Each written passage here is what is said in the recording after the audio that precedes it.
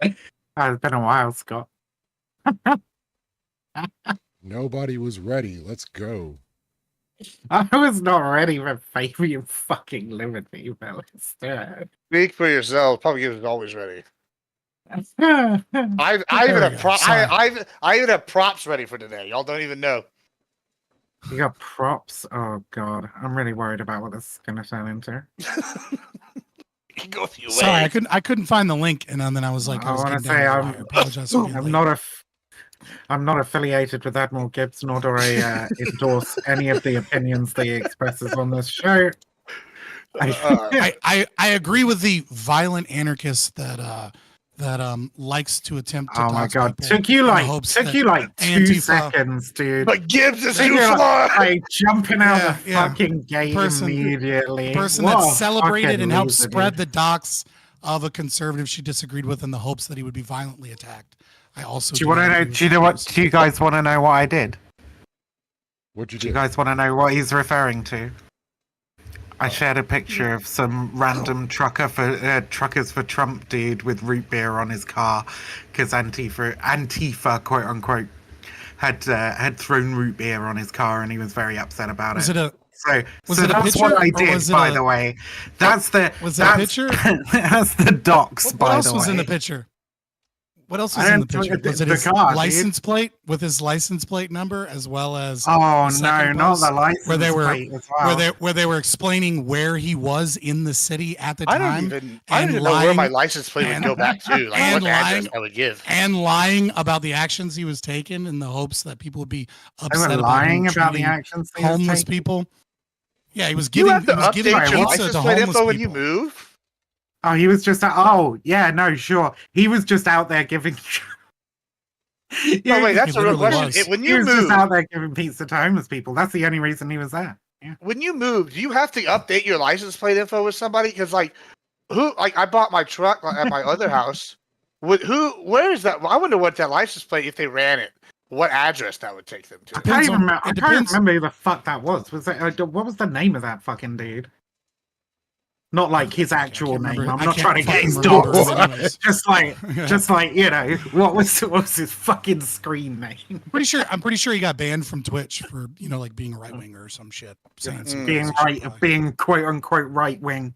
He was probably banned from Twitch for giving pizza to homeless people. That's what he was doing. Yeah, no, that's all he was doing. With the truckers. It was Truckers Canada, wasn't it? That's all he was doing. That's all he was doing with the Canada truckers. That's all he was doing. Just handing out pizza to homeless people. Protesting the lockdown and censorship. Those things that anarchists are supposed to support. Government authoritarianism and online censorship. Hey, you don't know what anarchists support, dude. Don't be silly. Yeah, I do. Isn't he an anarcho-capitalist? No, he's not. What am I then? He's just another right, quote unquote right libertarian, using the label to avoid accusations of being a shameless fashy twat. But we'll have fun tonight. You got good, Josh. It's gonna be good. This is gonna be good tonight. I got more evidence of that than you have of me doxing fucking Brand for Liberty. That was his fucking name. More evidence for that than you have for me doxing Brand for Liberty. There's a reason your accusation never fucking took off and nobody believes you. It's because it's fucking stupid. It's very silly. I shared a picture of him having root beer on his car, and you're like, "Oh my god, Vivian's doxing Brand for Liberty!" Like you're a fucking idiot, dude. All right, with that, you shared a picture with his license plate from people that were looking to attack him, and you were did they attack him about his location? Did they attack him? They attacked him. Yes, they did. Yeah, they committed battery against him. Yeah, when you say they threw soda on him first, him, then they attacked his property. Soda on him. Okay, so did they and onto his camera equipment? They attacked his persons and property. Yes. Oh no, not the property, which is equal to the person, according to you, right? No, I don't think property is equal to the person. These are obviously different things. I believe in A equals A. Sometimes it's worth more than the person. I live in reality. Go on. Anyway, fucking maybe we should. I'm just saying. I think Our, what's the cash value for a person right now? Organs and all is like 440,000. So there's definitely stuff. Why that could do be you worth know more than that. this? Don't worry about why I know this. All right, but the point is cash value for a person. the cash value for the organs or whatever. So I'm just saying, in theory, some property could be worth more than a person. All right, at that, Value welcome, is subjective. I don't think people have a monetary value. Well, welcome everything's got a one monetary and value. all to the Minds of the Ecclesia panel. I am your host, Lethy Water Kai, and with me I have some amazing guests today. I'm going to let them get introductions, starting with the man that knows the price of a human being, Admiral Gibbs. And that it tastes like pork, allegedly. All right, I'm Admiral Gibbs. That's all you need to know. Right on. With us today, Fabian Liberty, Scott. Glad to have you back. Well, yeah, I appreciate Fabian Liberty. You can find me everywhere as Fabian Liberty. I have a Twitch, but I'm not on it because duh. Yeah, there you go. I am a libertarian anarcho-capitalist. Wait, when you say you're not on it, because what does that mean? Because it's just a bad idea to espouse right-leaning ideas and debates and things on Twitch, because if you say the naughty words and you get banned from Twitch, then you can't go on any Twitch panels because by virtue of the TOS, it becomes difficult. So it's just much better to just not be on Twitch, because then even if you end up getting banned on whatever platform you're on, when you say the naughty words, you what could do you mean? Move somewhere else. When you say the It just naughty depends. words, what do you mean? Well, by definition of me saying the naughty words that you shouldn't say on Twitch, maybe I shouldn't say them on a Twitch panel. Can describe them. Like if I wanted to say it's the N word, I'd be like, well, it's the N word, or it's the slur for all black people. Like what? I mean, like, So I'm not you can't particularly describe fond them? of saying the N word, but I mean, like, Okay. yeah, there are words. You know, Is like that one of the there are words that certain you're worried about? slurs Started that off. you might- We haven't even got through intros yet. Not really. Nope, we ain't even getting the intros between Yeah, no, this. it's not really one that I'm worried about. But no, I think it would be more like complex opinions that are then clipped out of context and mass reported by people, you know, like you. Okay. All right, and then with us we have mid-tier Josh. Go ahead and get an intro, my dude. What's up, guys? Yeah, that was about it. That's me. Follow me if you'd like, but I'm not doing a lot of Twitch stuff just yet, so it's just Instagram and Blue Sky, I guess. But yeah, nice to be around again. I'll have to send you a What's follow. up, Josh? Nice to meet you. Fuck, Yeah, I haven't even got my we cat don't set up. deal with that. And with us, Vivian, and it's her birthday today. Oh, for fuck's sake, you don't have to tell everybody. Fucking Kai is doxing me right now. You just gave everybody my fucking birth date. Day of solar return. Jesus birthday. fucking Christ, these leftist extremists. Hello. I'm Mixed Vivian Morph, and I usually appear as a cat. I'm just fucking fixing that shit now. But, oh no! Did I give my camera? Oh, for fuck's sake. Okay, it's gonna take a minute. Take your time. Yeah, I'm an anarchist, historian, anti-fascist, and general all-around trans supremacist. I hate cis people, men in particular, and I think root beer is funny. I think throwing root beer on people's cars is funny. I'm a monster. Thank you, Kyle, for the sub. What kind of root beer was it? Because that's going to matter to me quite a bit. Was it like I have no fucking AMW? Like, was it Mad Dog? I don't have any idea. We don't have root beer in this country, really, dude. Like, you can get it if you go looking for it, but it's not. If it was IBC root beer, I would be kind of upset. That shit's pretty fire. But if it's not that, then, I don't Is care. root beer just burdock root? Is it burdock? Fuck if I know. What I root think is it's it? just fake. Like, honestly, it's not, root beer isn't even root beer anymore. So. Okay, but what's it supposed to be? What's it supposed to emulate? Is it burdock? I don't know. I'd be lying if I told you. Yeah, I mean, I know that IBC root beer is the best by quite a bit. And then it's the AW and then Mad Dog. You have literally no idea what flavor it's supposed to be, though. That's fucking crazy, dude. I don't know, root beer is root beer. So saying vanilla, caramel, wintergreen, black cherry bark, licorice root, sarsaparilla, nutmeg, acacia, anise, molasses, cinnamon, sweet birch, and honey. So it's just a random. Acacia. It's a bunch of roots. Hey, thank you again, Kyle. Very kind of you. Good old roots too. All right, so starting the party with, should we go with the, let's go with the first one. Should the lifestyle of a content creator overshadow our ability to critically think about the ideas that they put forward? Is it irresponsible to ignore the moral decisions of a content creator when forming opinions? So for anybody that's been in the space recently, there have been multiple dumps of information about people that we probably should not know or care about. Some of us are stands of those people, and some of us are detractors of those people. And does it matter more to pay attention to these leaks and info dumps on these people than it does to actually pay attention to their message and judge them based on that? And I'm not even going to bother reading the article because I'm pretty sure most of us know what it's about. So, you know, speaking to people like Vosh having his tax folder. Say his name. Well, first Vosh's tax folder, then Destiny's leaks with certain individuals in the right sphere, and Hassan and his One Piece adventure.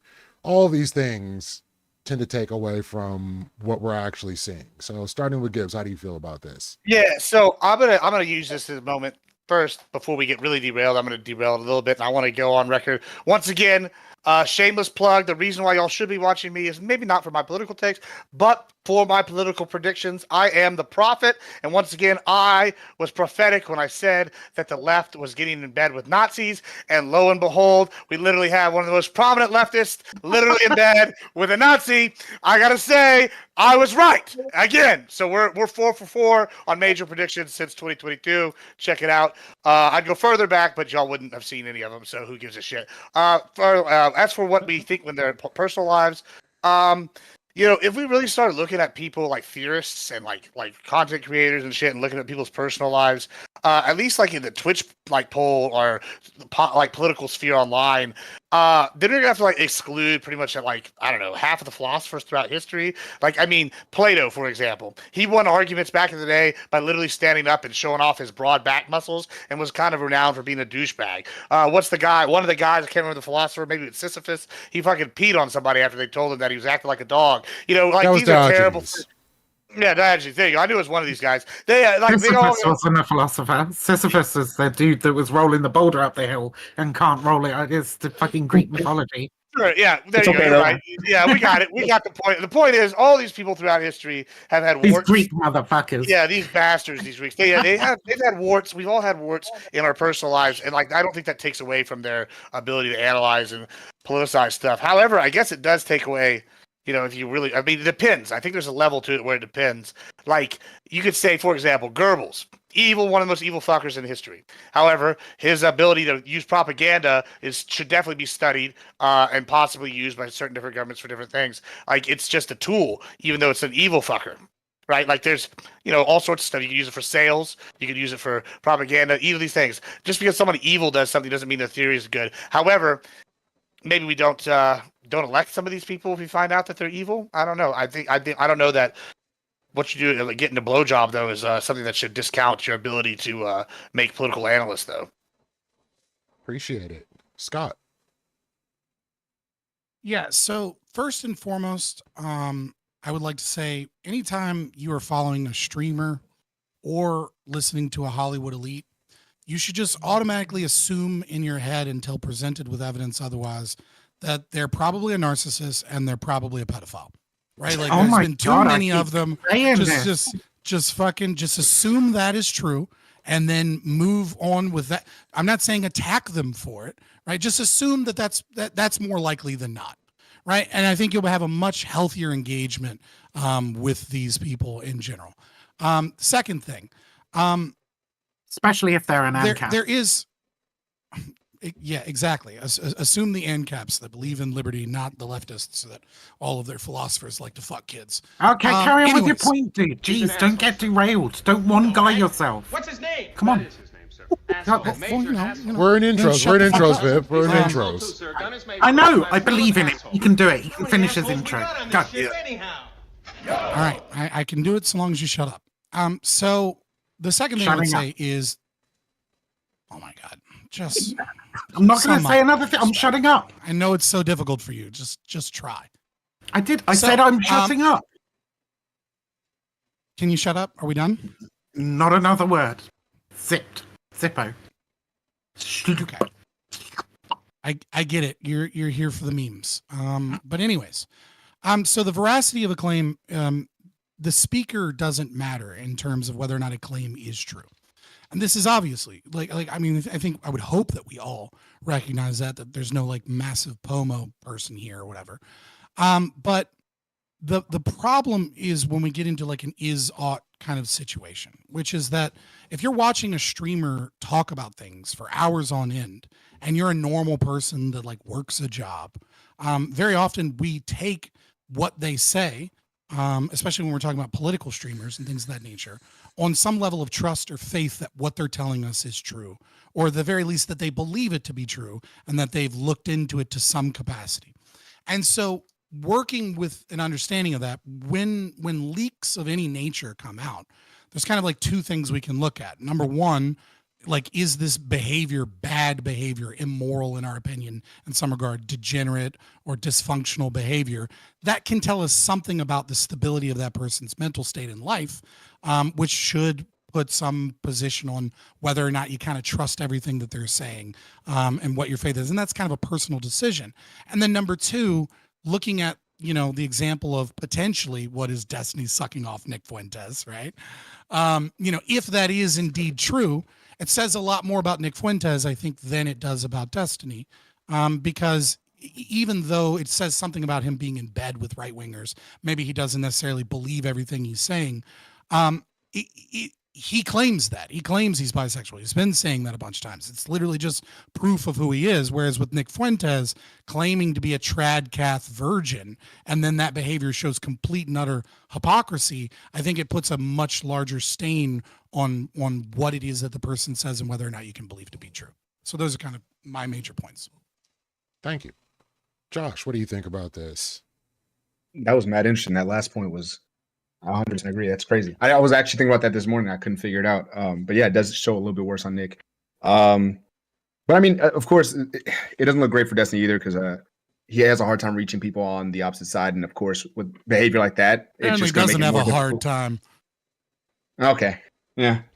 Okay, cool. When you say the opposite side, what do you mean? So for Destiny, it's like one of the things he has a hard time doing is getting the people who are generally traditional, because they don't like to listen to anything he says, right? It was like at one point it was the blue hair, it was he was a cuck, it was, you know, whatever. So it's like they kind of dismiss everything he says regardless of how accurate his claims might be. I want to let you know leftists do too. Yeah, Which that's is true. wild. Yeah, you just sit somewhere in the center, like liberal, center right leaning liberal. Yeah, that's fair enough. But I guess to the point what Kai was actually asking me for, I think the issue with people when you try to separate the two things is that people, especially people who follow streamers and things like that, they generally look to these streamers, they find someone they like, and it starts off as just like, oh, I like this guy, he's cool, right? But then they always, a lot of times, especially when it comes to like people like Destiny or Nick or whoever the hell it might be, they do this thing where they want to almost, especially younger people, would like to imitate or use them for guidance, right? And that's fine if the person's guiding in the right direction. And when I say right, it's very subjective, but it's like there's a general guidelines for what right is. Nazism is probably not in that general guideline because it, you know, causes a lot of friction between a lot of people, which is probably generally just bad. But without using a bunch of broad terms, I think the issue becomes when it's grifting, right? Because like right now we have the Nick Fuentes thing, right? Just like I'm sorry, what was your name? He just brought it up. Call me Fabian Liberty or just Scott, either one. Scott, yeah. So Scott just said it. You have a situation where there's probably a lot of people who follow Nick, right? Just like there's a lot of people who follow Sneeko or Destiny or whoever. And when you then find out the dude you've been following, the Nazi guy you've been following is Nazi nationalist, whatever. He's also gay, and he also, like, you know, all this other shit. You're like, wait, has he just been grifting this whole time? Is it all just bullshit? And I don't know if everyone is like, for Destiny, for instance, it's like, I don't know if that's going to help his case. Because now it's like, he's already been getting grifting things all the time. When people disagree with him, especially on the left, and they disagree with him, it's always like, oh, he's just, you know, grifting out to whatever. And when you catch them in these lies or things like this, it makes it very difficult to navigate where their actual stances are. And I believe it just generally hurts them. I don't know if I answered that question correctly because I was listening to, what's his name, Scott earlier, and I just lost my train of thought. So I'm going to let it go. All right. Appreciate that. Viv, what do you think? Hmm.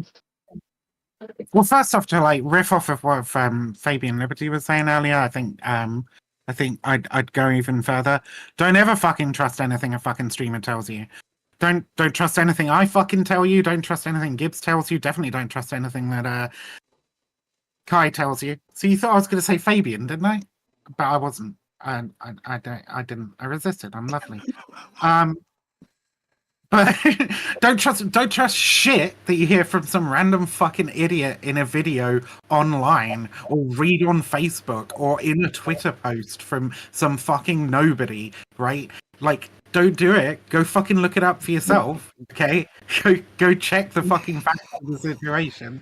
Secondly, the fucking the shit that was released about Destiny, okay? No qualifiers whatsoever was fucking revenge porn, right? It's disgusting. It's fucking sexual harassment. Shouldn't have been fucking done. It was using sex as a way to like try and fucking attack Destiny, right? It's disgusting. And this is coming from a person like the last thing I said to Destiny was to tell him to eat glass, okay? Like, fuck this dude. I fucking hate him, alright? But like I don't fuck with revenge porn. Revenge porn bad, okay?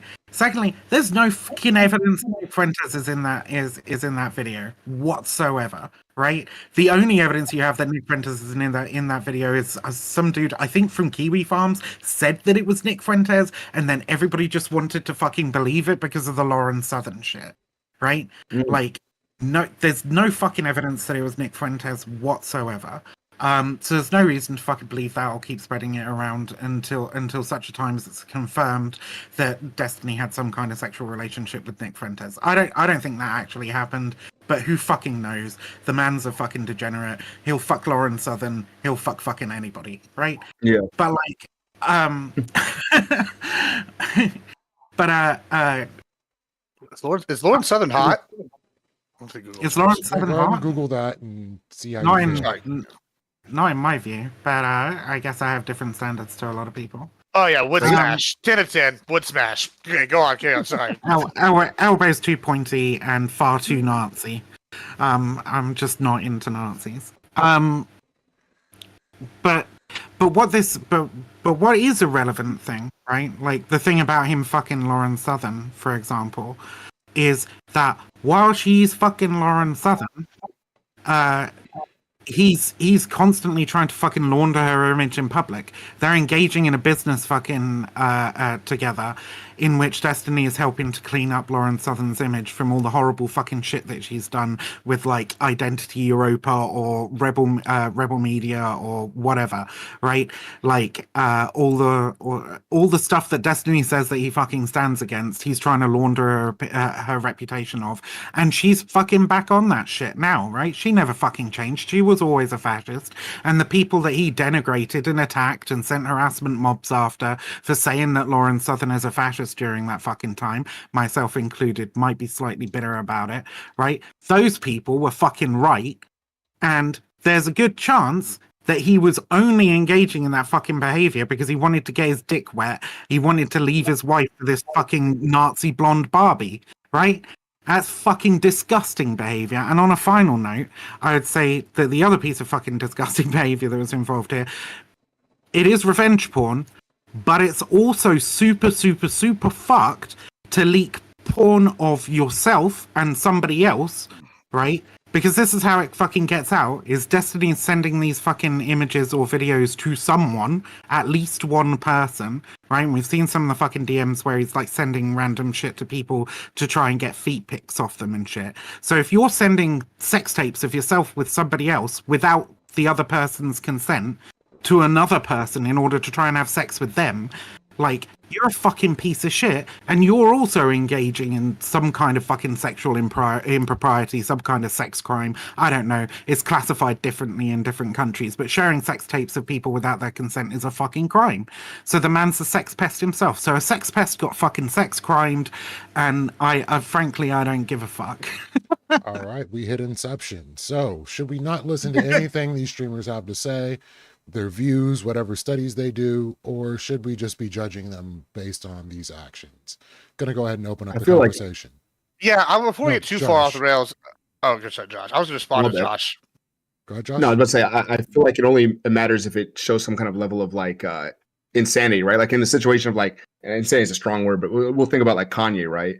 If you were looking at Kanye for life advice, which you shouldn't have been doing anyway, but like something like that where it clearly lowers the bar, and you're like, oh, he might not be in his right mind. I think then the things he's done prior might be you might look at it in a different light. But like with Destiny, it's like our boy at the bottom said, or our trans friend at the bottom said, I'm sorry. Okay. It's one of those You can things just call me where Viv. well, Viv. Yeah, Viv's fine. Yeah, so they were saying Destiny, he's always been kind of degenerate, right? This tech stuff is not something we're new to. So it doesn't really change anything in his situation specifically. In other situations, if someone is like, if they're clearly like grifting or something like that, but this has nothing to do with grifting. This has nothing to do with any of his views. This is something like he's being a horn dog. He's fucking people again. Like, Hey, does that it'd be change funny anything if for it took down America first. If it was like conclusive proof of Nick Fuentes being gay, that could tear a few groypers away from the movement. But- Hold on, I But, gotta. we already had the whole Catboy Cammy thing, right? And this Yeah. is not more conclusive than the Catboy Cammy fiasco, so it's not gonna. Well, and Good. secondly, on top of that, this idea that Nazis aren't gay. Have you seen the SS uniforms? I mean, I'm sorry, Hugo Boss was definitely in the closet. I gotta say, I like there somebody, and it probably wasn't a straight male, was designing the Nazi uniforms in the 40s. And I mean, it doesn't surprise me that Nick Fuentes had Catboy Sally, and now he's over, or whatever his name is, and he's doing this thing with Destiny. I like the idea that these guys that are basically, for lack of a better term, incels that are already going to Nick Fuentes are going to be upset about him getting some man-on-man play when they're just hoping for any play is something I doubt very seriously. I mean, the outfits were considered very dapper and masculine for the time. Like that was part of the. I mean, they look good. Don't get me wrong. I know it wasn't like me over there designing. I own a clothing company, and I'm definitely not in the design side. I'm over here like we're actually not that to the like creative people who are not, you know, the burly dudes. You know what I'm saying? Sure. I'm just saying. Yeah, whatever. I mean, I don't want to go too far into like the unknown and unprovable situation of like Nick Fuentes and whether or not he's in a video so much, but like to the topic at hand, right? Like there is a kind of a turbulent place that we could probably just get so fucking distracted on because everyone's conception of morality is going to be different here, as Josh put forward, right? But I would say that, like, you know, if someone is already espousing degenerate behavior, right, then the leaks don't really reveal anything, right? They're like these leaks by Destiny don't reveal anything about Destiny that like you shouldn't have already assumed.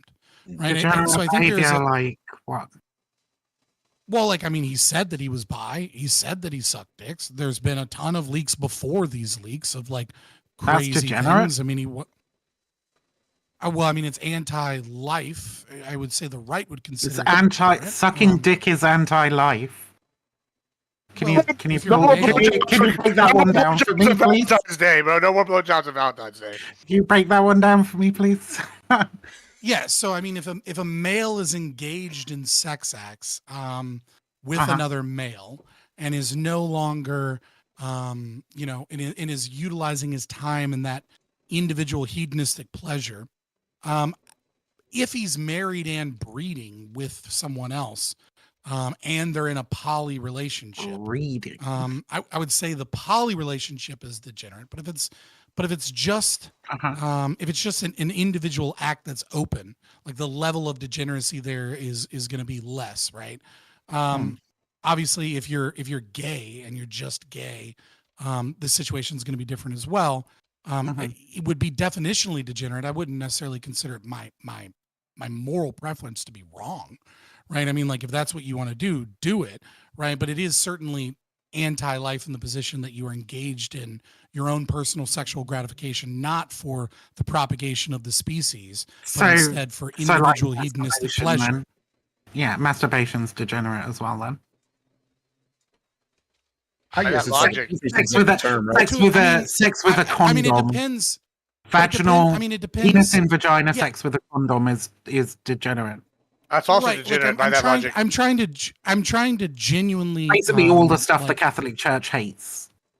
right, like I'm trying to genuinely engage with the is as So the opposed Catholic to Church not, likes right? blowjobs. So like The I priest mean, will like tell you for that. example, Well, you can't engage like, with the when we're is engaged- instead of the ought when you're calling something degenerate. Degenerate is a fucking ought statement. It's a fucking moral statement. Hey, thank you for the raid, Just Resi. because Appreciate it.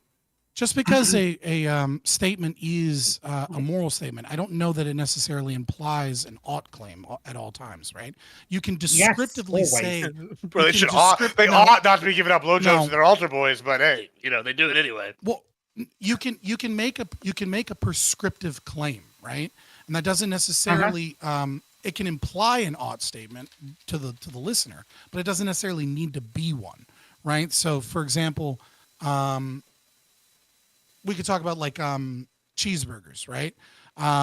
Eating McDonald's Love 'em. cheeseburgers is degenerate, right? Why is it degenerate? Is it? It's not good for you. It's not good for your health. It's not good for your longevity. It's not good for you going out and being able to be a positive influence by enacting your individual will out into the world, because it is going to hamper you as opposed to another meal, right? But that doesn't necessarily mean that I'm saying we ought What if you get- not what if eat you those have a, under all situations. What if your McDonald's burger is the only piece of fucking pleasure in your day, and you spend the rest of your day fucking working out, wanking Exactly. directly into a vagina without a condom, fucking Exactly. fucking Right, working exactly. really hard, Because right? it's And the because only it's thing, not- wait. The only thing that allows you to maintain that level of pro-life productivity, right, is the fact that you get this little break where you can have your Mackie D's cheeseburger. Like, is the Mackie D's cheeseburger still degenerate in that system, in that instance? Is Right, it not just a hold facilitator on. of productive? You're just repeating your claim generative over and over things? again. You're repeating your claim. So again, that is why Strengthening I it. said that it isn't an odd statement, because it's a generalization and it's not morally universalizable, right? I would say that eating McDonald's cheeseburgers is degenerate, and I'm making this as an is claim that it is a generalization. There What does are going to degenerate be mean to circumstances. you? It feels like when you Activity initially that engages activity or behavior that engages in some form of decline of the greater society values and or your own personal health and decline. Sorry, I can leave it decline there. of- It's like a colloquial. Yeah, decline of greater societal values, or your own personal health, right? So Yeah. okay, I mean, cool. like, I So mean, how does sucking dick do that? I feel like I kind of already explained it as an. No, you is said it's statement. I was saying- anti-life. If you're not breeding, then you're not contributing to society or whatever. But you can suck a dick and then Yes. go fuck a vagina. How does the Well, sucking I- dick I- take away from the I vagina? think He's I think you're bisexual, for jumping the fuck's gun sake. because you didn't listen to me, right? Because I then went into a poly relationship, and then the fact that he could go out and suck a dick but still be married, but he's getting his sexual gratification and not breeding and not engaged in that relationship, and that is what would descriptively make it degenerate, because he's engaging in that in lieu of breeding, right? I also said that I believe that poly is degenerate. That's a moral preference from my position. That is something that I would Uh-huh. say is Okay, so that's an ought But statement. again- That one. that is an odd statement. Yes. Yeah. You ought not be polyamorous because I personally find it distasteful. is it fair to No, say that like that's this, not- this idea of That's a straw man. Go ahead. Josh, go ahead. no, but say is It's it not fair my- to say like I was this just saying idea- it's not my claim. No, I was gonna say going to guy above. I'm forgetting Scott. So is it fair to say like this idea of degeneracy that you're putting out is kind of like it's like being platformed or carried by, I guess, like Britannical views, kind of like Abrahamic religions, because that is the majority of the country, right? And I guess degeneracy is generally something that the normal group of people wouldn't do. So it's like all these things like being I just- gay I- or I'm just, like, LGBT or dumb Yeah, going to dude. clubs. I think some people. Hold on. Well, Well, yeah, let's be clear, right? Degeneracy as a term, okay, is a term that was like originally popularized by people who had and I'm going to be as fucking objective about this as possible without using any derogatory language, right? People who had very strong traditional moral values, right? That they did that they thought that anybody who was breaking those moral values was subverting the system that they had set up, and they believed that that system was the system that should prevail, i.e., Right. you know, the man, wife, kid, do all that stuff, right? That's the good society. Anybody who like doesn't do the penis in vagina sex is therefore degenerate because they're subverting the. Well, subverting you know what's the crazy? system. You know what's crazy is we're sitting here That's arguing. where it comes from. No, we're right? sitting here or not. Yeah. Like a blowjob is degeneracy, right? Like we're arguing with originally. It's like, okay, the topic is this guy's personal life affect like what. I'm like, you know, honestly, first of all, blowjobs are pro-life. If more people got blowjobs, we'd have less shooters. They'd be a lot happier, a lot less depressed. You know, I'm not saying for sexual communism. I'm just saying that blowjobs are definitely pro-life. And secondly, okay, you think that Albert Einstein wouldn't have been able to invent the theory of relativity if he got a blowjob? Like, I'm just saying, like, this idea that, like, oh, they're degenerate, their shit that we shouldn't listen to them is ridiculous. Like, well, Albert like, Einstein was a degenerate by a lot of these people's standards. exactly. I'm just saying, Right. like, I don't get this argument, this line of thought that, oh, degeneracy. I don't know. I mean, I'm literally taking a nap because it's so much fucking bullshit. Well, it's dumb. It's just fashy bullshit. It's like what you can. It's not fashy. It's so silly. Yeah, of Right? course Like, it is. what I'm saying is if a person is exhibiting qualities that you believe, right? Let's put in the domain of you, right? That you believe to be, you know, moral on stream, and then for whatever reason it comes out that they're engaged in immoral behavior, and we'll keep it at the personal preference level.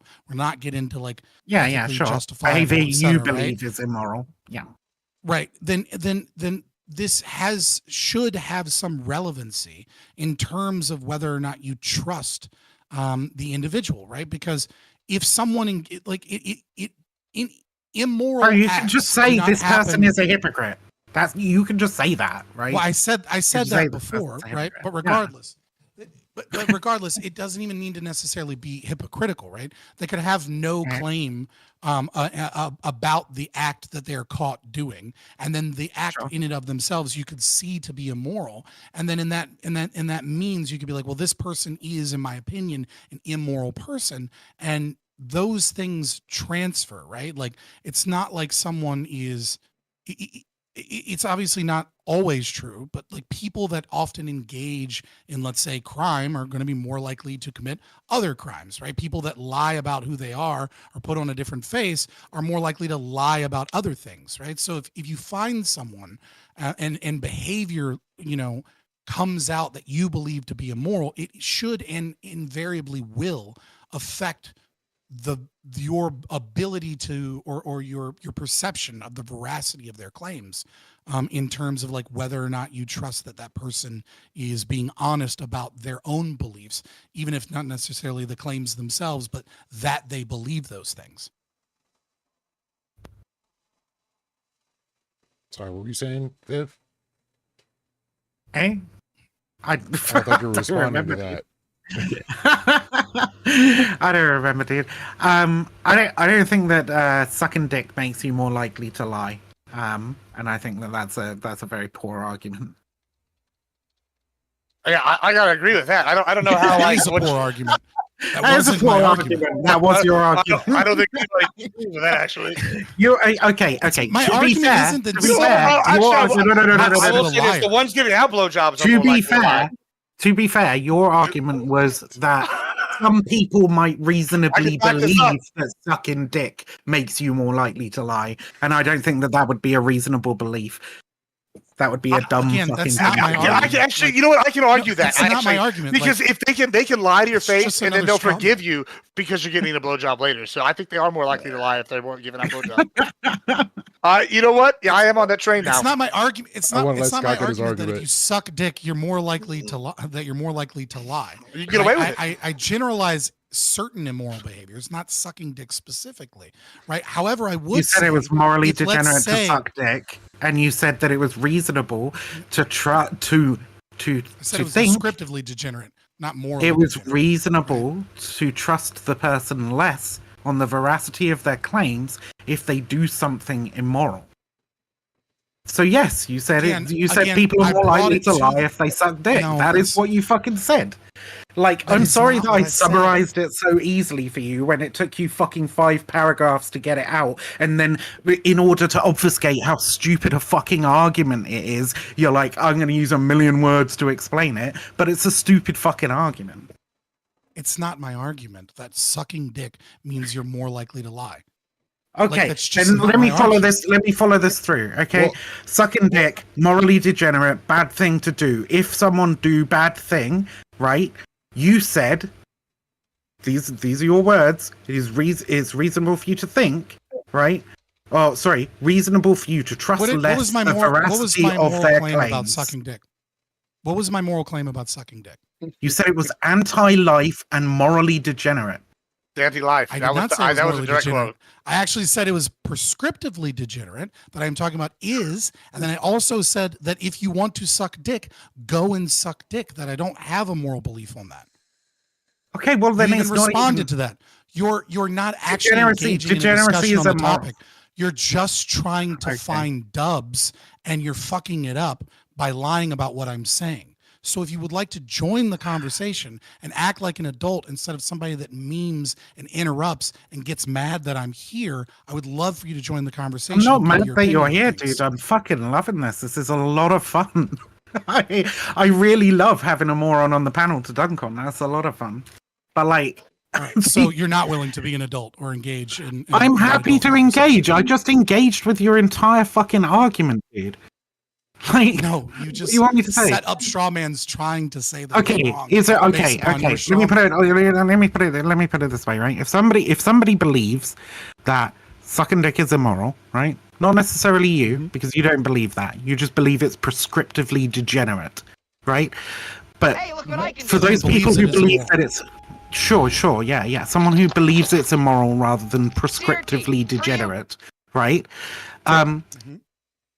It would be, in your view, reasonable for them to trust less the veracity of their claims based on them engaging in behavior that they think is immoral, like off stream, right? I don't know that it would be reasonable, but it would be unnecessarily what would happen, right? So like if it was proven that Nick Fuentes did that and he has a bunch of tradcath people, for various reasons. One, Well, yeah, why because would he'd you be believe lying Nick to them. Fuentes anyway? So I mean that'd be a lot Yeah. easier to draw that link because it would be he lied about this. Why wouldn't he lie about that? Right? That's a much quicker link. But even if he had never made any statements somehow, right, about like gay sex, but had made statements, all the other statements stood still. I wouldn't say that it would necessarily. It would be reasonable in that instance because he would be portraying himself as someone that he isn't, right? And whereas Destiny is portraying himself as someone that You're up engages next, in Gibbs. a poly relationship and does all of these other things, right? So like there's no new discovery here about whom you believe this person to be. No one that is a DGG orbiter follower, right, had this come out and said, holy shit, I can't believe Destiny did this, except for maybe a few people that thought he was lying about being bi to get clout. And then they're like, well, I guess he is bi. Like those are the only people whose opinions might have changed, and it's probably for the positive. Yeah, I Well, there's actually, a whole bunch. There's a whole actually, bunch of. Okay, go on, you did. I have actually been moved by the arguments here so far, like non-joking. I have come to change my original position. I think someone's outside stances on things can influence whether we should think. And here's where I've come from.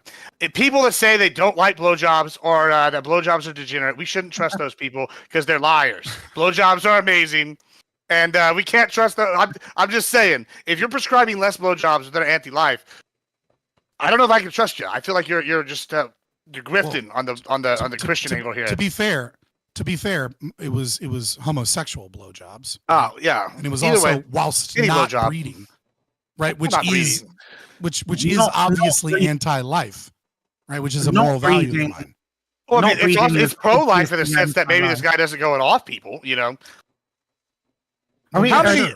Yeah, how many shooters have we had you because they were think- like just like little lonely Again, bastards? again, it's a generalization, right? So I would you say never there jerk. are going to be. I already said that, right? I already said that Wait, it's a you don't jerk generalization. it? That's why I'm not. What? Did you just say you don't jerk it? No, that's. Oh, I was gonna say, bro, you need to get those Okay, numbers up. because that was my question. You said I already said that. I was like, so you don't jerk it? Like, obviously, personal question. You don't have to answer if you feel uncomfortable at any time. Let me know. Answer it. Answer it. Of course, You don't jerk it then? Okay, so you jerk it. All right. So you engage in morally degenerate behavior on a regular basis. Then I'd assume pretty regular, probably. I don't know if you could describe it as anti-life to jerk it, because That's not breathing. In all of the times, pleasure, in all of, well, so just doing something for hedonistic pleasure doesn't make it degenerate unless it is taking away from some other aspect, right? What's the substantial difference between jerking it and getting a blowjob from a dude then in terms of your anti-life position? Like, aren't they both anti-life? Again, right? If you are doing something as a bi person, right? So, I mean, you're engaging in hedonistic pleasure and it's not at the expense of your ability to procreate life, right? Then it isn't. I wouldn't consider that to be degenerate, right? I would You just could consider go to that the to just sperm be a bank sex every act time for you feel fun. like jacking it, though, right? Like you could go to the sperm bank every time you feel like jacking it, and then when you do jack it, you know, you would at least be contributing to potential future life rather than. I actually enjoy the fact that I see them not being IVF kills more life than it produces, right? Sorry, IVF kills more life than it produces. Oh, Yes. What? Right, because they throw away what they consider to be non-viable. Okay, well, this argument's terrible because I'm saying that when you feel like jerking it, right, instead of jerking it at home and crusting up your sock, you could put it in a sperm bank where it could potentially turn into life. Even if you jerk it 1,000 times even if you jerk it 1,000 times in your life and 999 of them get thrown away and one of them becomes a baby, right? It's still more pro-life to jerk it at a sperm bank than at home. If the position is that in the future how did we get here? IVF will no longer throw away non-viable God, what is the term? I can't think of the fucking medical term. If it's non-viable, you're not throwing away life at all. Well, they consider to be non-viable, right? They will create life, right, by the process, and then they will pick the best ones and then throw the rest in the trash, right? Zygote. I have no idea what you mean here. If it's viable, then they will. Wait. Implant it, right? Hold on. Let me. I just want to take that line of logic real quick on a more serious note. Let's okay. Yeah, let's just take that line of logic, right? Okay, so they threw away the non-viable ones. How is that any different from, like, I don't know, selective breeding for out like traits of like sickly animals? Like, say I have cattle and I have some cattle that are more sickly, and I'm like, okay, well, I'm not going to breed those. I'm going to make sure those are the ones that we get fixed and we sell those in the market, while I keep my strongest bull, the ones that exhibit the best features, and I keep that genetic bloodline going until I get something better, and I breed for traits. Oh, this is whatever. Like, how is that any different? That's very anti-life, Gibbs. I know it's very anti-life. So they're right. So two answers there. Number one, cattle are not moral actors; they're property. So when I'm talking about life, I'm not talking about all life. I'm talking specifically about life as it pertains to moral agents or actors, which would be humans, and then potentially some species of dolphin, right? Right, because like dolphins have exhibited. Well, dolphins are fucking in trouble. Dolphins are rapists. You could have said octopus, bro. I would have been with you on that one, but octopus are pretty smart. Yeah, the squids, I just mean like they've done research where like I can't even fucking eat squid anymore, Gibbs. It's crazy. Every time I see I used to love squid and octopus, and then I started fucking reading all this shit about how they have like full-on family units and complex language, and I'm like, man, I can't fucking eat these things now. Is it bad that made it taste better? It made it taste better when I read that. Well, I mean, hey, I would expect something with a consciousness died for this movie. Yeah, I would expect nothing less from a rightoid. Yeah. But yeah, no, I would say one, they're not moral actors, so that doesn't really fit what I mean by life in that situation. But if we were to presume that they were, right, well, then the captivity would be wrong in and of itself before we before we even go anywhere, right? Because you'd be kidnapping moral actors, and Oh, I mean, there would just be so wait. much Does it need to be a morally wait? wrong Whoa, with whoa, whoa, whoa, whoa, whoa, whoa, whoa, whoa. Sorry, you said something there that was really interesting. So, in order for us to have moral consideration for a creature, it has to be a moral actor, isn't? And like No, most that's people not would my claim. say, I think that like it's the capability for suffering that means that we should have moral like consideration for another entity, right? Well, I didn't make the claim about whether or not we should have moral consideration, right? I'm talking about what's Okay. ethically justifiable, right? So from an is position again, right? Like I would say it's ethically unjustifiable if I were to have some evidence that proved that dolphins, for example, right, were moral actors, that they were able to think or speak or communicate a moral claim and then change their behavior based off of their own position of the moral claim. They've attained the capacity for reason at that I understand point. this. They're not yeah. just acting off of instinct, right? In that domain, they would be pursuant to the same rights of bodily autonomy that any other human would, and that all of these other things would be ethically unjustifiable. You could not call yourself a non-aggressor if you were in the Faroe Islands, for example, and like hooking them and like cutting them up and shit, right? When you talk about whether or not we ought have moral empathy for the suffering of animals, that goes out of the is, right, and whether or not it's ethically justifiable, and goes into your moral preferences. And I don't Sorry, discount whether or not anyone's it's moral preferences. whether or not it's ethically justifiable is another ought claim, right? No, You're not it's making an objective. Well, it depends on your individual ethics and also what you ought to do in regards to this thing. No, I'm saying that if someone makes a moral claim such as it is right to murder people, right? Well, Okay. murder is an unjustified I killing. mean, that would be. I was definitionally. going to say that would So be a this very is silly right. statement. So it yeah. would be a contradiction. What's the right? difference of a So tautology? I can say, Yeah, right, internal I can say, I'm saying if your moral claim is a contradiction, then it is not ethically justifiable. And that doesn't require me to make a moral ought claim because the claim itself is illogical, right? I can say that the Sure, claim but is in the terms illogical via the is. Okay, but in terms of like the dolphins, right?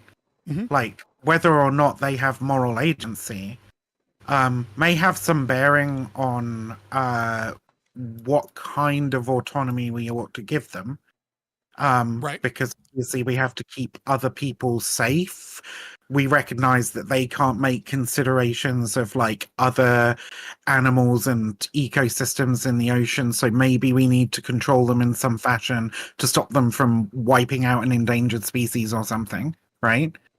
Which I think we would probably well, in want the to try and example- do even if they were moral actors.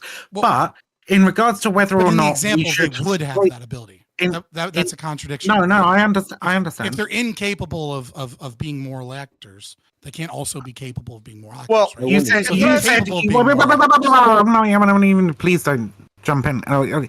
So, you said right basically that because they're not capable, we take away they don't have a right to bodily autonomy, right? And Yes.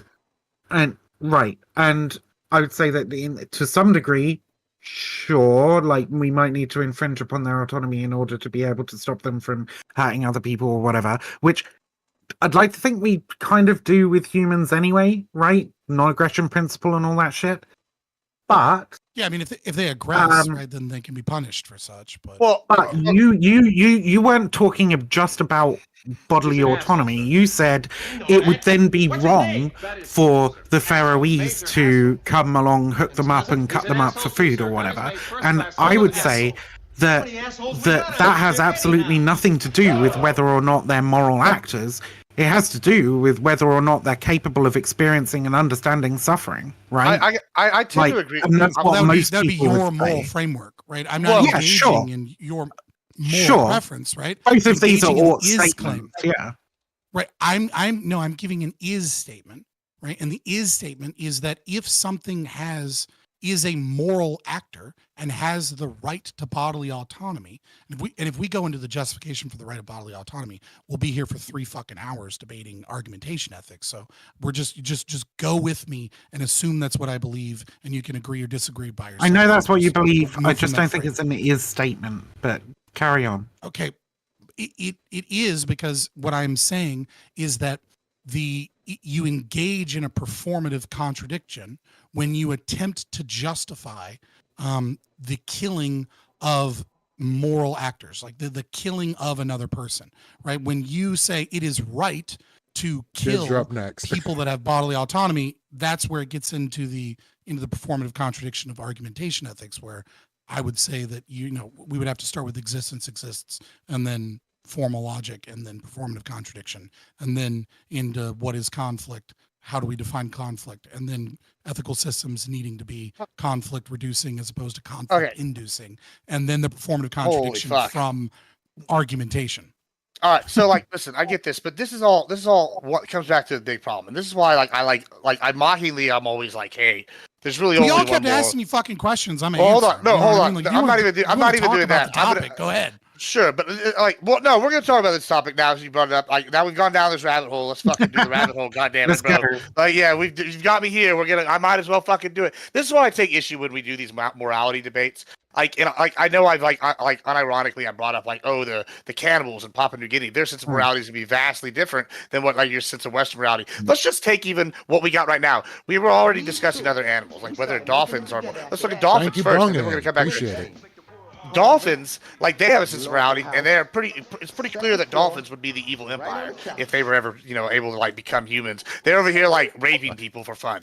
Like, that's something they do. I mean, if they had a moral conscience, they might change their minds on that. What if they think that's moral? Like, what if they think? Yeah, we don't know. We don't know. Maybe they would. And that's something with DNA. Well, let's talk about octopus and squid and shit again, right? They have RNA, right? Like, this is not a meme thing I'm about to do, but let's just take this. Or say even further, we were going in space and we encountered a silicone-based life form, something that's not carbon-based. They would be moral actors. We would know they would have, if they're intelligent, we know they would have some form of morality. But for whatever we put this human-focused or this Western-focused or this modern thing, it all comes down to me. Even as someone who would is somewhat Christian or would call themselves Christian, I would have to say that it's hard to sit here and apply that across the board, because when I look at it, there's nothing to me that indicates anything. Even in Bible, that anything but the strongest makes the rules. Like, God's the strongest, He makes the rules. Like, that's literally Christianity in the nutshell. Like, I mean, you can go into all the other stuff of it, but that's how to own the slave. You can it all boils down to disagree.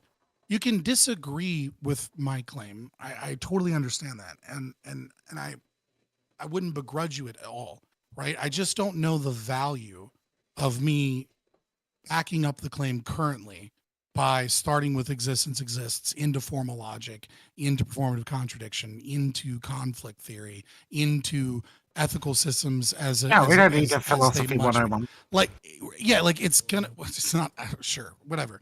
Regardless, it would just take a long time. If you're interested, right, I guess, go read Hans Hermann Hoppe's Argumentation Ethics. Preferably not the 86 version, but the primer. And if you're not well versed in philosophy, it's gonna be a dense read. I think a more interesting angle that will be a little bit less Tiberius panel and a little bit more digestible from the audience is just to sort of tie it back to the earlier conversation and ask you, is it ethical to fuck the dolphin? No. I mean, I understand it's anti-life, but it's not a moral agent. It's not a moral agent. Well, it's not a moral agent. It doesn't have bodily autonomy. We can cut it up and eat it, so why can't we fuck it? Yeah. Well, it's other than the same example that you gave for sucking dick, right? Let's assume that sucking dick's fine. Because you could be implanting another woman. I know you could also fuck a dolphin. Like, so again, no, I'm not meaning. I'm trying to work out what I'm trying to elucidate the audience as to what it is that you believe, right? That's all. So there again, this is the problem with people that have issues with is-ought claims, such as Vivian. Right. So there's an is and there's an Or ought. you. It is yeah. ethically It is ethically justifiable. It is also morally wrong, right?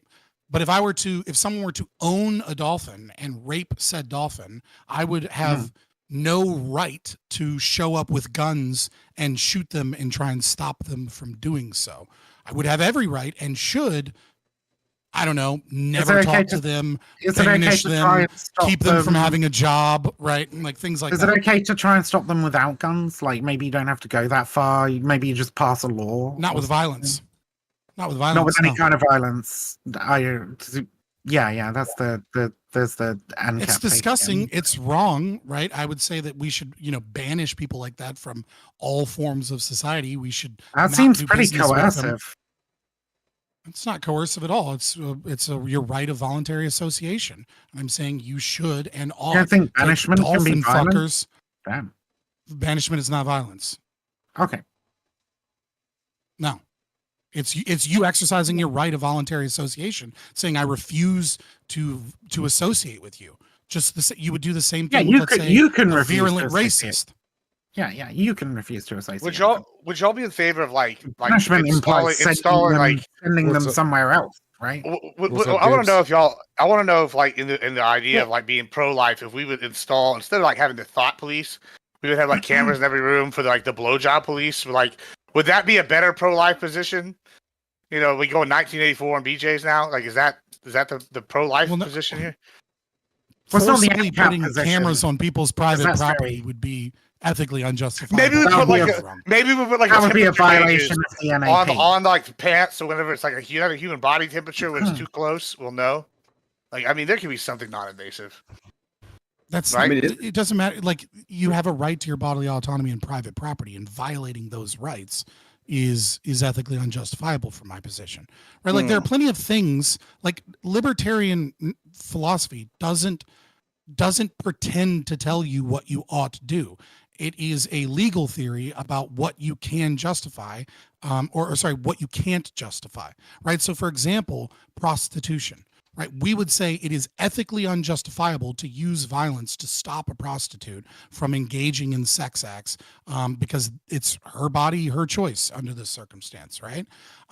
However, I would say it's morally wrong. I don't want prostitutes around. I don't want prostitutes on OnlyFans, I don't think that's good for society. I don't think that's healthy to have prostitutes celebrated and called models or for them to be right around the corner. I don't think it's good for Johns to engage in sex acts with random people instead of trying to focus on having a family. There are all kinds of reasons why I find that morally wrong, but just because libertarianism says that it would be ethically unjustifiable for me to take a gun and stop it, that doesn't mean it by default becomes morally good, right? Like, we're not in the business of that.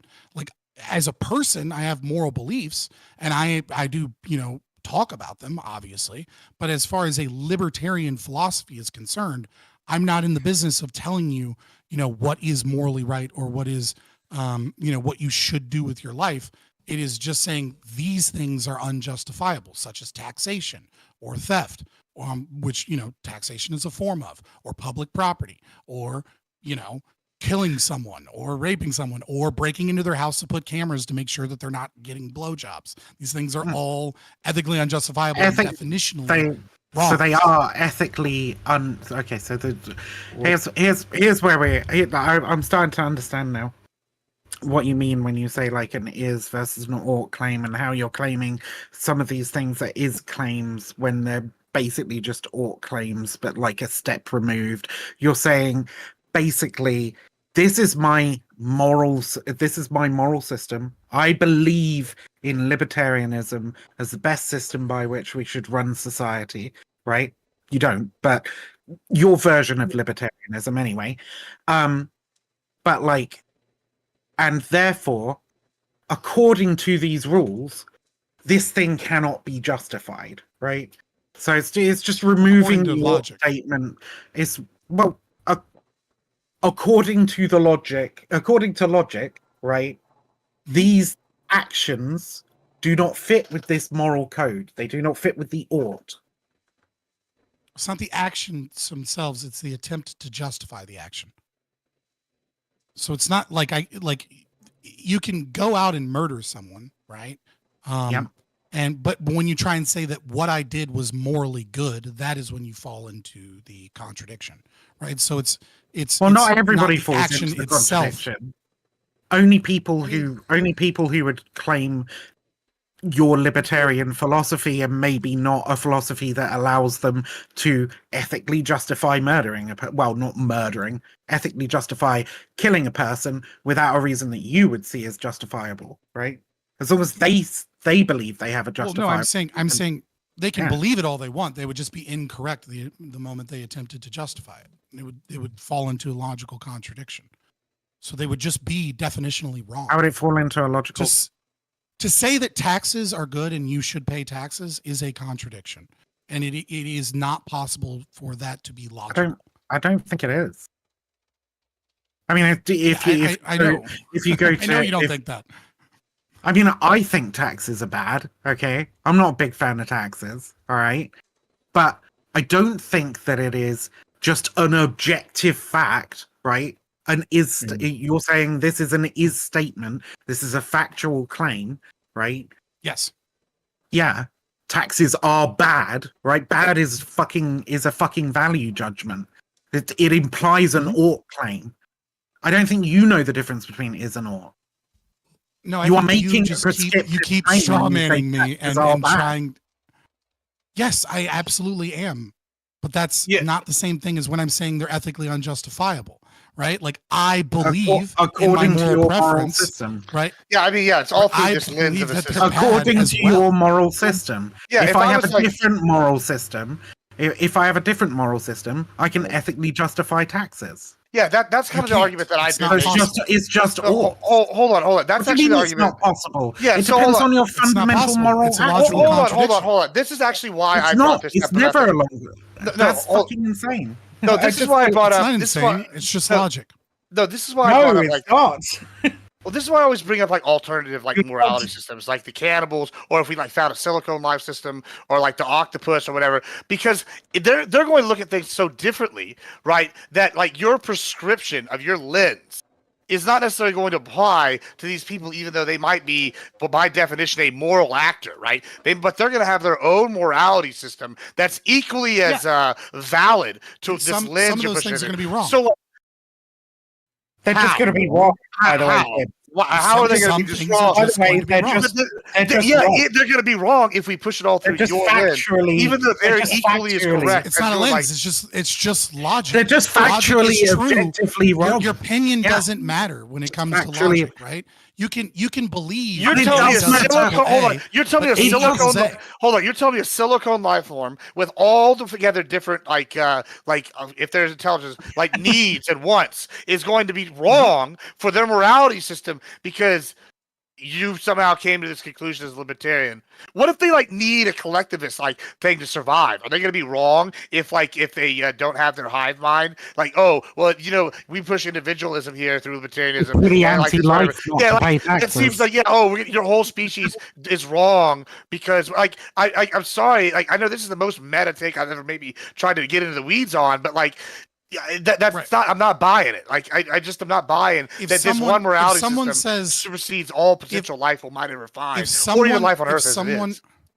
If someone, a moral agent, a moral actor of any kind, right, that is conscious, that is capable of making a moral claims and understanding what those moral claims mean, regardless of what species they are or where they're from, if they say killing people that have done absolutely that killing someone that has not aggressed upon another person or property is good and we should do it, they fall into logical contradiction.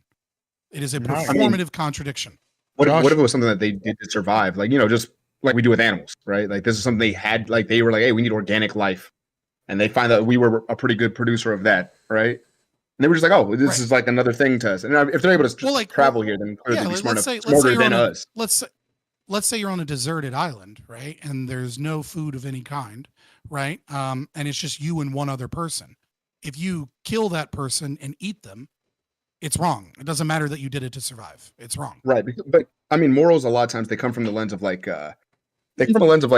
what we would want done to us, right? But these are a completely different species. So it's like they're gonna look at things. So for instance, what we'd want done to us. So if I were in the society we currently live in, where we have all these rules and regulations, which is fantastic, I would teach. If I had a son, I'd teach him, hey, don't kill people, right? Don't do that. We don't want to encroach on other people's ability to live.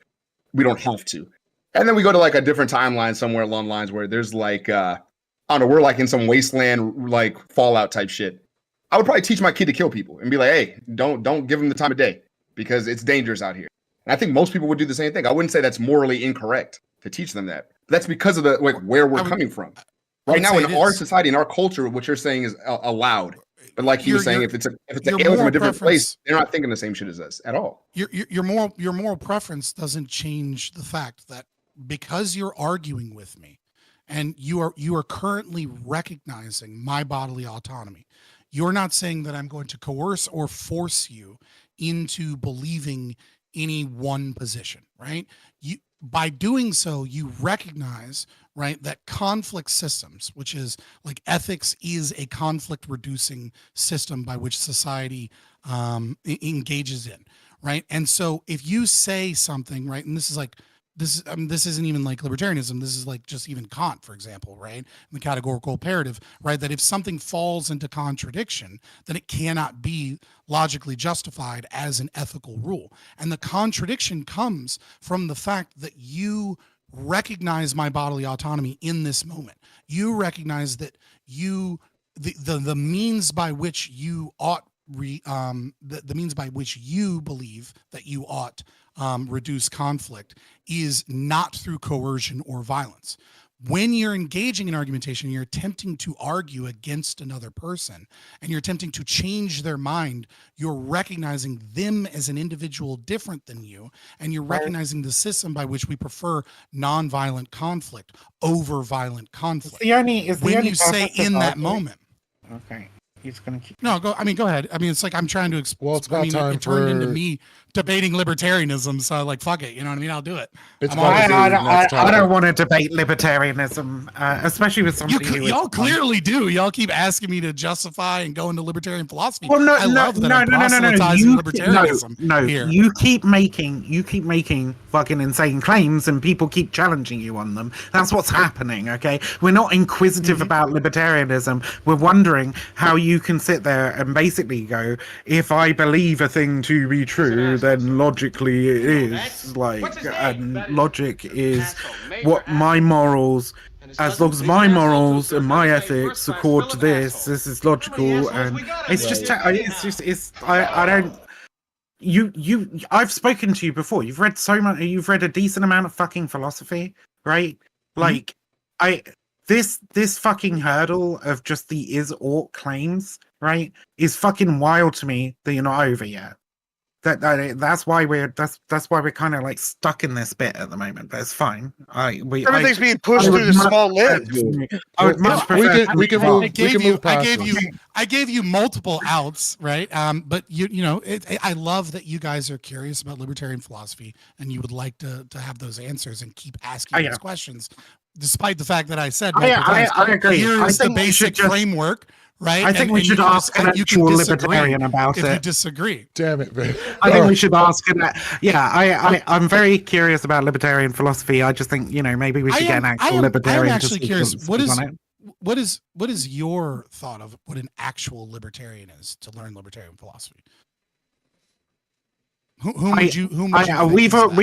We've already fucking talked about this, right? Like, I don't believe that you can be a libertarian and a capitalist, because capitalism inherently sets up hierarchical structures, right? Inherently gives people the power to. So then, what is your definition of libertarianism then? Are you just talking about like lib socks, right? Like you're talking about like the old European usage of libertarian? You're just saying we should talk to someone with a different political philosophy than Rothbard and libertarianism to learn about the political philosophy of libertarianism. That's a retarded statement, right? Like come on.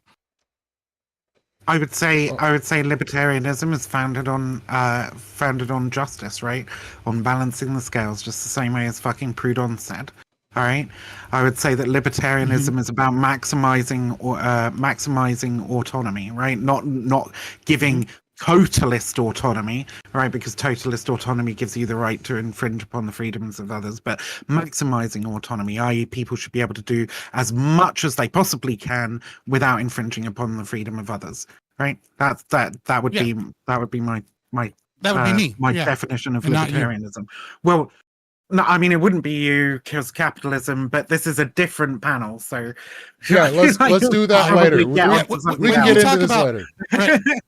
So Yeah, it's obviously a very different philosophy, and you would want to talk to someone of an opposing philosophy to learn about my philosophy. Is the statement you made? whatever just your think that's- whatever your philosophy is, like Yeah. if you want to learn about Libertarianism in the if you American want to learn vein, yeah. about anarcho-capitalism or the euphemistically named right-wing libertarianism, you can talk to Fabian. He knows quite a lot about it, and I think we've seen so far. I think it's been very clearly demonstrated how fucking ridiculous it is. But if you want to know about actual libertarianism, you could talk to an anarchist, i.e., a libertarian, an actual libertarian who believes in the maximizing of freedom, the abolition of hierarchies, right? Anarchism Anyway. is only logically justifiable from the discriminatory and capitalistic domain. I like hegemony and oligarchy. Is that Kyle. okay? Can we talk about that? Hegemony and we're about to. oligarchy. We're actually Can about we- to right can we now. talk about that? We're actually about to. I'm going to give Josh the last word on this. So, in I'm so regards to glad the, the initial an hour portion, talking. Yeah, it just became I- me talking about. I'm it. It's so fine. glad we didn't spend an hour talking about Destiny. That's fucking amazing. Oh no, To yeah, be fair, there are worse things to talk about. and Destiny's dick sucking might be one of them. Josh's last word.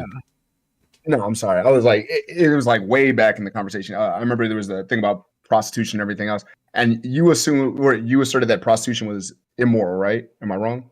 Yeah, I Okay, believe it's so- immoral. Yes.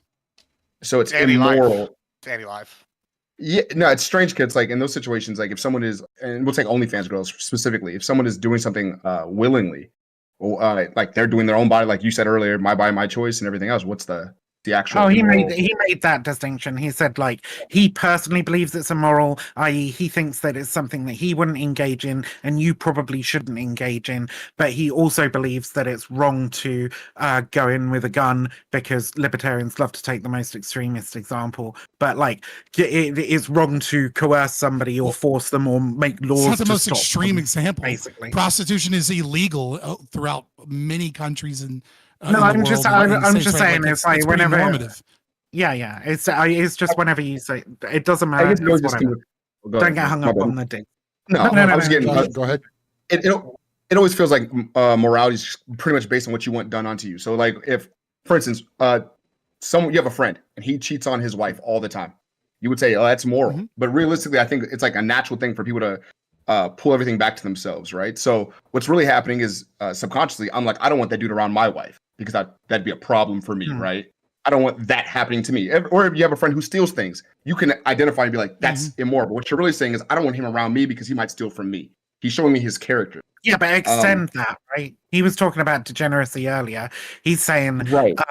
that if people engage in these kind of actions in broader society, it creates a society that is in some ways unsafe for you to be. If there's a whole bunch of people fucking stealing and shit, right? Even if they're currently nowhere near you, they're still affecting the society that you live in. Affecting you. It brings the It whole always system comes down. back to you.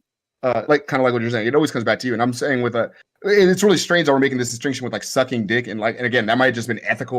The distinction you're making was very hazy to me, just me personally.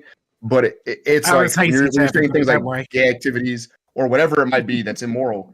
A lot He of was these things trying to just come down disguise- I likened it. I mean, to be fair, I likened it to like eating a cheeseburger from McDonald's, right? So I mean, like that is legitimately like the same level of degeneracy, right? Like Vivian just wanted to specifically engage on that, and I was like, yeah, sure, and that's, I mean, like, because Oh yeah, because you said She sucking brought dick it is into the domain. degenerate, right? Well, no, you asked me because you wanted to know if that specific thing was degenerate, and I was like, I guess technically it is, and then I likened it to like eating a McDonald's cheeseburger. I think they're the same level of degenerate, right? There are a lot of things that are degenerate, but like in the grand scheme of like how they affect your life and things of that nature, it is so minute as to be dismissible. Yeah, I mean, sadly, it just kind of it comes off as very like subjective overall. Like it's always depending on the person's moral frame. I mean, it generally it comes down to culture and stuff like that. So it's very difficult to like 100% agree. It is, I mean, yeah. It yeah, depends on most moral systems your fundamental moral values, right? Which is why this whole conversation has just been Fabian trying to disguise Ort's statements as his statements because he has a particular set of moral values. We have a particular set of moral values. It's just and, not like, true. Some things accord Are with you them. are you I don't capable of even- speaking without lying? Well, hold Like, on, hold on. it's so You, silly. hold on, Fabian. Are you She's not capable wrong. of it? Well, Like, it's actually not wrong in the post, like what broad shit. It's like I'm sitting here saying that I don't even know if it, like on the most base level, if I even believe morality exists. And you're describing things as like, oh, we're gonna have to push things through this, and if you don't believe this, then you're wrong. Well, those are contradictory ideas that cannot be reconciled, right? If Where's think, the hold contradiction? on. Well, the contradiction is there's no moral actors in my scenario because there is no morality. And your scenario is, oh, well, there is morality. It's these things, and if you don't adhere to this, then it's bad. So how do you reconcile A, no morality exists, and B, everything through this lens? Like, do you see the problem? Well, just to say that morality doesn't exist is not true, right? Like, It is true. because It could be true. Okay, I've argued people it. no, I mean, it clearly people does have exist, moral but beliefs, it's a social, right? It's Like, a social construct. like you Well, could- exactly. like, If you it's social could construct, debate- it could be anything. And if it's you anything, could- then it doesn't exist. Well, It it could be- can't it's be very anything. we could get into like the It Thomas can't be principle and anything, shit, but like when I say that someone is a moral actor, right? That I'm saying that someone is capable of making and understanding and changing their behavior based off of their own moral claims, right? So by doing so, I'm not saying that like there is this objective morality out there, or that like this certain act or thing is morally right or wrong, and that is just true. I'm saying that a being capable of making their own personal moral claims is No. a moral actor. No, Definition. you're wrong. And I'll tell you why Because you're wrong. Because they what act I'm based describing, off of their morality. no, they're acting based off the stimuli. Whatever stimuli is affecting them, then they're going to make an action based off Your that. way It out. doesn't have to Your be a- way out. It doesn't have- Gibbs, no, Gibbs. it- It's no, just hold so, on. it's so basic. No. Look, if you're capable of considering moral claims and acting upon them, right, you're a moral actor. That's it. It's tautologically fucking true. I don't know what you're arguing against. No, I'm arguing. People said a lot of dumb I'm shit. arguing. Pick something else. All right. No, hold on. Let me After finish. Gibbs I gets just, done, we're going to move yeah. on to the next topic. No, I'm saying there is no morality. What the difference I'm saying is with this, right? Is you can be responding to action. Say a volcano explodes, Yeah. right? I'm gonna have to move or die. Correct? Okay. All right. How is that a moral Presumably. action? Is it Well, immoral if I decide I'm gonna stay alive down there and stay in front of the lava? So it depends No, you're on- just doing a survivalist thing. Okay, no. It depends on your own moral fucking values. There could be a moral system under which actually it's moral. Exactly. And what my argument is, if It's everybody's for you got a to different stay set of and die. values, then there is no morality because morality can be defined as anything. If you have something that can be everything, then it's nothing. Okay, it's not. No. It's not that's not- morality can be that defined as doesn't- everything. That It's doesn't that mean morality doesn't exist. It doesn't exist. If it can be anything, then it's nothing. Okay, This is the problem that you're having with like the idea Are of a thoughts social real? of a social Are thoughts of, real? of a That's a social totally different thoughts argument. exist. It's a totally different argument. No. You're not Do going to thoughts explain this exist? to our minute. No, a thought is a Fabian's- specific thing. You're having a specific thought. Fabian, you're not going Okay. to explain this to him in ways that he's going to understand. Gibbs, Oh, I Gibbs, understand it. I just think it's Really? fucking stupid. Okay, but like, you're just having trouble with the concept of the social construct. Oh, like, I know what a and you're social saying- construct. No, hold on. Okay, Yeah, I yeah, understand yeah. absolutely what a social construct is. But you're saying What that I'm social construct is not real. What I'm saying, yes, I am exactly. That's what I'm saying. That, and I'm gonna tell you what I'm trying to say. However, It is real. It's tangible in the sense that yes, it's real, and like, hey, people follow this, and people on this island it do this. exists. Sure, it exists. But what my argument is morality Okay. as the meta concept does not exist because those social constructs can be anything. anything. Thus, morality doesn't have a concrete definition. The and problem thus is they anything can't moral, be that's just nothing. anything. The problem is they can't What do you be mean? anything. I'm tapping Because out. they're This is reliant. hilarious. It absolutely can. I don't see how you're not getting this now. This is real simple stuff. Okay, so Well, they're reliant. let's get off the Okay. let's get off the philosophy because this is like a straight up. This one's gonna take a minute. So on to the next topic. We'll talk about it later, Gibbs. It'll be fun, okay? We'll have a whole Yeah. conversation about social constructs. I told you guys, you know. I love social constructs. I You know me. understand social concepts as a all about concept. it. That's not the problem here. Well, we'll get back into Okay. that. So, is the influence of being a U.S. citizen protecting criminal influencers from facing charges? What could or should be done to prevent situations like this in the future? Controversial American live streamer faces prison in South Korea for offensive behavior. A controversial American live streamer is facing the prospect of prison in South Korea for his offensive antics. In a case that is shining a light on the rise of so-called nuisance influencers seeking clicks overseas, Ramzi Khalid Ismail, also known by Johnny Somali, has been indicted of causing a commotion at a convenience store. Seoul prosecutors confirmed to CNN. If convicted, he faces up to 5 years in prison. A departure ban has also been placed on Ismail, preventing him from leaving the country while authorities continue their investigation. At this point, I believe he's facing 10 years, but so far he's been to multiple countries and has not gone to prison yet for doing multiple crimes. Same goes for a few other streamers who go to other countries and commit crimes and just end up having to leave. So is the American passport or their American citizenship protecting them from the justice of these countries? Starting with Gibbs. Let's thank God, America first. I hope that we keep having that situation. If you're an American, guess what? You are born better than the rest of the world. It's great. We are the new empire. I hate to break it to you. American hegemony is great. Hegemony, whatever, how you want to say it, I don't give a shit. American power is the best, and you should be wonderfully happy that we have to make our little bitch states, our clients, I mean our allies obey whenever we we do something in these other countries. So yeah, I'm a big fan of this, and I hope it continues. All right. Let's go with Viv. Johnny really picked the wrong country to fuck with. Korean prisons are no fucking joke. The country is fucked anyway. Korea is a fucking mess thanks to US fucking involvement over there. They're an extremely conservative and pretty authoritarian government. Even when they've had left wing, quote unquote, left wing for Korea is still pretty fucking alarmingly right wing and authoritarian. So he's a fucking dumbass for doing this in Korea, because they are absolutely going to want to 10-year prison sentence for what he fucking did is absolutely fucking insane. But that is about as far as I'm going to go in defending Johnny Somali, because he's a fucking idiot. He's been to numerous countries so far. He walked around Disney Park, Disneyland, Tokyo, fucking playing a song referencing Hiroshima. He's played fucking racist, it was like a Chinese impression song on the tube in Japan. So not even the right kind of racism, but whatever. He's just generally a massive fucking piece of shit. Thank you, Kyle. I've been absolutely hoping to see him get his shit kicked in for a while now. I'm glad it finally happened. He fucking deserves it. He's a massive piece of shit. But more than that, these nuisance influencers really do need to just lose their fucking protection.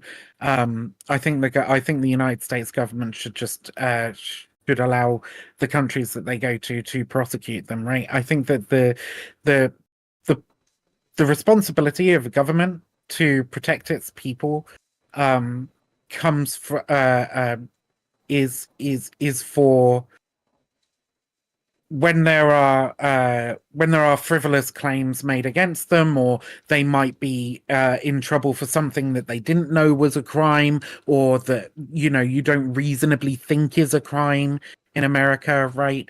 All of these sorts of things. I don't think it comes from.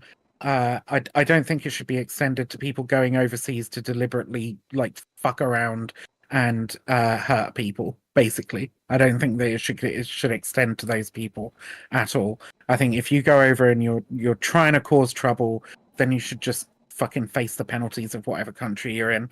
you enjoyed the hospitality of that country, you can fucking try and abide by its laws, you know? All right, Josh. You are muted. Whoops, my bad. No, I think Viv summed it up pretty well. I don't believe it makes any sense for us to defend. Also, I'll put it this way: it makes us look bad. Even I may go one step further. It makes us look bad to like have to like allow people back if they're causing actual problems. And it seems like it's with some of these streamers. It seems like it's very. It's not accidental. Kind of like what Viv said again. There's not much else I can add to that. If it was an accidental thing, like I don't know, I parked in the wrong place. Now they're trying to arrest me. Then okay, I feel like there should be like an or some unreasonable law, right? That yeah. Sorry, carry on. But it's like here we are. Like he was going out of his way to be as disruptive to the people there as possible. So for any judge to look at that and be like, no, we gotta take him back. Like we don't have to do anything. I feel like things like that should be left to be handled by. I say that, but then North Korea exists. I mean, it does have. You know what? There's no place where I'm like, they'll kill you. you. They'll straight up kill you. But it's like, I feel like there should be jail time maybe in America or something. There's got to be something. We can't just allow that to keep happening where our people are going out to places and just making America look like the worst thing possible. Especially, so I'll just leave it at that, I guess. All right. What Korea can bitch whenever they can win their own war. Like that's the bottom line right there. When they can bitch when they win their own war. Oh, I thought they were get caught up in Korea. I know you can't even get into North Korea, but if it happens, it's crazy. You can get into North Korea. Yeah, Fabian. You can go on tours. Yeah, I didn't know. They're very guided tours, and you're only allowed in specific areas, but you can go to North Korea. Yeah. Okay. All right, go ahead. So, so first and foremost, it is absolutely true that, American passports protect people, especially like nuisance influencers in other countries, right? There are, in a lot of the world, so when laws are made by the state, right, they're designed to maintain order and stability for the nation state itself, right? Now that can be, from an authoritarian country, that can mean, oppressing people in some means, just to maintain their power, or it can mean, the order and stability of like streets and crime, and like they don't want to lose voters, or it can mean protecting large corporations and like, special interest groups, etc. Right? Well, the thing is that whenever you make a law, no matter what, there are going to be trade-offs towards the law, right? There are going to be unintended consequences, and every new law is going to require resources to enforce said law. And so because of this, there are plenty of places in the world where laws aren't made because the actions aren't common, right? Like especially when we talk about, let's say, Japan, because I believe Vivian had mentioned it, right? There aren't laws against or large enforcement against like littering on the Japanese subway system. And the reason is because Japanese people don't really do that because their culture is just different than ours, right? They don't randomly have dances on their transit, right? Or like flash dances. They don't have like, people pulling out drums and doing that. Like they have a different culture. So there's not really a need. There are laws against littering in Japan. Yeah. For sure, I said enforcement. There's not like police on every subway train looking for people doing it because it's not a common practice, right? Sure. So when these people, so many times they're not even breaking the law, but they're disrespecting the nation's culture, the people there, right? By engaging in behavior that is intentionally kind of like aggressive, and they know that they're in this gray area. But furthermore, when they break laws that are somewhat minor, they're not punished because a lot of times countries don't want to deal with the diplomatic disaster. When I was in undergrad, and I was working like 2 jobs, I had my baby at home during the day, and then I was, going to undergrad. And one of the jobs that I had was like working late at night at 7-Eleven, like the graveyard shift, right? And there was every now and then these people would come in that were like Saudi prince affiliated, right? And they had family connections. They had some level of diplomatic immunity, some of them. And they would just come in and be complete assholes. And they would like knock shit over drunk because they knew that even if I called the cops, that the cops would like, the best way they could get rid of them was just walking up to them and like hope that they wouldn't like bump into them, and they couldn't even grab them and remove them because they were that protected by their status of diplomatic immunity as like some Saudi prince's kid going to college. I don't know why they were all at MCV, but they were. And so like it's true that that protection exists. And I would say I mostly agree with other, with Vivian and what Josh have said here, which is that like I don't think the nation state has any interest spending our resources to help most of these people. Now, accidental situations or things that are extremely egregious, maybe that's worth exerting some soft power, right? But like if we have to give up war criminals or some shit to go get Johnny Somali, like Johnny Somali can go fuck himself. Like even if the punishment doesn't fit the crime, that doesn't mean that we should be spending our resources and like embarrassing our country to go fight for that person, right? He shouldn't be in prison for 10 years, but don't spend any of my fucking tax dollars to like go and try and get him back. Honestly, Thank with you, all the Kyle. shit that he's done in all those other countries, like he might amount to 10 years eventually anyway. But like, honestly, yeah. I to Josh, what Josh said about like how it diminishes the. I don't know your exact words, but essentially your point was that it diminishes the reputation of Americans overseas. And believe me, I know about this because Brits are some of the worst fucking people on holiday ever. All right. We are fucking shitheads who go and get drunk and fuck up other people's cities all the time. Like the perception of is Kai okay? Is he just AFK? Are we still on stream? I don't even fucking know, dude. Yeah, we're good. I just needed my midstream second energy Yeah, drink yeah, no worries, no worries. before I was just blew We up do in the the same. freezer. Grab some water real quick, but I'm listening. The like it already has like measurable fucking effects in Japan, right? Where they're like starting to create precautions against some of these nuisance influences, but also it has effects like for people like expats who are living in Japan. I hate the term expat. Immigrants, white immigrants. Okay, that's what expat means. White immigrant. Immigrants who are living in Japan. Who get fucking blamed for all kinds of shit. Really famous example that I can think of is the Halloween parties, right? Every year, there's this big fucking bust up in Japan around Halloween parties in various parts of Tokyo, Shinjuku especially, right? Because there's a lot of fucking litter left around. As Scott mentioned earlier, they don't really the Japanese don't really like littering much at all. There's people drinking and getting fucking belligerent and shit, and it disrupts the way of life around there. And foreign people get a shit ton of the blame for this, right? Even though the vast majority of people who are guilty of fucking littering and engaging in drunken belligerent behavior in Shinjuku are Japanese. They're Japanese fucking teenagers that hang around, especially one particular train station. Can't remember what the fuck the name is of it. But if you look in the newspapers, if you talk to the people, because like I studied over in Hokkaido. That was where I did my master's. If you talk to the people, they're like, man, yeah, no, Tokyo gets crazy around Halloween. There's all these foreigners there constantly getting drunk and fucking throwing shit all over the place. It's like barely the case. Like there are some examples of it, right? But like they all get the fucking blame for it because we Westerners, right, especially from the Anglosphere, Britain and the United States, have a horrible fucking reputation around the world, partly because of people like Johnny Somali and partly because of drunk football assholes from the UK.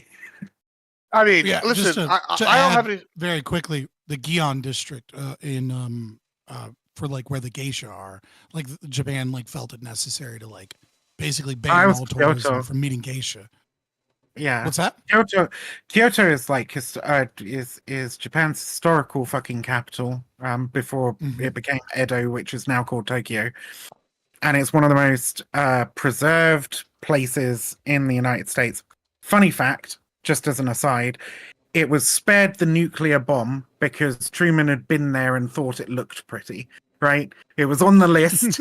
He was like, "No, let's not nuke fucking Kyoto because I like it. I went on holiday with my wife there. No, Fact, you can no, look it up. no fire bombs to burn all the paper. Fucking insane. But because of that, They're a welcome, lot of by it's the way. been- They're welcome. the atomic bombs were one of the greatest war crimes in history. But regardless, the the city is very, very well preserved. And as such, it's quite a wealthy area, but it's also an area in which a lot of the traditional practices continue because they have old ass fucking buildings and old I forget what they're called now, but geisha houses basically that have been there for fucking centuries. And what Fabian's talking about is like tourists coming up, and there's supposed to be no photographing of the geishas. That was one of the initial things that they did because people were coming up and basically annoying the geishas when they're out and about trying to do their shopping or whatever, and going up and trying to get photos with them and shit. So they banned photos, but people can't fucking respect that. So now they're like trying to, and they haven't actually done it, but they're trying to ban tourists from even being within that particular district of Kyoto for during certain periods. And it's just fucked. You're ruining it for everybody basically by being an asshole and going over there. You know, like Kyoto's such a beautiful fucking city, and like there's a good chance that as a foreigner you might not be able to go there in future because of some cunt like Johnny Somali. Yeah, I mean, that's on one side, I get it, but on the other hand, maybe these people should win a fucking war every once in a while without our help, you know, or maybe not lose like Japan did. I'm just saying, like, if all these people like South Korea, they would have been. Hold on. Japan wins every war where people try and bring boats to them and a tsunami is coming. All right. Well, yeah, well, that's just sure, but I mean, they would have needed a lot of tsunamis to stop us because I guess they learned what happens when you mess with our boats. I'm just saying, They kicked the fucking shit out of Korea and then China and you guys. Well, yeah, we got involved and they got a country ass whipping, and now they rely on us to fucking fight for them. Now they're doing things, drawing catboys and drawing tentacles and shit, and they're not fighting wars anymore. And guess who's having to do that? Us. We're having to fight the wars for them.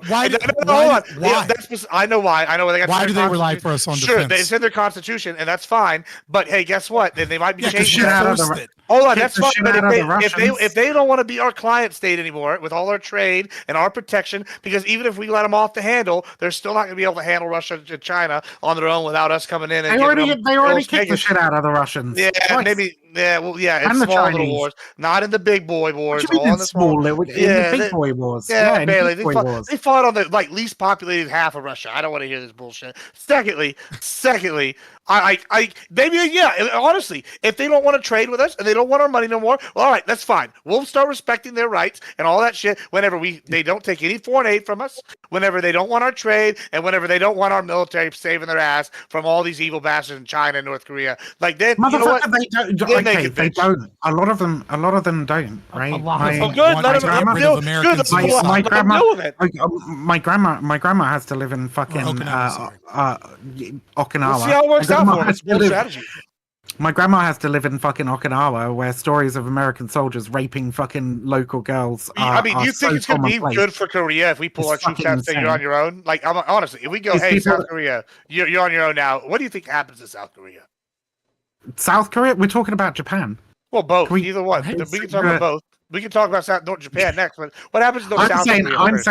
I'm saying one of the few things that I agree with the Yoyoku Dantai about, right? One of the few things that I agree with the Japanese nationalists about is that Japan should have its should have its right to have their own fucking army back, right? They have a self-defense. I agree. Let them have it. But they're not allowed. They're not allowed like a proper army under the fucking under the treaty. Yeah, they already learned their lesson, you know. So they and that the American occupation was a fucking abomination. Their attempt at denazification was amounted to cultural genocide and fucking war crimes. And the dropping of the bombs on Hiroshima and Nagasaki were a disgusting fucking crime. Yeah. And the firebombing of Tokyo, incidentally, also I mean, to be fair, I don't think there were I war can't believe I crimes. say at that this, but point. I just agree with everything fucking Vivian says. Nah, there was no Stop war it. crimes. Still Hey, huge. that's what It was Leafy just Panel war. does. I'm glad you're learning to be a real libertarian. It's cute. Oh no, she I am a started real again. libertarian. Shut up. It's crazy. Good God. He can't Every he can't time help with but he can't help but respond to every single little barb, can he? It's so No, cute. but my I thing love is it. this though, like on the topic, like they want to bitch. Okay, Johnny Somali, he seems like a real annoying bastard. Sure, right? You know, but then you know how many times did that people have used? Like, listen, like we just talked about Brittany Griner. You kind of alluded to her in your opening, Fabian. Like, oh, we traded the Merchant of Death for this guy. Yeah, I get that it's annoying. However, the fact that Americans are worth so much says something. It says that we're the fucking greatest. And thank God, because guess what? It's so important to get our citizens back. We should keep doing that. Not me. Because America's got a duty to its citizens first.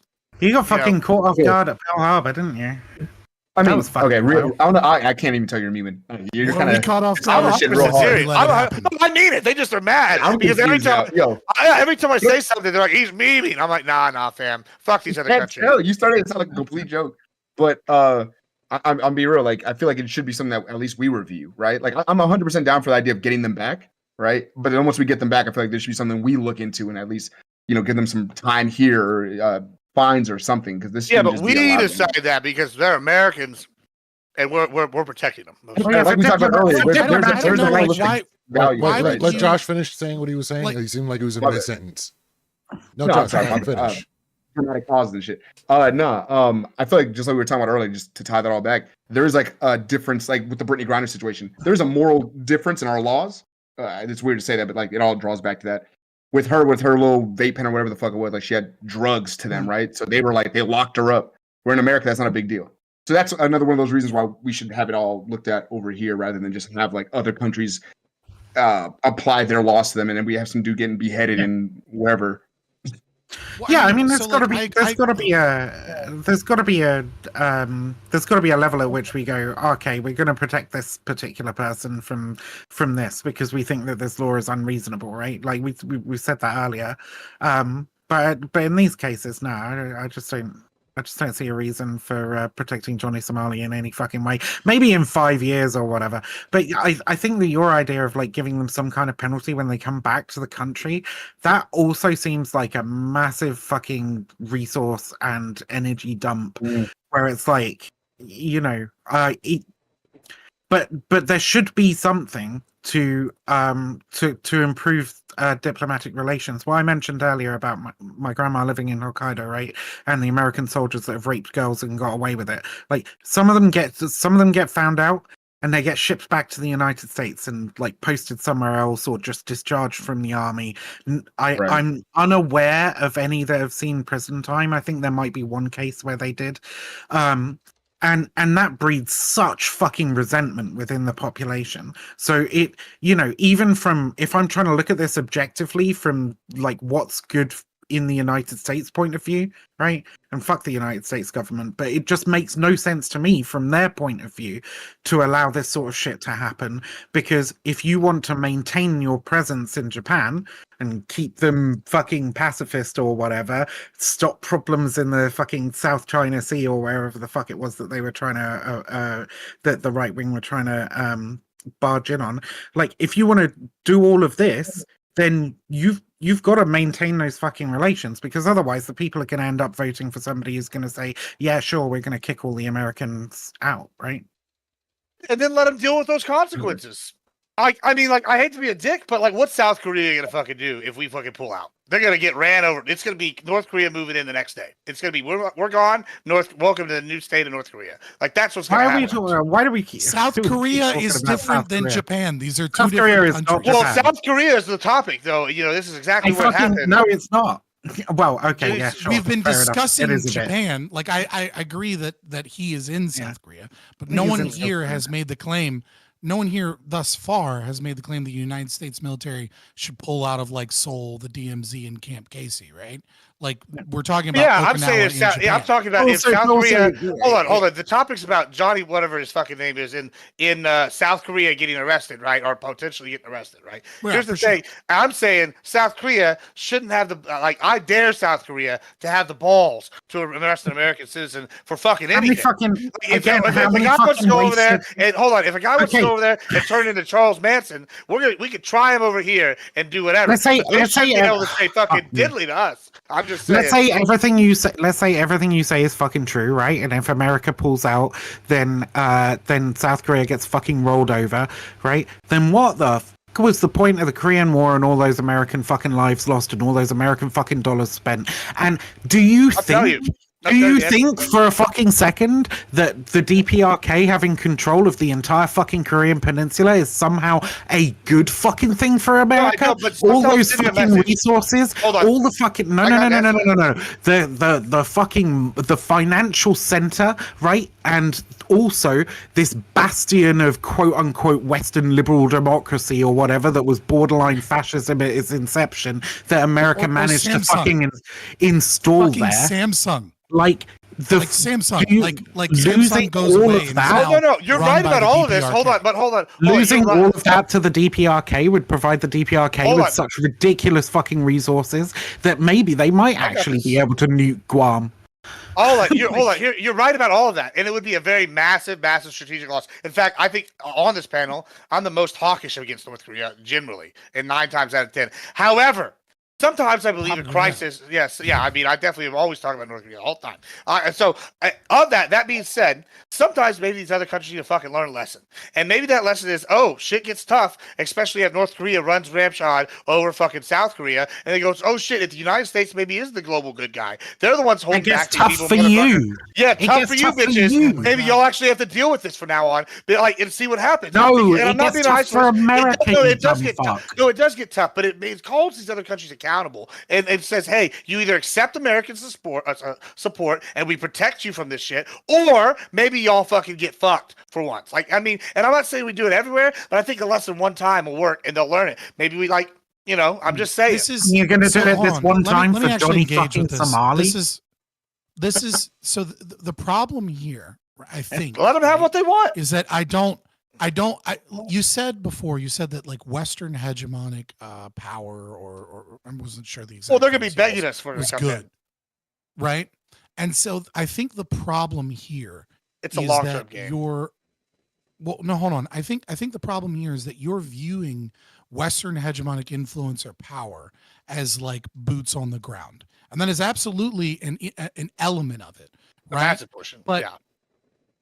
I would say that I think you may be vastly underestimating the amount of influence that the CIA and that other non-governmental organizations have in terms of controlling media with like the Democracy Fund and like controlling universities through grants and controlling different corporations and the law and the influence that we peddle so that like the corporations in other countries play by the rules that we kind of set. Like there are a lot of things on the chessboard beyond just our troops, right? Or like Financially, Financially, yeah, that's all programs. Financially, Right, and economically, so Korea like, is basically run by like 5 companies that that America benefits massively. You're absolutely from. right. But I what I'm can't saying think is, of a- I'm not saying it wouldn't be a hickey. It would be a bad one, right? It would be a real bad time. And you're right. You're absolutely right. I'm not You're going to gonna argue. do all this for Johnny Somali? You know what I mean? Like, the point is not just Johnny. Yeah, I mean, maybe it's the principle. If these countries learn that America was serious and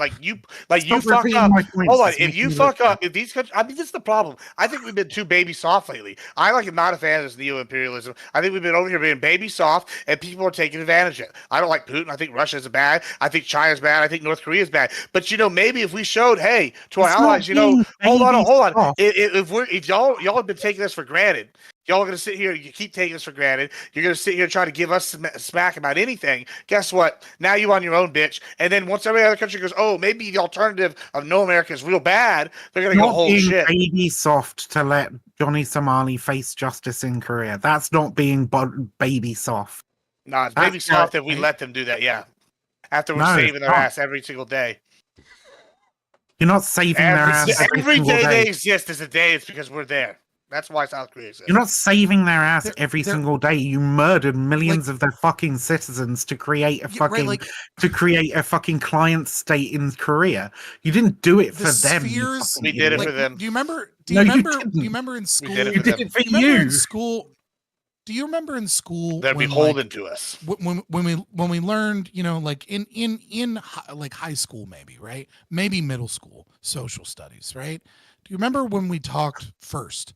Very, very, very concept, right? About like spheres of influence as America and China became like I have the book Spheres of Influence behind me. books, right? Okay, all right, cool, Roger, right? So like that literally never went away. Like we pretended like that was a thing that happened historically. That never went away. It only became ever more complex as especially as the digital age came into be, right?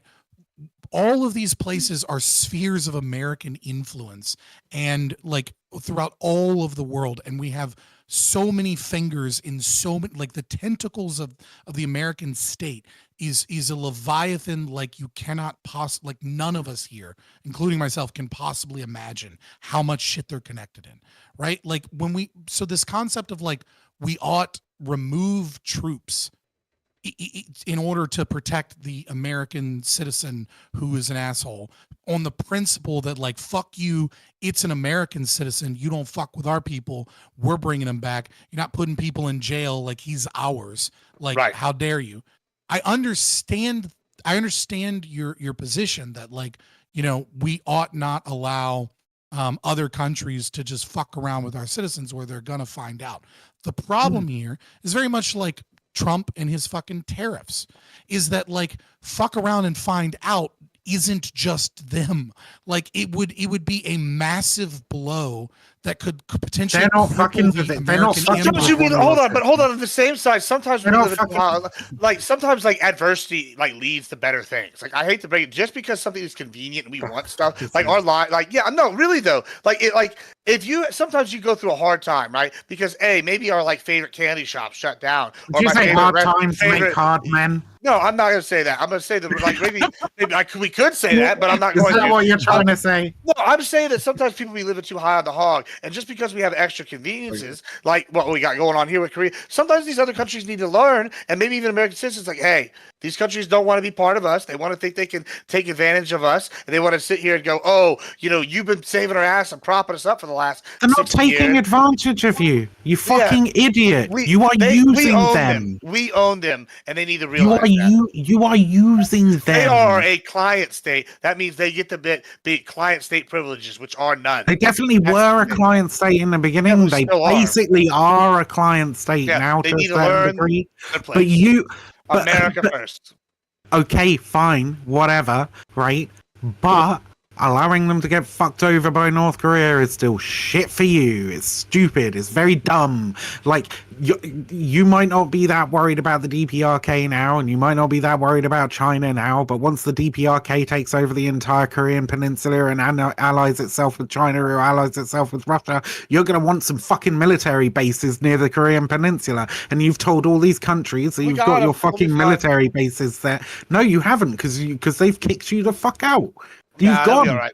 Sometimes people gotta learn. What does that mean? You're like, okay, we're gonna fucking withdraw all our fucking troops or whatever. Like, we're not gonna have a problem. Back in there and take it back over. Don't worry, that's not gonna be an issue if we really want it. Like, you know what I'm saying? That's not the problem. It will be a fucking issue once you have China, the DPRK, and Russia, right? And all these other fucking states, like all banded together to try and speak your language. You're an idiot. I'm gonna try and speak your meme language. Okay. All right, here we go. If we pull out of North Korea, we will lose two things. Number one, we will lose 10th Mountain Division's capacity to train in jungle warfare. 10th Mountain is only really in two places in America, right? They're in Fort Polk in Louisiana, and they're in Fort Drum in upstate New York. Okay. Now the Fort Drum individuals do right. Well, that's there's basically two types of 10th Mountain, right? Those that train in jungle in warfare, and those that train in cold weather, and that's what and 10th Mountain trains in cold weather at Fort Drum because it's actually better than Alaska for cold weather training. Right. So we'll lose that. And more importantly, speaking your meme language, this is not me speaking, okay?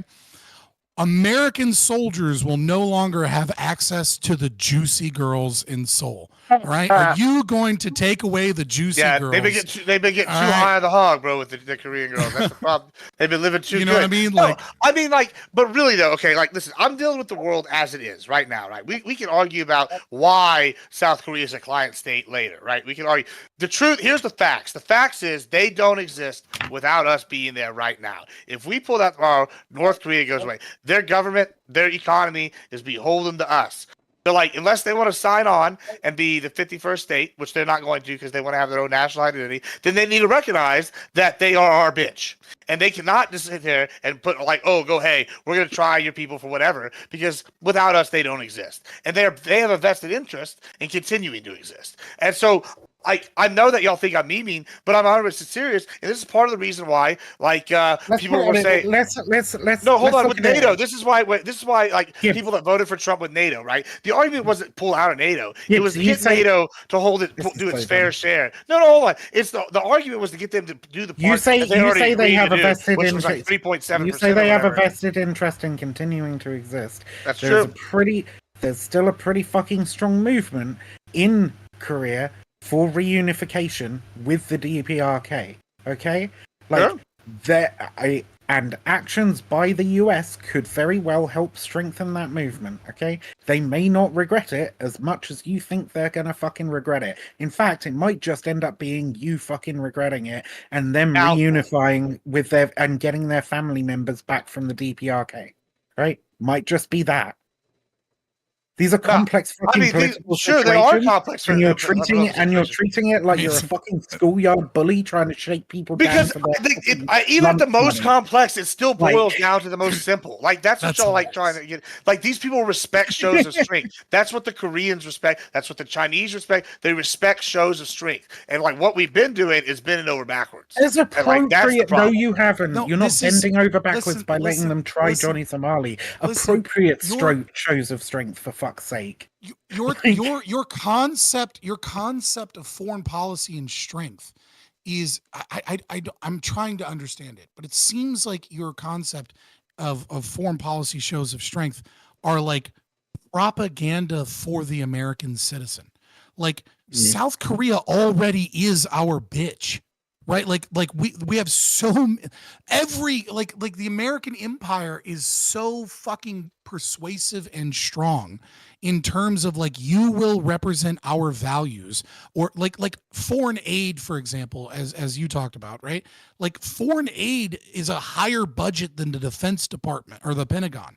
Like that foreign aid isn't like we're gonna go feed starving kids in Africa. That foreign aid is money that we spend to like hold power over corporations and like media outlets and like universities and things like that, so that we can like I just think spread it's nuts democracy. that Gibbs has got me and fucking Right, like- Fabian sitting here going, actually, this is terrible for imperialism. Like, Right, Trump is the type of person that absolutely might make wild threats just to get Johnny Somali back, right? Because Trump will do it for the lulz and for the people at home to be like, hell yeah, America.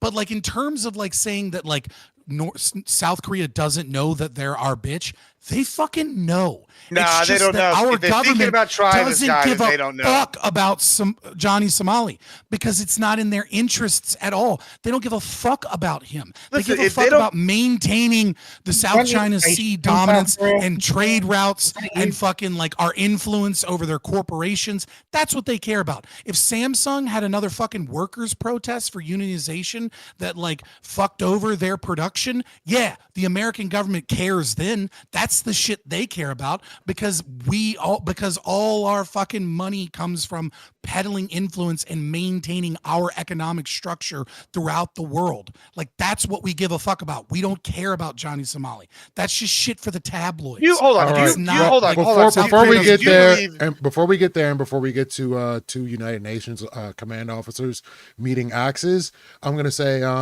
we're about to go to open, so I don't want to hold anybody past time. So if thank anybody God. needs to dip or needs a closing statement, by all means, handle biz, and we will open up the panel. I'll stay for a little while. Yeah. Awesome. Gibbs, Yeah, I'll be here for a little bit. Yeah. you were saying something? Oh yeah, no. So like, this is something like I really get that like North Korea is a strategic partner. Once again, like I said, I'm the most usually on what I would expect on this panel is I'd be the most hawkish South Korea defender here, or I'd be or like anti-North Korea guy here, like based off all the other experiences we've had. So what's interesting to me is I'm using them as an example, like right, if this could because this is a specific time. However, like Brittany Griner came up, we can't exactly do something with Russia in that situation. They're not part of our sphere of influence. However, other times we have less influence over them. Yeah, right. Obviously. But like South Korea, we've been fighting a proxy war with them. Exactly. Since the My 70s. point is though, is this is kind of the argument Trump. It's the same argument really Trump made with like threatening to pull out of NATO, right? He basically said, okay, I need y'all to do, if y'all don't do this, we're out. And what do those other countries do? Well, suddenly they started paying the amount of their GDP they were supposed to be paying the whole time and hadn't been doing, right? The same thing with this country. Sometimes making an example gets people to do that. Like, I don't want to lose South Korea. I have 0% want that. I agree it would be extremely devastating. However, if like, say another country, like, I don't know, Kenya or something, that's one of our allies, or like, I don't know, Djibouti, for example. Djibouti's where we got AFRICOM. It's like, we're going to offer up somebody, to whatever, we're going to put them in jail because we don't like whatever. It's like, you literally only exist because we're there, and Americans are sick of paying and funding for all these things for countries that like don't like us, they hate us. Cool, we'll let them do their own thing and see what happens when their enemies invade them. Yeah, like, we've been playing global police. Here's my it's solution. time, it's like these other countries will realize, hey, we actually have to step up some if America's not always going to be there. Here's my solution. Let's see if you like it. Okay. We go to North Korea. Trump goes to North Korea, right? Because Trump, his East Asian ability to persuade is just a lot better than we've had in a long time. Mostly because he is a walk tall, carry a big stick type of guy, as you're describing, which they do respect in East Asia a lot more than like Europe. Europe hates that shit. Right. So we go there and we go, look, motherfucker, you're giving us Johnny Somali. Okay. And we're going to work out a deal. And the deal is this: how much money is it worth? Okay. Well, guess what? Johnny Somali is a fairly successful streamer. You know what? He needs to pay restitution. So we'll go get our guy back, but he's got to pay like the, $200,000 or whatever payment to to the South Koreans. Right. And then it's like, look, we get the win, we get our guy back. Right. And then at the same time, we're like, but the guy was an asshole, so we made him pay. And then both of those instances, like, we did that. We made him pay. Right. We got I've our already guy agreed back. to that. America strong. Like, how about that? Right. Is that a reasonable? Well, yeah, I already fucking agreed way with that to with deal this? what Mitya Josh was saying. I basically agreed with that from the start. I said, if we go in there and we take it back and go, okay, now you're paying this to whatever, we make all the decisions, sure. But the idea that South Korea even has a say so at all is hilarious. I think Well, they I have. mean, no one wants it's- to risk a diplomatic fucking nightmare over a fucking nuisance streamer, right? Like, he's an asshole. Well, I think deeply Gibbs, offended, Gibbs thinks like, his that culture. I think Gibbs thinks that diplomatic problems with states like North Korea aren't actually a problem because you can just run around being an asshole to everybody. I mean, it's and worked for thousands of years. and it's never gonna blow up in your face. But you had 9/11, didn't you? So maybe. Oh wow! I mean, all right. Being less of a being less of a fucking dickhead in the risk of world being callous, would be a good idea. Hold on, Where's Chase Slat when you need him? Hold on, I grew up with like 9/11 happening, right? It was bad. And So it was, did I. It was large. Yeah, Hold on, it was right? horrific. Right, it was large. There was a large, like, a couple thousand people died, right, in one day. That was a terrible event. However, that being said, that was like the first time that had happened since Pearl Harbor, really. But that was the biggest attack since Pearl Harbor. I think it was bigger, right? But we've only had two of those. If you don't want, more, if we're only maybe getting you one of can those stop every being 50 years, and most of these countries are fighting wars of attrition every few years, I tell you which one seems to be working, and it's being the bully. I hate to break it to you, but we're only getting one of these every 50 years, and these other countries are getting wiped out and having genocides. What did we gain? What have we We're gained? not having the thus genocides far? here because they can't get through us because we're the bully. We're keeping our No. problems. What have we gained since the kind of ramp up under the Carter administration? Most people don't even realize that he was as hawkish as he is, right? Because he pretended to be a nice guy. Since then, in American involvement in Afghanistan, the only thing that we have gained is we have lost trillions upon trillions of dollars, American lives, right? and we've destabilized the region, which has only made fucking, yes, in some ways it's made OPEC plus more powerful, but it hasn't made oil cheaper from those places.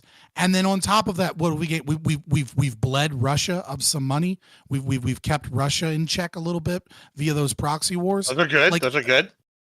Right. Like, I mean, I'm trying to steel man and be as honest, right?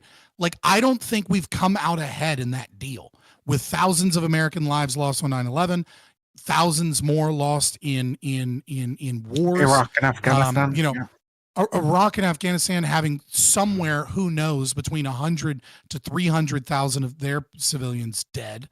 The hate that we have gained from so many groups across the world because of that. You know, right? these people weren't already chanting death to America already, bro. All it does is empower your These enemy. people already hate us.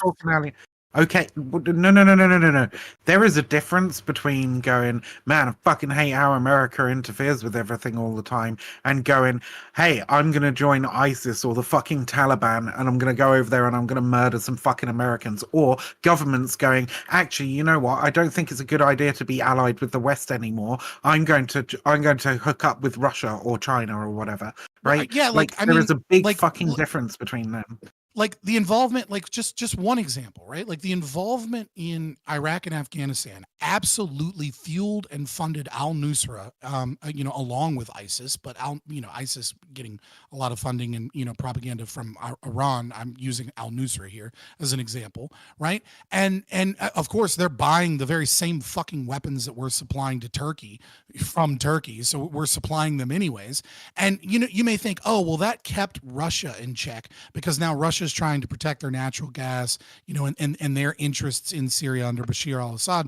But the thing is that Bashar al-Assad was privatizing the banks, was going towards Western, trying He's an to American ally.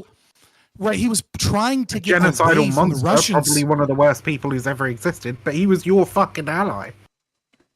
Yeah, I'm speaking purely from like. I mean, I'm not saying he's good. But like, look at right? it from statistics, like right? we pushed Bashar al-Assad and all of those resources, and Russia's ability to go through new avenues for natural gas into Iran and things like that. Like we pushed Iran and Russia and Syria closer together with all the bullshit that we were and doing. they're all. And hold on. No, it was a wild success. Iran is in the worst shape it's ever been in. Syria is in fucking pieces. They're fucking done as a major state. Literally, they just lost land in Aleppo again. They're like, remember when they cleared it out? The Syrian government's losing land again. Assad might not even be president here in 10 years, right? Like, yeah, that's fine. None of that's good for you. Hold on. The people who are taking I would argue that it is a good thing. Right, I would argue it's a good thing. I mean, people Israel's who are our taking ally. over Syria now. Hold on. Israel's our ally, and a weaker you. Syria is better for Israel, and Israel's our ally. I mean, like you talked about the September people 11th. Who are taking over right hold now. on. So September 11th, the only major attack on I U.S. soil, on the mainland U.S. soil, as far as I'm aware, that was a major attack from a foreign power. That cost 2,996 people their lives, and umpteen, however much like it happened over the years from all the inhaling all the shit. Lots of people got bad stuff. Now, here's the thing, though. You don't know in 20 years how many casualties America had in Afghanistan. Let's just compare the two. In 20 years, we had 2,459. It's about 122 casualties a year. I don't know if you can take like that as a win or a loss. Yeah, I take it as maybe a loss that we like ended up losing the control of the country. However, the Taliban has had to restructure themselves completely. All that leadership is gone.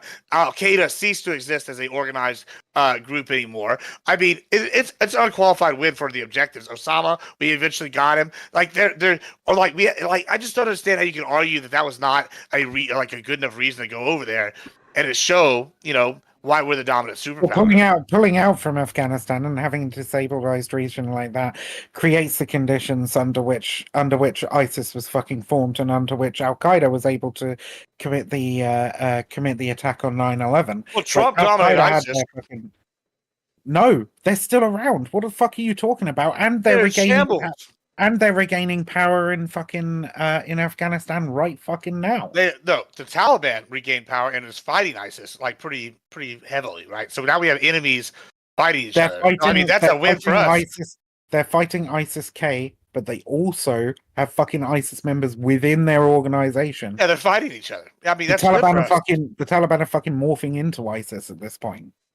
Like, Okay. and That's ISIS, they are debatable. not. Josh, Okay. ISIS, It's okay. My bad. My bad. I ain't want The enemy's fighting's a good thing. no, not going you off. go, they'll Josh, you keep go. going back Yeah, and I would- forth I would forever. just say, Josh, get in. Yeah, I'll dip out in a second, but I would definitely say that whenever, I mean, even though we are like Scott said, we are kind of, or not Scott, Gibbs said it. We are definitely one of the stronger countries on the planet, right? Like, and that does work to an extent. It's definitely one of those things where I would never cause friction where we don't have to. It's just never going to be a winning strategy long term because we don't know how long this is going to last. Like this whole American thing, realistically, and it's just going to fall apart faster if we cause enemies and all that other shit. But anyway, I'm gonna dip out. This conversation went all over the place. It was kind of cool. It was nice meeting you, Gibbs. I still can't tell if you're serious half the time or if you were just like. I mean, you have good points, but also I was like, I don't know if you're defending him because you actually believe him. No, I believe what I say. Like, people think I'm memeing because like I'll bite bullets on stuff, but like I pretty much believe everything I'm saying. Sometimes I play devil's advocate, but not. You'll know when I'm doing that. And that shit was dope. It was fun talking to you. Yeah, Scott was cool, and Viv, it was nice meeting you for the first time. Hunter Hammer didn't meet you at all, Oh, but I wasn't fucking Yeah. cool. Okay, man. Oh yeah, it was fine. nice talking to you, my I guy. get you. Um, Scott was yeah, cool. maybe next Viv, time, all right. It was nice meeting you. Yeah, no okay. worries. No, Okay. I'll see you Josh, around, buddy. thanks I'll for see you coming how it through. is. Appreciate you, and hope to see you again soon. This motherfucker. Yeah, I mean, so Viv, you wouldn't agree that like I guess you don't believe in proxy wars at all. Like, I mean, like keeping your enemies weak and fighting each other. You don't believe that's a tactic that's worked for empires for thousands of years. You don't don't believe in that strategy. Well, I don't fucking like empires, dude. I don't know what you're asking me. All right, like let's just I know you can do the big meta thing abstractly. Let's do that. Yeah, we'll go back. Do you like if you're an empire? Say you were an empire, hypothetically. Okay, hypothetically, I'm which- an empire, which you're is an an empire. interesting. I'm Yeah, trying to put myself in the shoes of an empire. Choose an empire. Would you agree that like proxy wars and having your enemies have chaotic times over there would be beneficial, probably, to said empire? Right, but in the case of South Korea, we're not talking about enemies. We're talking about allies. You're talking The about. allies gotta be put in their place. You're talking about deliberately pushing allies to reject you, which seems really fucking stupid. Because you gotta learn them, bro. You gotta learn them. Sorry, You gotta learn them. they're not gonna fucking get learned. Okay, They're gonna get learned. it's not bro. gonna happen. It's this is the thing. It's so fucking boring going over the same shit again and again and again and again. But the more It's like a the child more when he you- touches a stove. more You you say, "Don't fuck do with- it." They touch the stove and it burns them. They're like, "Oh, maybe I don't do that the again." more You know, like, the more you fuck with people who are already your fucking allies, right? The more you fuck with people who are already your fucking allies, the more you breed resentment in those countries, the more likely they are to become not your allies and ally with your enemies, strengthening your enemies and weakening you. The status of hegemony that America has enjoyed for nigh on a fucking century, longer than a century at this point, right? Is at risk of falling. China is at risk of fucking catching up economically. Fucking there's wild shit happening all over the fucking Middle East and with Russia and fucking Eastern Europe, right? The Trump risks fucking severing the relationship with Europe. A lot of your power is at great fucking risk right now. And if all your enemies ally together and all your allies decide that you're not worth defending or ally with your enemies, then all of a sudden that American hegemony that you love so fucking much is gone, and you're a third world fucking country getting bombed into the floor by Iran. nah, fake news. So, And just how wanna apologize. embarrassing would that be? Sorry, What's up? I had an eyelash like fall into my eye and then go into like behind. My Russia eye has and more then take my nukes than you, contacts dude. off and stuff. Wait, no shit, do they? I think they do. America might have Uh, more nukes. I They think do they currently. Yeah. They do currently, but I mean, But they're it's half of them are we filled both with have enough water. Nukes to fucking like it's having more nukes at this point when the amount of nukes that When we you have like is- tens of thousands, yeah. No, I'm just saying. we have, like, why would we have you enough fuck to with- bomb every Yeah. major city in the world. Do like, you want? 3 Do you times. want?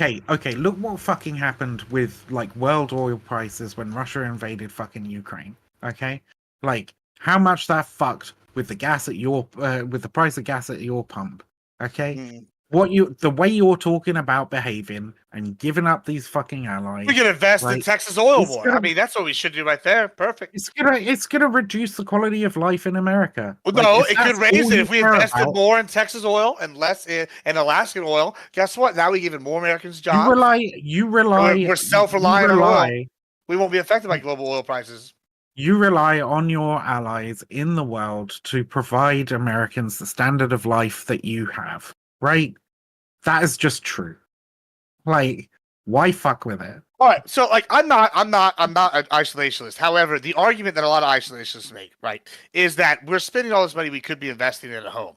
I hear even a lot of lefties make this argument about like foreign wars generally. They're like, oh, we don't like these foreign wars. We could be spending those money here at home. I'm going to take both concepts, right? Like, We're not why? talking about foreign wars. We're talking about whether or not you fucking Same thing. If we start. have- No. It's we're not the at same war with thing. North Korea. We're We're talking at about war with whether- North Korea right now. The No. We're war's not talking over. about. What do you mean? No. We're talking about whether or not you start a diplomatic incident with South Korea over fucking Johnny Somali.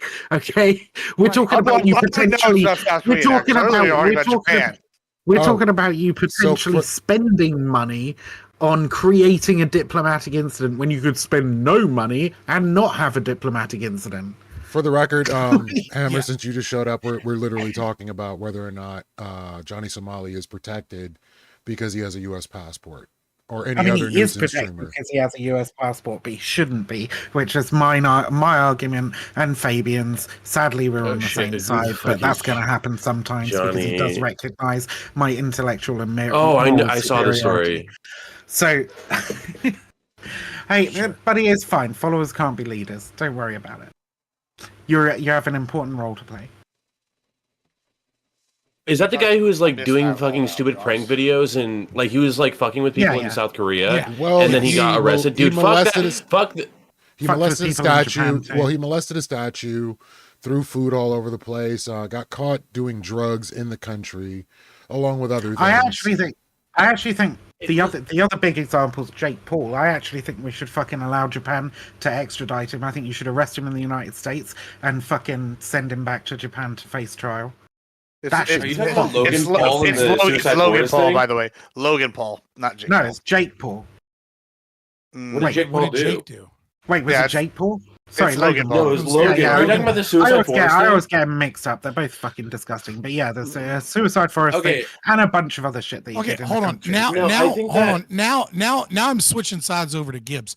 Why the There fuck you go. would we extradite an American for a crime that isn't a property crime? It's a crime of like culturally pissing off Japan. Why would we give up Wasn't a fucking? culturally It's not even a pissing crime off in the United Japan. States. Wait, I have a It's like not even a question. crime here. Like he videoed somebody. I dead agree in a that what he suicide did forest. was deeply immoral. I mean, that Like, I would agree with that would be illegal in Hammer has America a as well. question. Wait, why Yeah, would I it have be? a Oh, question. if I'm Hold just on, if I'm I'm- walking, Did Japan even What are you ask talking about? Hold for on. Logan Paul to What get act- what extradited, action or are did they you even talking ask for any punishments, or did they the just video. tell him to If fuck I off? walk by and someone's I hanging don't from know a if tree they in asked for America, punishment, but he can't be extradited more than likely. If you video Yeah, but, like- if you video a corpse and then put it online for people's fucking entertainment, I'm pretty sure that's a fucking crime. Yeah. well, how do you have Okay, be a but it's wartime photographer then? Like, I mean, that doesn't make any sense. At the very least, it's a breach of their dignity and privacy, right? I mean, sure, I'm not arguing that it's immoral. Listen, hold on, yeah, no, there's hold a on. difference I between immoral and absolutely illegal. agree that, like, well, even if it is illegal, right? Which it probably should be, considering, you know what I mean, like what they have going on there. Like, you know, like, just because, like, why, like, that's so silly. Like, you're now you're in the meme category of like, Because it's of justice, Gibbs over man. here. No, because It's- it's no. because it's fucking justice, dude. Because No, you- because somebody did what- something what- fucking horrific, and you're allowing them to stay in the United States and get away with it. Just in the same way that you should fucking extradite every single American soldier who has ever fucking raped a girl in Okinawa and hand them over to the Well, yeah, Japanese obviously- authorities for but that's- justice. Obviously, listen, these are two totally different things. It is totally Yeah. different I to mean, say they're that both someone in disgusting crimes, Okinawa, man. like I don't know specifically which ones you're talking about, but I mean, soldiers can be wild, and I don't doubt that that occurs, right? I don't have like a case in mind, but like Yeah, taking sure. a hypothetical case, right, of like a soldier raping a girl in Okinawa, and instead of going through, you know, a military tribunal, getting Article 15, you know, and going to Leavenworth like they should, right? They move them around. I that seems kind of wild. But assuming that that does occur, which There's wouldn't only surprise one me, guy honestly. that's seen prison time as far I think. Well, I he think there wasn't a was one guy soldier. that He saw was a prison time. contractor. He was like a civilian contractor, like a GS-11 that worked for them, former Marine. But so he wasn't an active duty soldier. So like what they could and couldn't do, to like protect him in that regard would be. Which should just be again. Should just allow them to face justice in Japan. Frankly, the Japanese people need to see. Listen, I'm not Japanese against people that. need Like, to see justice being done, right? And they need no, to trust you. I agree. I agree completely. But there's a difference between the military using resources to keep a rapist from their just punishment for violating the bodily autonomy of another person versus Logan Paul, who did something I absolutely agree is deeply immoral, which is filmed a corpse and put it online in a place that has, is kind of a dark part of Japanese culture that they are certainly not proud of, right? Which brought a lot of shame and embarrassment to the Japanese people on top of, putting someone's crime And the pain and hurt body. of the family and friends and anybody who might have But- known the guy. Like, for sure. That's I agree with you that it's deeply immoral, but Yeah, it's a fucking disgusting crime. But what is your justification for us giving an American citizen for a non-violent crime, which is not to either a crime. Japan to go to prison?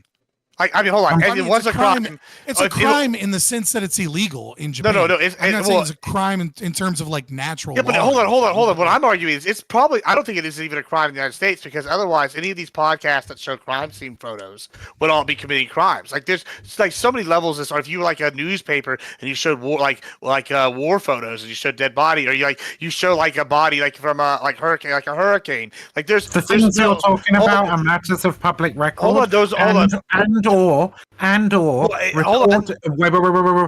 or being reported on in the public interest. No, hold on. That's not what I'm saying. Well, maybe partially that is true, but there's no difference between that and any public figure. Like, say, like if you were on Twitter or something, and like I don't know, the nuke went off, and you were videoing that, and they use that. News people can use any source, right? Like I don't see like how he on his own platform stumbling upon a body that was there. He didn't kill him, or whatever. It's sitting your video is somehow a crime. Now, do I agree he shouldn't have put that tape out there? Yeah, wait. He didn't. It's not stumble across a body and then that happened, and he was like, "Oh man, that's really shocking." They did. I mean, How they did. terrible. And then he pans away, and fucking he went out to fucking like degrade and denigrate a person that had died in that fucking forest.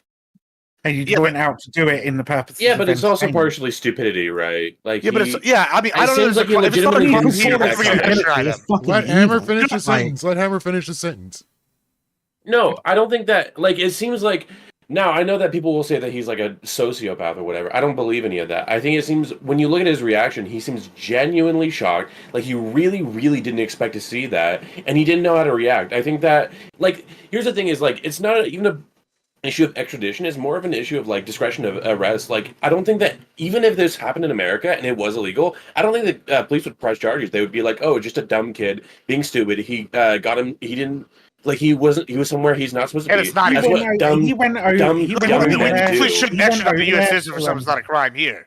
Like, that's crazy. That wasn't the only fucking thing he was doing. He was fucking hitting people's cars, throwing pokeballs at people in the fucking street, right? He was doing all kinds of fucking shit while he was over there. That's a completely different thing. It was fucking insane. Okay, he went over there with a direct fucking intent, with a direct fucking intent to antagonize, and upset, and hurt people over there, right? Like emotionally hurt them, if not physically hurt them, right? He was no fucking different from Johnny Somali, and he happened to come across a fucking body in the in fuck, I forget the name of the forest, but it doesn't matter.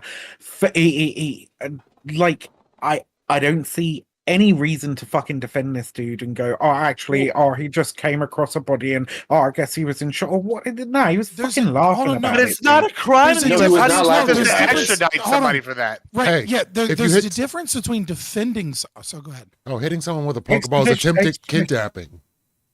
True. Sorry, go ahead. Well, no, it is it is battery, right? It is battery. Like, I agree that is a crime, hitting someone with a Pokeball, right? And if Japan demanded that he pay some level of restitution for that crime, that was, as far as we're concerned, quote unquote reasonable, right? I wouldn't have any issue with Japan being like, hey, the victim of this. But the point was, is, just you need to pay them 20 grand, right? The point was, just like with the rape, that the Japanese people need to see justice being done, right? Need to believe that justice has been done in order to preserve. What is by Well, hold on. Do you think we should extradite people for By crimes what in other mean- countries that right, aren't like- crimes here? Well, no, it's just like That- by I what think that nature? depends. Like, you're saying the Japanese people are offended, therefore we should extradite them for Yeah, for justice. something that's not a Right, crime like- in the United States. Well, it's not even about Probably whether or not should it's a be a crime in the United States. but it doesn't matter. Like Okay, extradition but for we don't things that aren't have crimes we don't happen. have a suicide force in the United States, so like it wouldn't like it's just they're even if it was a crime here. It's not crime wouldn't because it even, like, make specifically sense. happened in that forest. But Well, I mean, sure. yes, but there's a I think it cultural was. context there that simply doesn't exist in America, right? Like, we don't have I guess you could go to to areas like, I know a park in Richmond, Fuck it, Golden right, Gate where Bridge, a lot of bodies end whatever. up, right? Yeah, And the you're Golden right, Gate like, Bridge, a bridge Well, or something. cool. Yeah. but again, Well, this that's isn't ca- like, I mean, like, that the has cultural happened in context just America. isn't the same. Yeah, nobody like Right, but so many the people cultural film context- people I committing get- suicide in America and they didn't get charged, Yeah. which is Like, way worse. I get Yeah. what I'm trying to say is I I shouldn't have get that brought the this cultural topic up. context is About it. different, and that the Japanese people were more upset from their own subjective kind of like analysis of the value and he how went it out there with harmed the them intent to upset psychologically. people. Isn't there a Yes, I song agree. from an English Oh, singer but where this- somebody is that's literally completely different. murdered But- in the background of the But album? when you were talking about, He's a traitor. you're talking about- to the United States. you are talking about a He went- I think that's a little bit subjective value. dramatic. You're No, talking about a He went out subject. there Oh my gosh! deliberately attempting to fucking degrade the relationship Like between hurting the United fucking States cattle, and you Japan. guys. He's not a political Oh, figure. yeah, I'm You're talking not about- allowed talking about- him to maintain are talking relationships with about- another country. You're not You were hurting talking cattle. about- I'm talking to Hammer because he got a word No, it's in. urban And he wants myth. to Never fucking say something. You are talking about a subjective value of like cultural hurt held in the mind of other people. You're not describing a property crime. You're not describing any Find me form of a aggression fucking person whatsoever. in a. But I think it is Like, a if form of aggression, but beyond that, How is it like- a form of aggression? because you're deliberately setting out to cause fucking harm and hurt to people. That's a form of aggression, Jesus. But beyond that, How is it? You're saying that the intent makes aggression. That's how is that right? Like, how is that? Where do you square that? Like, how is that aggression? That intent to upset people is an act of aggression, regardless of actus if you reus, right? Like accident- guilty if you action. Like, if you like you're accidentally describing mens fucking- rea. I mean, it is actus reus as well because he actually did it. But beyond that, What did he right, do?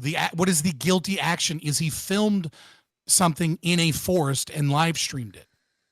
There's Not no just- property crime there. not There's no just damage to that. anyone Yes. other than It was them being distasteful, upset. maybe, but like, Not Yeah, it's just immoral. that, but like, regardless, he went out there with the intent to cause hurt and harm and offense. Right?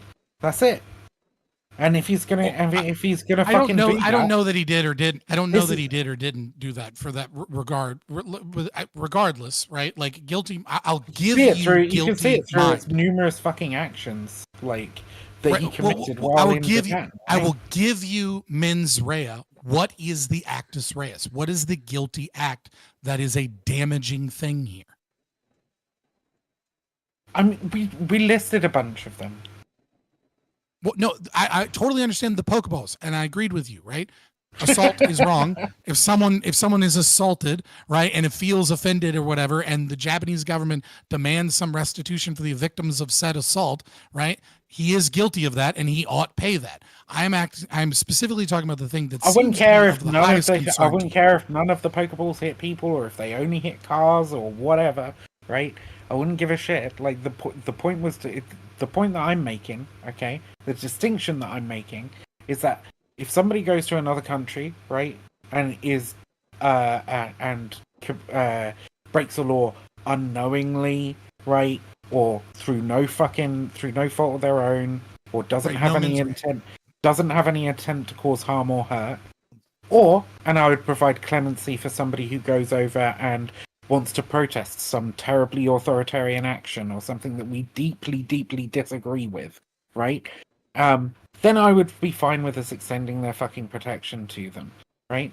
But I don't think that it's worth the damage to the diplomatic relations between the United States and Japan to protect a person who has deliberately gone over there with no fucking with no intent to protest some injustice or whatever, but merely just gone over there with the intent to essentially do things that people are going to fucking hate them for in that country, right? I don't see the point in fucking protecting them, and I think that I think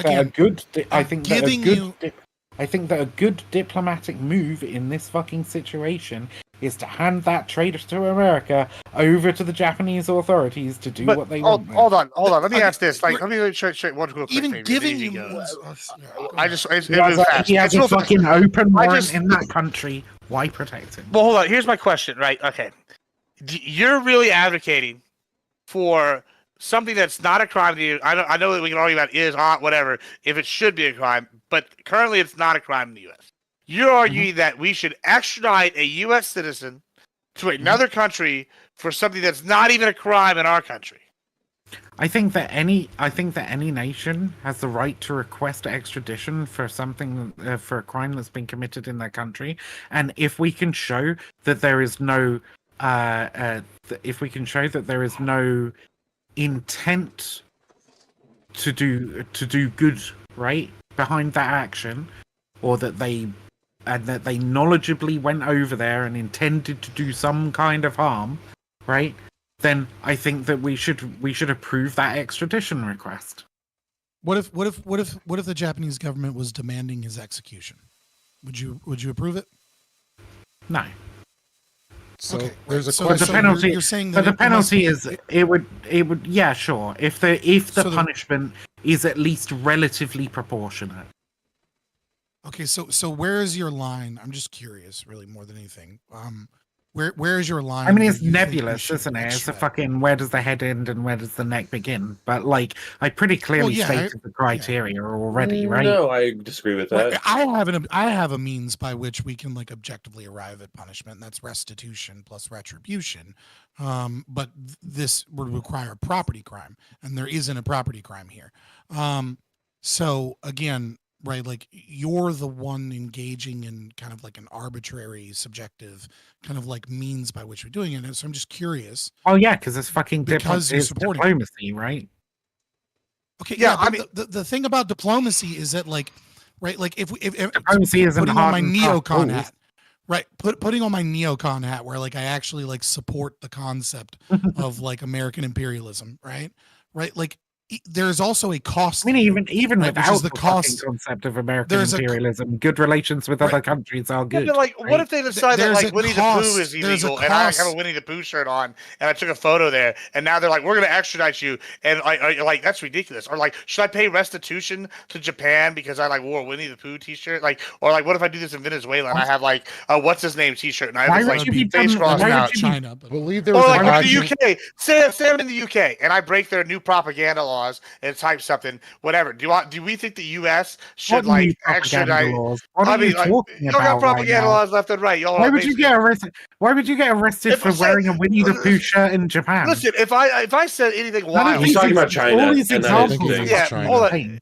Yeah, China, whatever. The point is, Yeah. if I go over there and I say like something wild, in like say some crazy terrible shit in the UK, and then I come back home, nobody did anything, and the UK discovers this we thing. could go, just say "Oh, something crazy like all these Palestinian flags are disgusting. Yeah, sure, okay, whatever. That's all you have to say in the UK to go to jail. Whatever we want. No, Like, it's not. What are you okay, hold talking on. about? Whatever- you will not whatever- go to jail for saying that. You Whatever. deranged Hold on. fuck. Person did go to jail for saying that. There on is X. there is No, some they crime. didn't. Hold on. So like my point Nobody is, went to jail for saying. if I break no, the law it didn't there happen. No, over wait, freedom of skip, speech, skip, which skip. is like gonna any have country, it could be I'm any not gonna country, and I do the freedom of speech Skip, thing, and I skip. break it. I don't think a country Skip. should be able to extradite me, or I should have to pay I'm not restitution. ans- as an I American. understand. I understand Go your ahead, you opinion. go. I'm not gonna fucking skip over this slander of my nation. Okay, you love your nation. You understand love of nation. All right, to fucking show me this person who was sent to prison Yeah, I'll pull it up for you. for Well, I didn't say saying sent to these prison. I Palestinians. said Yes, went to you jail. fucking did. Fine. Well, I there's said went to jail. also- I did not say prison. There's also a question I Went to believe. jail. There's also a Fucking- question I believe was asked of Scott or whoever wants to answer it. What the mens rea differentiation is of cultures, and when should one be giving primacy? America's What? culture That first. question every doesn't make time. sense. Mens rea means guilty mind, right? So Yeah. under common law, Yeah, under it does. English common law, right? Obviously not.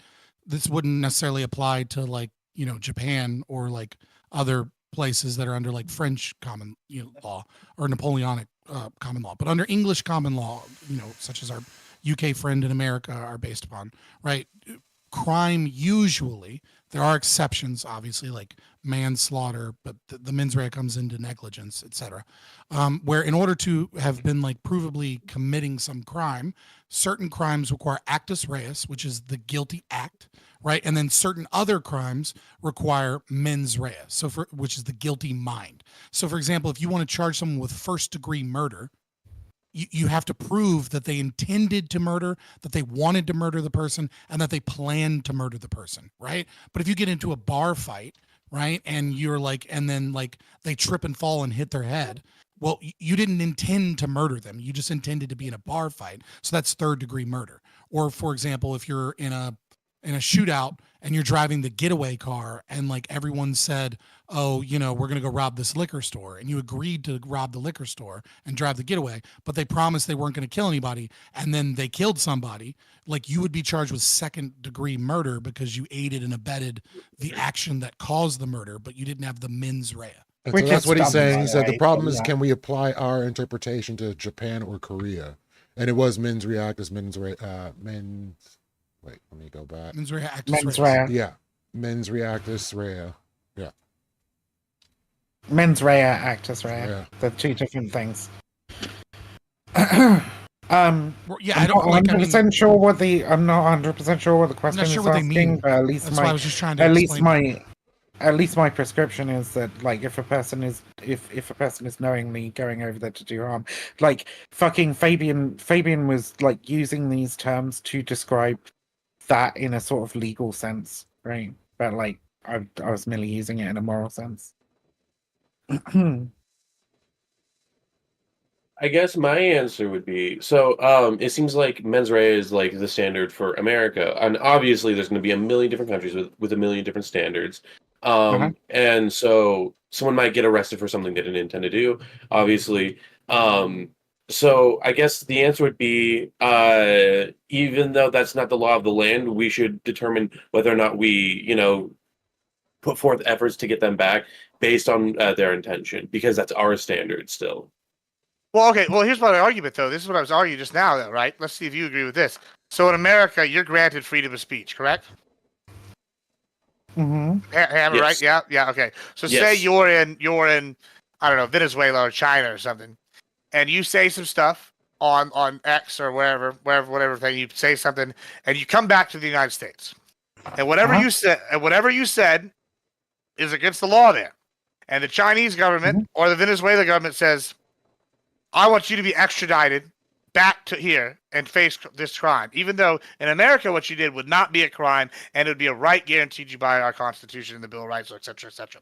Now, would you agree that is bullshit? We shouldn't extradite them to this country, or would you say, I'd these agree with people that. should pay a restitution to these countries for breaking their law? I think it No, would. I would agree that that's bullshit. Yeah, I think it would depend on the particulars of the case. I think that there are like Well, it's things freedom that you of can speech. get away with. I think we I should. think there are things that you can get away with saying in the United States that you probably shouldn't be able to get away with saying. well, that's tough I tits. think Freedom of there are speech. reasons. So here you go. I don't care. To Vivian.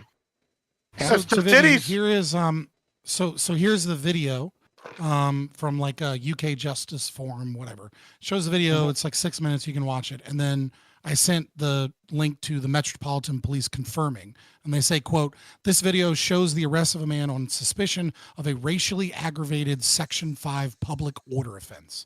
Apparently, it was because he said it while filming on the street, saying that this is disgusting, all these flags everywhere. So I was slightly incorrect in that it wasn't for a Twitter post. It was for saying in public that the Palestinian flags were disgusting. The arrested man was taken to an East London police station where he remains at this time. So that he was taken to jail. We take all allegations of hate crime incredibly seriously. Where offenses have taken, our officers are attending, supporting victims, and making arrests. And we will continue to do so. Yes. So they're bragging about arresting people for hate speech, right? So again, you'd be an idiot as an American that has strong political views about free speech and things like that. So I'm just. Wait, where are you posting this link? So it's in the. Sorry. There's no chat here, so I put it in the. Yeah. Okay. Okay. Cool. Thanks. I do want to read about this. So, an aggravated Section 5 public order offense, right? If I remember correctly, is an offense for stirring up a racial or religious hatred. Comes particularly under the. What are you doing? It comes particularly. I'm having a conversation with my friend over here off screen. I'm giving her a hard time. Don't worry about me. Yeah. It comes particularly under the creation of propaganda intended to incite hatred, right? So he was being arrested for filming this entire fucking video that is meant to direct hatred towards Palestinians, right? He wasn't arrested just for, and this is the only thing that I'm saying, right? Because I don't agree with the laws that we have, right? I don't like them. Right, the hate speech laws. But when they have, I mean, some of them I agree with, some of them I don't agree with. I think there's a level where America has way too much freedom in this regard and allows people to harass, intimidate, and harm other people. The real anarchists. America has too much fucking freedom. That's goddamn right. Freedom. No, America allows people. How dare people? America allows people. I told you America allows people to infringe upon the freedoms of others, right? And doesn't provide protection for people from having their freedoms infringed. Now, do you think that applies to free speech? She thinks it applies to hate speech? What do you mean? But regardless. Okay. She's not going to answer. Well, I want to finish this. Yes. I will answer it, you dumb fuck. But I'm going to finish saying what I was initially fucking saying. All right, before you start trying to nitpick. Getting interrupted is annoying, isn't it? Like you've done the entire fucking panel. Oh no, I'm so sorry.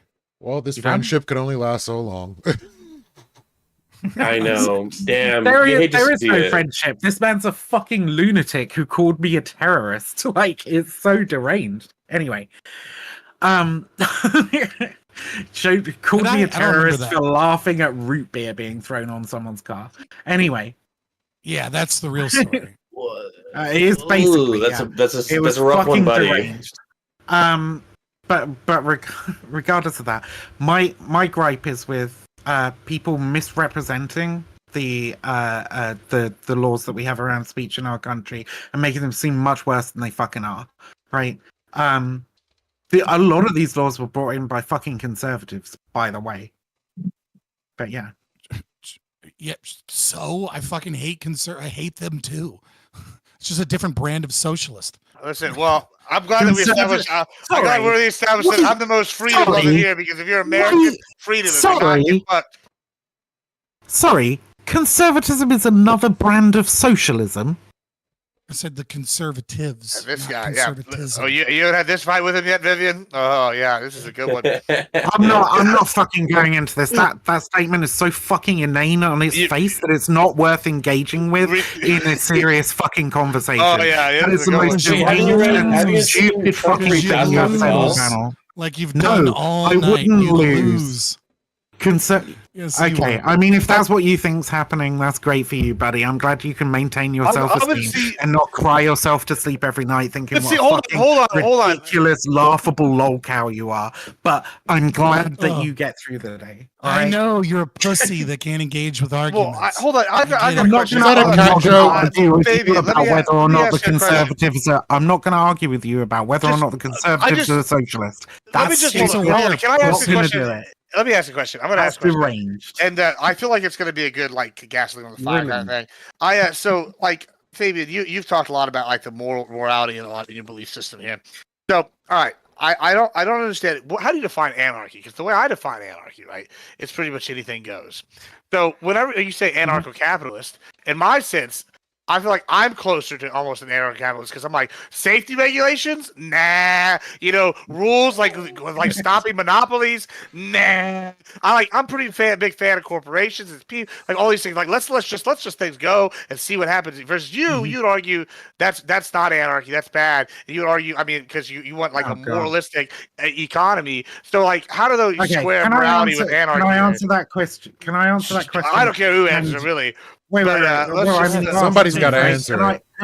You asked me. Do you want me another Can shot? I answer that question and then not get into a massive debate with Fabian about, because we've done the libertarian ANCAP versus anarchist. So I'll answer why I got some believe food. that, I'm gonna go get and that. we can just drop it after that, right? Yeah, just So- just answer and then I'll answer. My definition. Yes. Well, you asked what my definition of anarchy was, right? I wanted to know how he's squaring the morality with like it was really his definition of anarchy because the way I'm squaring anarchy, I'm saying anything goes, and like when you're squaring anarchy, you're putting it through like a lens. Like I don't know, so yeah, that's kind of what I was asking him here. I'm kind of just curious on that, Fabian, if you wanted to elaborate. I mean, yeah, I mean, I can go first or Vivian. It doesn't. I don't really care who goes first. Yeah, but yeah. I mean, like if you want the short answer. Oh, okay, go ahead. No, go. You took a second, so I almost jumped in. But Yeah, you go. no. I mean, if you want the short answer, I'm perfectly fine with Noam Chomsky's definition utilized in On Anarchism in 2005, right? Which is basically like anarchism. Paraphrasing, obviously, I'm not like quoting him exactly, but that anarchism is, the philosophical movement. Whether or not you consider praxis in that, that's another thing. But the philosophy that you ought not have unjustified hierarchies, right? And the unjustified hierarchies is where the kind of like the ANCOMs and the ANSOCs and where every branch of anarchists is going to disagree on that. In terms of you saying anarchy just means whatever.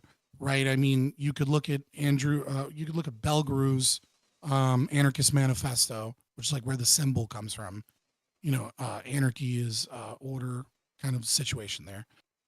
He's more of like a small L libertarian than like a big L libertarian.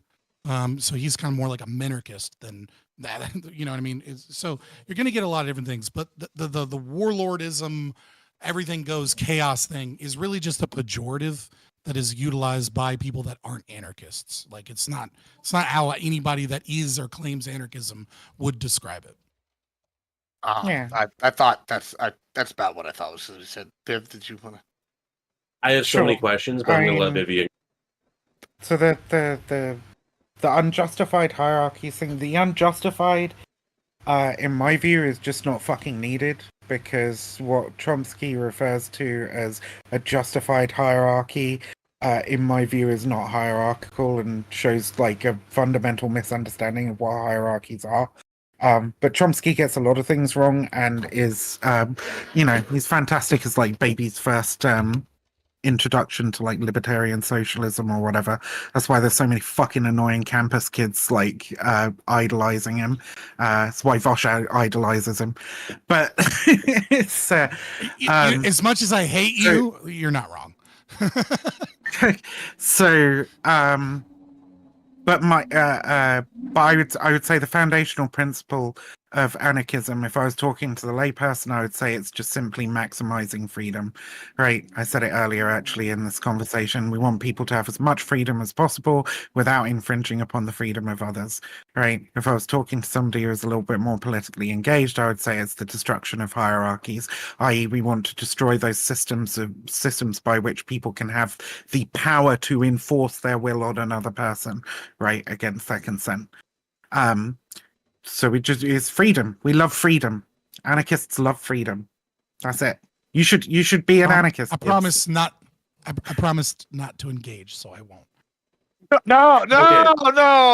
Who doesn't want that? Wait, I have so many questions. I have like a million questions. Oh, yeah. Let's go, Hammer. Okay, who should I start with? Okay, I just don't want to get in a fucking ANCAP versus anarchist argument because we've done it on almost every panel we've ever been on. So I'm the only true anarchist. If you want to I just wanna acknowledge something.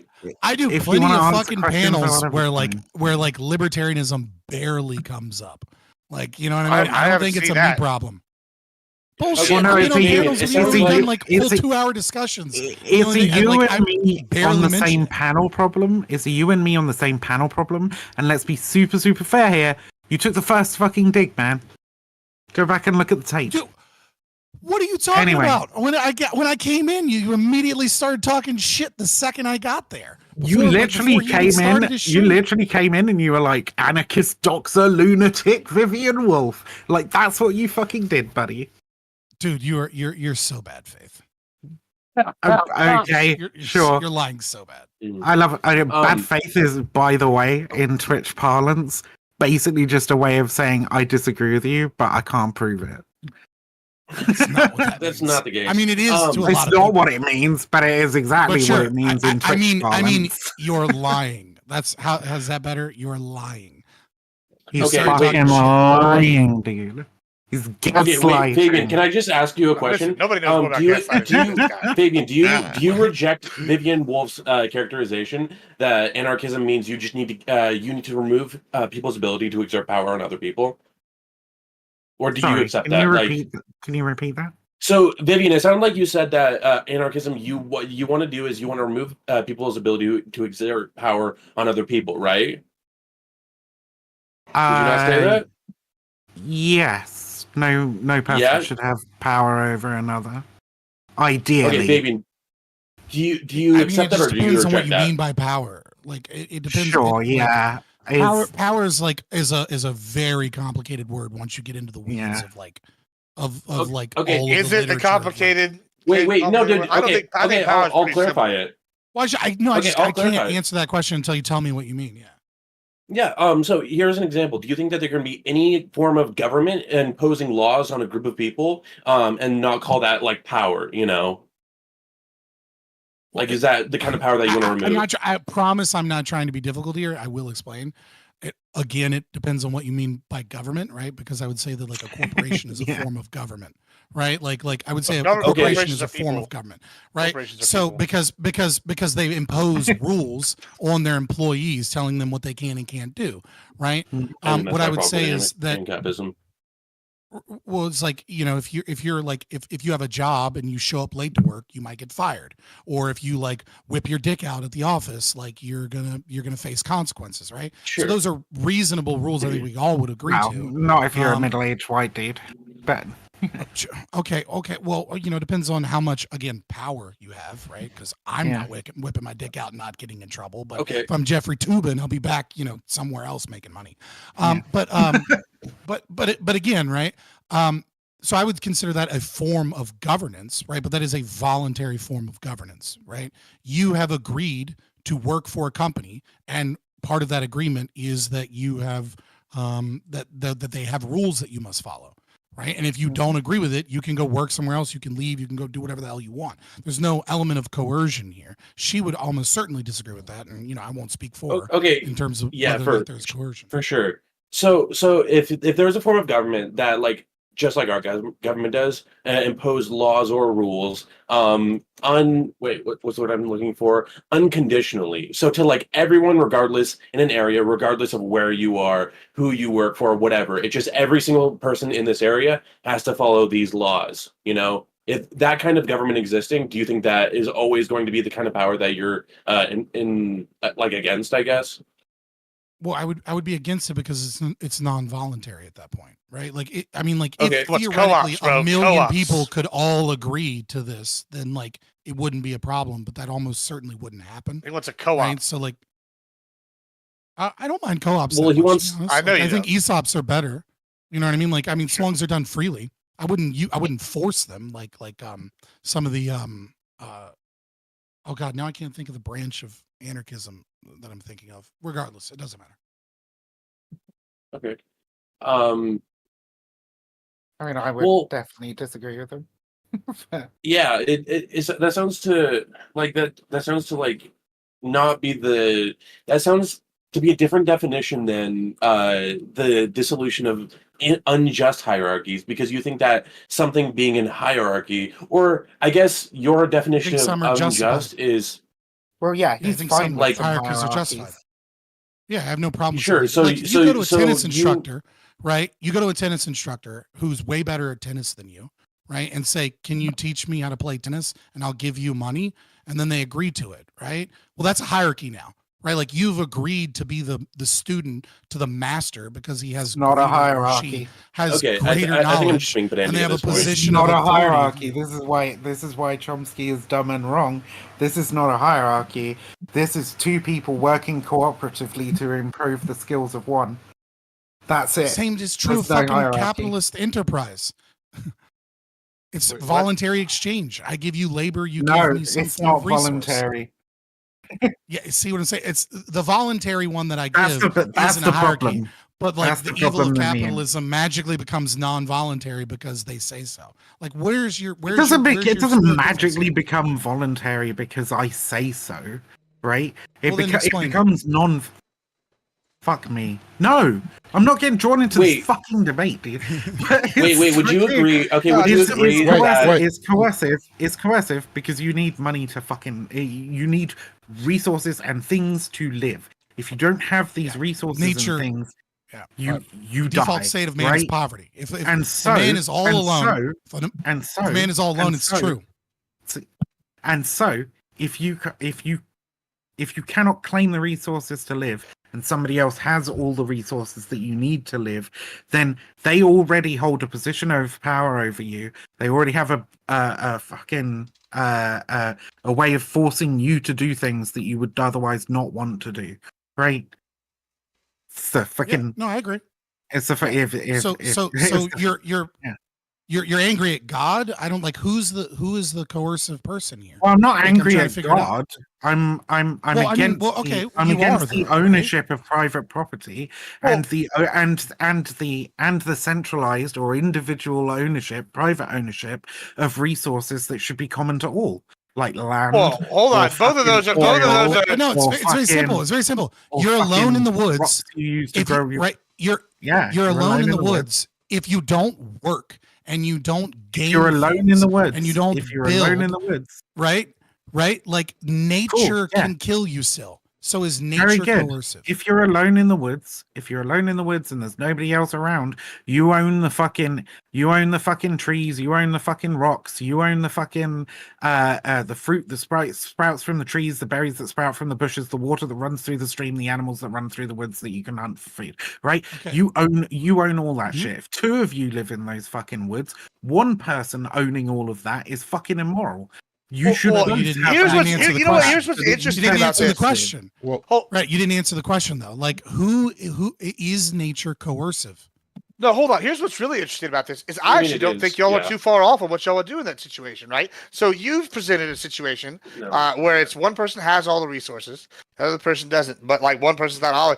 Fabian would, I think, might, and I could be wrong. You can tell me where I'm wrong. Would argue that as moral actors, there's a reason why this person should be given this for like the basically his human life has a value, and this person should like I share mean, his one resources person or having it, whatever. No. not having Yeah, well, it. that's kind of what you would argue, right? Like you're talking about No, value. exact you- opposite. Oh, well, then in that case, you argue for like, then we need to take. Wait, hold on. You can't argue the opposite. I'm arguing And the well, then exact you don't opposite. believe it. Then you don't He's believe in gonna, morality. he's gonna be against monopolies. Well, no, right? yeah. So then why would you be against monopolies? That's just violate the people fucking- voluntarily getting But- together and pooling the resources. Monopoly is can only be granted by the state. They can't happen in the free No, market. they could absolutely happen in a free market. Say, for Yeah, example, monopoly. Yeah, impossible. this is. oh, you're this is wrong. the- You're wrong. This is just 400%. uncapped religion. Let's just, hold on. Let's just, I'm right. no, No, you're you're wrong. wrong. Like, for Wait, example, let me give you an wait, example Fabian. right here. If I were to say I was over like the world of platinum mine, right? And there's only a certain amount of platinum in the world, which is what I think there is. There's only a certain, like enough to fill like 10 certain like Olympic swimming pools, and I control all the platinum. I now would have a platinum monopoly, and I could sell, or y'all would have to determine some other use of some other item You to have use in place of platinum. You Mooncat have says happy 100%. birthday, Viv. No. Yeah, happy birthday again. You have all of the market share of platinum, right? But platinum is in competition with other resources, Sure. metals, But services. I can make a etc. monopoly out So, of for that. example, well, no, you couldn't, right? The only way that you can have a monopoly is if the state grants you a monopoly. Or if I just put everybody else out of Or business, if you and just I'm the have only it, one. yeah. Yeah, I'm the only one that has this resource, and the This only is one why that has this these is why products. this is why anarcho-capitalism inevitably ends up as feudalism and can't be viewed as Well, libertarian. all right, hold on. because it's- Well, I because think- it no, just no, ends up I in get it. marbles. Hold You're on, I'm gonna stop pussy. you there. Right. You're a pussy that just can't argue shit. So, but someone here that's smarter than you will. So pipe down for a second. There's gonna nobody explain here some that's smarter economics. than me. What the I fuck know are you you need talking about? to shush. I'm You need to literally the smartest person on the panel right now. Shush. I I think money is. Substantial margin. So, well, you know what? You should show it by actually bringing arguments Well, instead of so being a I pussy. got an argument for So, that. anyways, I just Well, want- whoever no, knows money is the so smartest. I'll That's real life explain points. to you why you're wrong. So let's look at a historical example in America, right? Alcoa. So for decades, Alcoa controlled the sale and distribution of aluminum in the United States, and there were no other sellers of aluminum in the United States. Now, aluminum didn't have a ton of uses originally and was super expensive, but throughout the reign of this presumed monopoly of aluminum that Alcoa had, prices continuously fell. They fell over and over and over again. Aluminum became cheaper and cheaper and cheaper. And it's like, well, why is the monopolistic, company of Alcoa that controls all of the aluminum, why are they not like just keeping the prices high? Why would they drop prices? Now, part of that is because you can get more profit by making things cheaper because you get a higher rate of profit, right? That's part of it. Big part. And the other part of it is that they were in competition with other things. Sure. They were in competition with steel. They were in I competition agree. with copper, because these things can be utilized for all of these other things. So the concept of a monopoly is that there is one seller, right? And it is a position Hey, in what's where the you're most not famous capable monopoly in of history? competing. What's the most famous monopoly in history? Hasbro. Standard Oil is probably the one that It's they Rockefeller. use It's the the most. Rockefeller oil, like Standard Oil, right? Which is Yeah, also okay. wasn't a monopoly. Wait, What? what was the alternative to oil? Wait, hold on. at the time? Well, let's just rewind that. You're saying the most famous monopoly in history is not actually a monopoly. Yeah, I'm saying it's a bullshit term that falls apart when you attempt to actually justify it. It has All no right. Well, I practical don't have usage. anything. I don't have any further line down this debate, and we're not going to agree that. No, Rockefeller it's oil is very a simple. monopoly. You can, And no, I'm no, like it's about you as can look ultra at- capitalist as we can be. Yet, I don't. I would even argue monopolies are good, and I would define Rockefeller oil as a monopoly, and that's why I have a problem with the idea that monopoly can only be granted by a state, because I don't only believe in like a fascist style monopoly. Like there's monopolies like Well, Rockefeller no, like oil. an actual monopoly, right? As in, like, you can just, you can read Adam Smith, right, where he was the first person that's using it in economic terms, right, in where he states that a monopoly is when the government gives or grants special privileges and utilizes the power of the state to stop other people from competing. So, like, the U.S. Postal Service is an actual monopoly, right? Because it is illegal for anyone to compete with the U.S. Postal Service, specifically in the domain of like distributing letters, bills, things that go in, the things you get in your mailbox as opposed to delivered. Yes, FedEx exists, UPS exists, and they compete with them, but they compete with them specifically in the domain of large carrier packages. So an actual monopoly is state granted to the United States Postal Service. I'm not arguing that And this that's is- not a monopoly. I'm saying they're both monopolies. You're just getting too lost in the weeds on this. I think going like, No, all right, I only yes. classify No, I'm this telling as you what a specific monopoly type is. of- You're I you're get that describing. Rockefeller describing what's Oil known is as Standard Oil is literally the epitome of a monopoly. Like it's the epitome of a yes, free and trade it's god. a bullshit term. It's a bullshit term. That's why I'm saying is that it falls apart because owning a majority of the market share is incalculable. When you say that, so like we look at it and we go, Standard Oil, for example, had at the peak had roughly. Do you have a problem with I I don't have a problem with this. I know I don't have a problem. Do you have a problem with like Rockefeller style economics where you come in and you undercut people and then they go out of business and you buy them? Is that okay with you? Like Rockefeller style economics?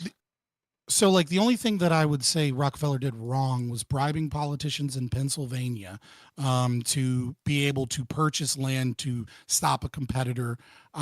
There would be he did some intimidation tactics and corporate espionage, and these things are all wrong. They're acts of aggression. But coming in and just buying out the competition is based. I don't, it's like, why wouldn't he? Like it's silly to be against that. I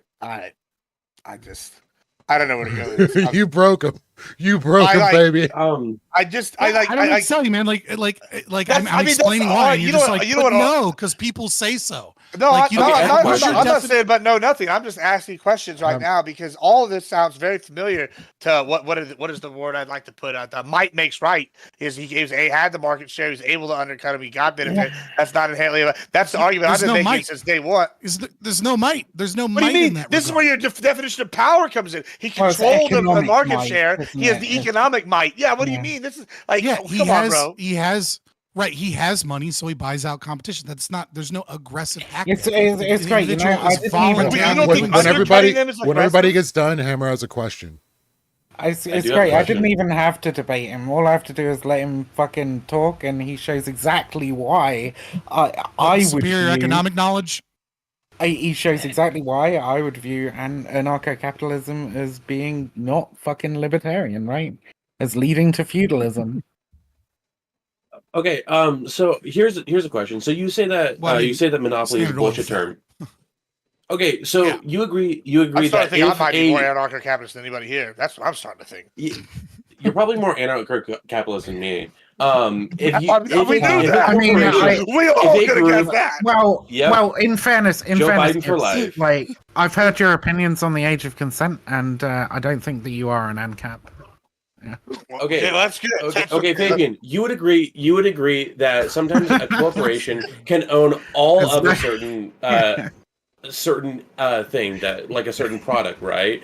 And if they did, it would have to have a significant effect on how they can chart their prices and stuff, how they can rise their prices, how much they can sell it for, right? Well, I could just charge a real whatever phenomenon, want for and it that is the phenomenon that's being needs described by when people talk about monopoly. So why would you say it's a bullshit term?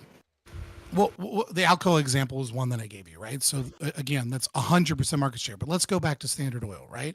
At the peak of Standard Oil, they owned, they sold roughly 90% of the kerosene in America, right? And again, I have stated already that there are aggressive acts that I disagree with, that they engaged in, that are, violations of property rights. But even still, so what was the kerosene oil boom built around? Well, see, the thing is that before Standard Oil, kerosene barrels were roughly $25, I believe, a barrel in late 1800s money. So expensive. But and so what one of the things that people use to light their oil lamps, because it was cheaper, was whale oil, or whale blubber that had been processed into oil.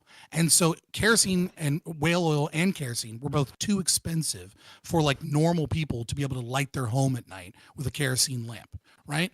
But when Standard Oil, when Rockefeller came in and started reducing the price by, utilizing accounting, that was super rigid.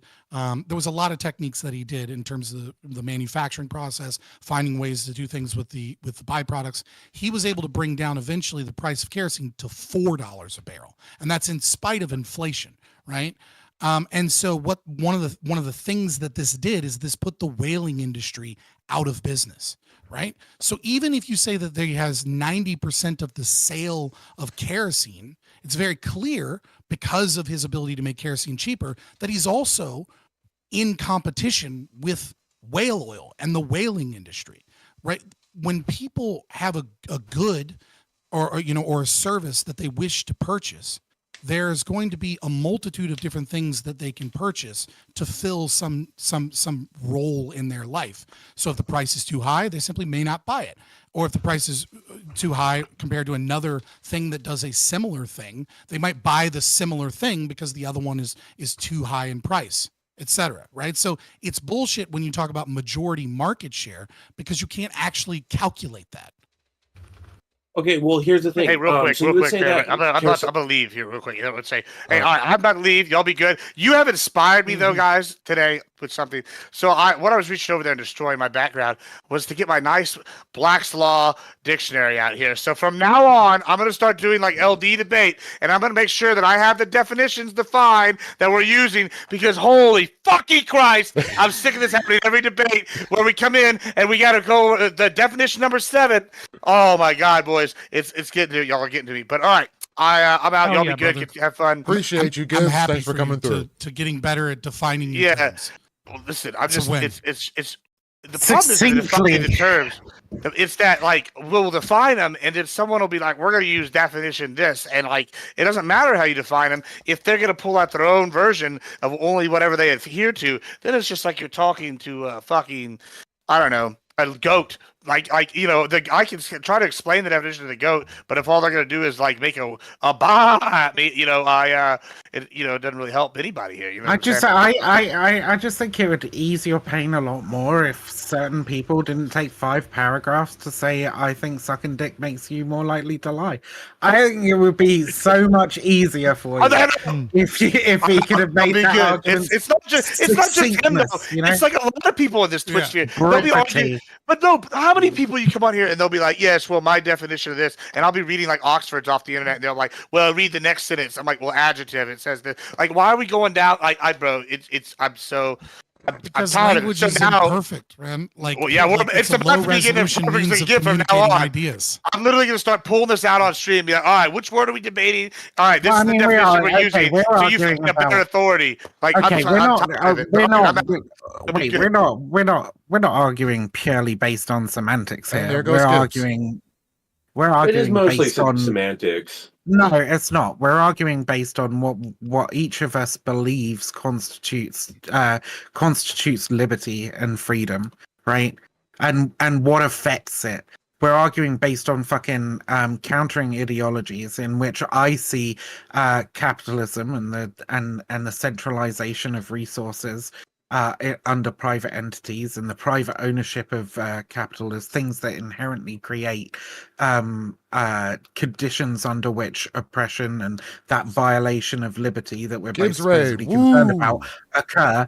And he believes, and he can stop me if I'm mischaracterizing him, but he believes that that you can voluntarily engage in a capitalist system without that threat of coercion somehow. He's yet to explain it, but yes, he's managed I to. have. No, Right. you haven't. You ran away because I asked you if nature is coercive. No, I sat there and let you talk about it all the fucking time. But Is nature coercive? It depends on what you mean by coercive. It doesn't have a will, so it's not attempting to do anything. Okay. So if it requires will as part of the coercion, right? Doesn't necessarily, but sure, whatever. So how is it that the capitalist is is engaged in coercion by having resources, but nature is not engaged in coercion by the what? fact that you will die Nature if you doesn't do withhold not go and resources work from and you. collect. I have an answer. I have an answer to this. Nature doesn't Yes, it withhold does. the resources Lions from you. What are you exist. talking about? Hurricanes happen. Yeah. Like, what are you talking about? Lions are food and hurricanes wind power, my man. Until a lion Oh my fucking God. kills you, right? Like, what do you mean? Like, you have to battle nature I just think this is a in order ridiculous to question. I don't know gain. why. I don't know why we're talking about nature when we're talking about hierarchies or coercion. I don't believe you. I don't believe that you don't get it. I think that you're just again. No, I sidestepping it because you don't wanna go down this don't. vein. No, I genuinely Actually, don't. I'm going to compliment and insult you here by saying I actually think you're smarter than that, and you're full of shit right now. I mean, I can make some educated guesses as to where you're gonna go, but it just makes no fucking sense. Like, nature exists. It is the world that we have to fucking contend with, right? And nature is not an agent within our social structure. We're not asking nature to change its behavior, right? In order for us to structure society better. Nature just Yes. is, and it is what we have. It is one of It the is. things that we have to contend with when we're thinking about structuring our society. So Yes, nature is you have to engage in labor, right, in order to gain resources so that you can eat, right? Sure. As Lenin, quoted the Bible, those who do not work shall not eat, right? You have to engage in some labor in order to gain those I mean, resources. fuck Lenin, but sure. Yeah. Right. Okay, so if you have to engage Well, in hey, labor to gain resources, I just need to make the fucking distinction, all right? Because, like, the people in Fabian's position will attempt to equate the socialist with the authoritarian communist, and that is not a very cool thing to do. You're working off of the same axioms. Wait, is that I true? mean, no, At I the don't think I am, but Well, Hammer's You been don't- trying to you don't talk think- for a minute. Yeah. So I have my own. I have a different answer to Fabian's question, which is if nature is not coercive, which I don't think it is, because I think coercion requires intent. How is a business owner offering his goods, or a capital owner, whatever, offering goods for services coercion? And my answer is that claiming ownership of anything is not a neutral act. I think that's where I mostly disagree with you. So saying, "Oh, this thing is mine. You have to work to get it," is not morally neutral. They're like, right, it's morally good. well, okay. So say I say like this entire forest, whatever, belongs to me. That would be morally good. Well, what if someone else says the same thing? Oh, so what you're saying is that there might be a conflict for scarce resources, and people want to use them towards opposing means. How do we resolve this conflict? Well, you do so with capitalism. You can't do so with socialism or communism or anarcho-capitalism, anarcho-communism, etc. Right? You have a contest, So- and whoever wins gets it all, and whoever doesn't win starves and Right. dies. So you have to homestead in some degree, right? So that'd be old theory, would be like, Lockean kind of like position of homesteading, right? You go out into the woods, you change it with your labor. It's kind of an old way of looking at it. There's kind of an older argument for anarcho-capitalism, but I find that it tends to work better with the lefties.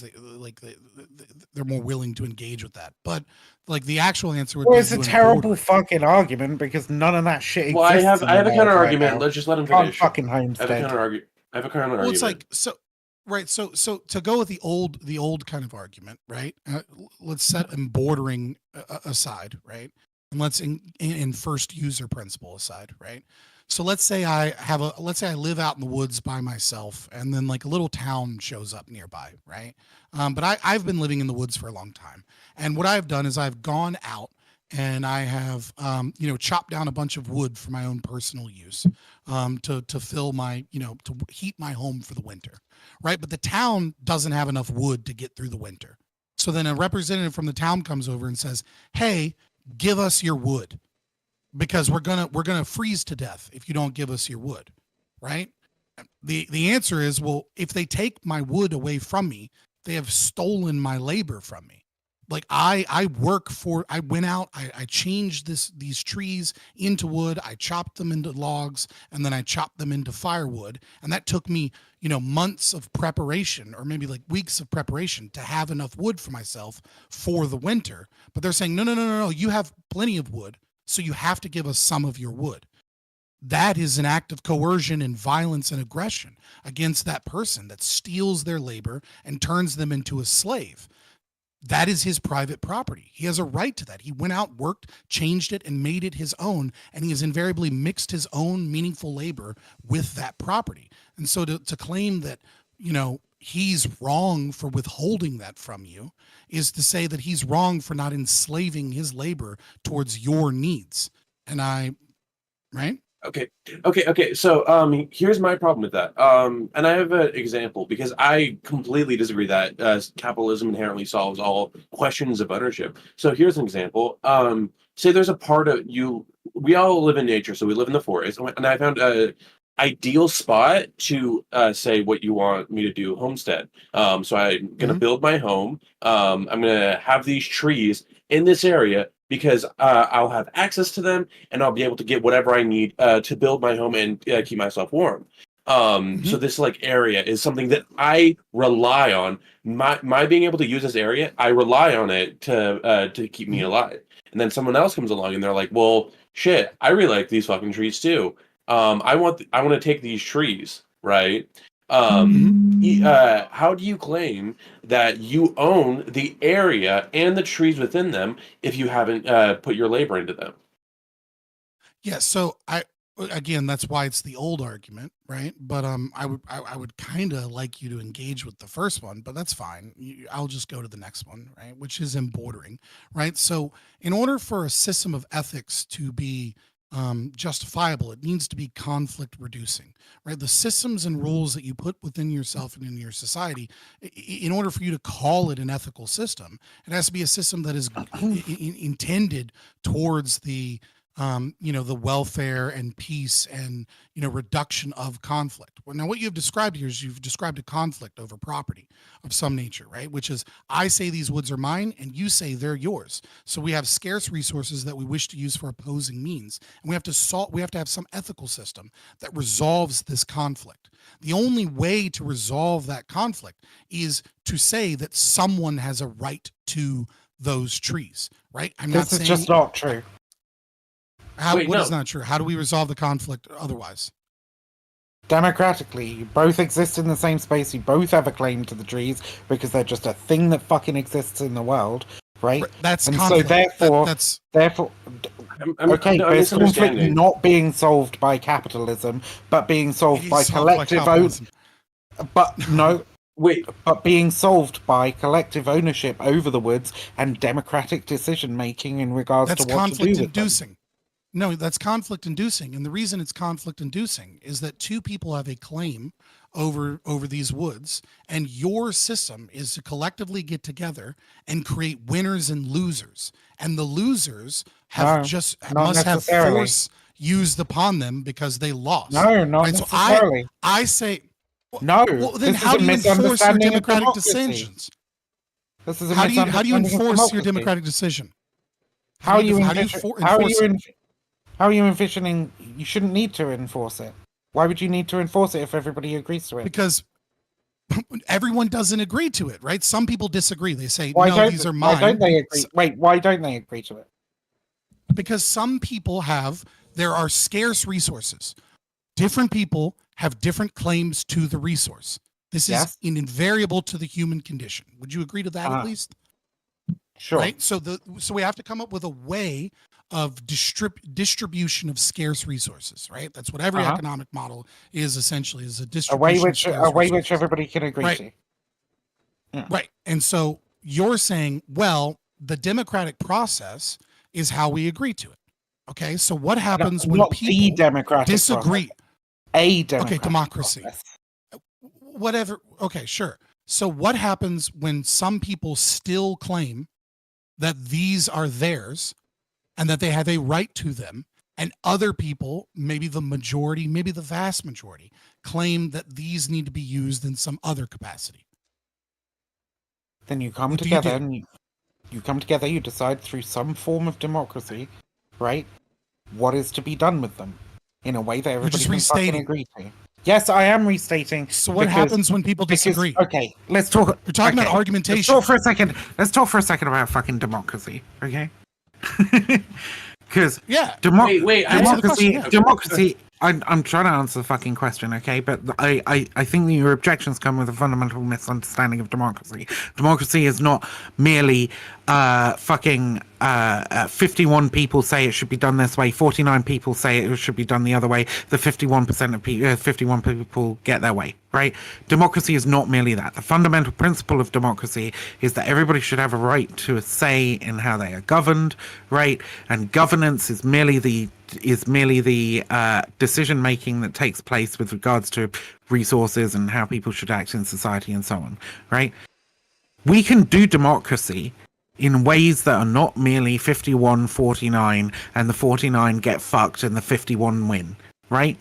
We can do democracy democracy by what? Right? Like how is it a fucking straw man? I haven't even accused you of having a position. You straw man that democracy is 51-49, and that is the only concept of democracy. I mean, that's an absolute. I didn't say that was the only fucking. I didn't say it was the only concept of democracy. As if that's my misunderstanding of democracy. That's not my position at all. I'm saying that this is one of the most commonly understood. I'm saying that this is one of the most commonly understood definitions of democracy, right? And sure, you have federalization in the United States where a certain amount of votes count as fucking one vote and a huge amount of votes count as one other vote, right? There are different ways of doing it, okay? But you can have democracy by consensus, for example, right? Which allows you to create a solution that you can all work by. This is something that is done in a couple of different provinces in Canada, certain fucking places in Africa. You can have unanimous decision. So you all come to the fucking table. I mean, I'm just explaining it for the other people listening, right? I understand your big brain. You don't need it explained. I'm not trying to talk down to you, all right? Maybe I am a little, but not in this instance. I'm just explaining for the people that. So democracy by consensus, you can have people come to the table with a proposition. Everybody votes on the proposition.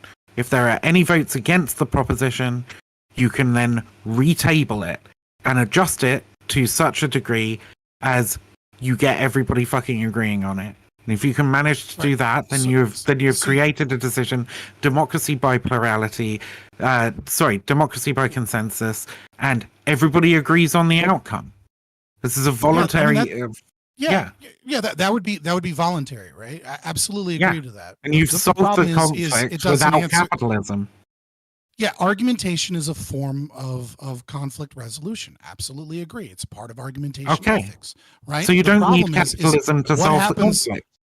So what happens when you can't agree? What happens when there are some people who disagree, no matter what? When there are some people who disagree no matter what?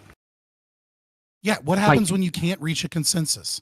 Human beings don't always just, if we vote and talk long enough, we'll all agree, right? Human beings have disagreements, especially about scarce resources. So what do we do when people disagree? It's the original question. You went on a long spiel that just said, we'll figure it out. When you finally get to the point that like differences are so fucking irreconcilable that like neither side could compromise on their stance, you do exactly what we've always fucking done, and you end up warring in some fashion, right? That's exactly how it works under capitalism right now, and it's exactly how it would work in any other way.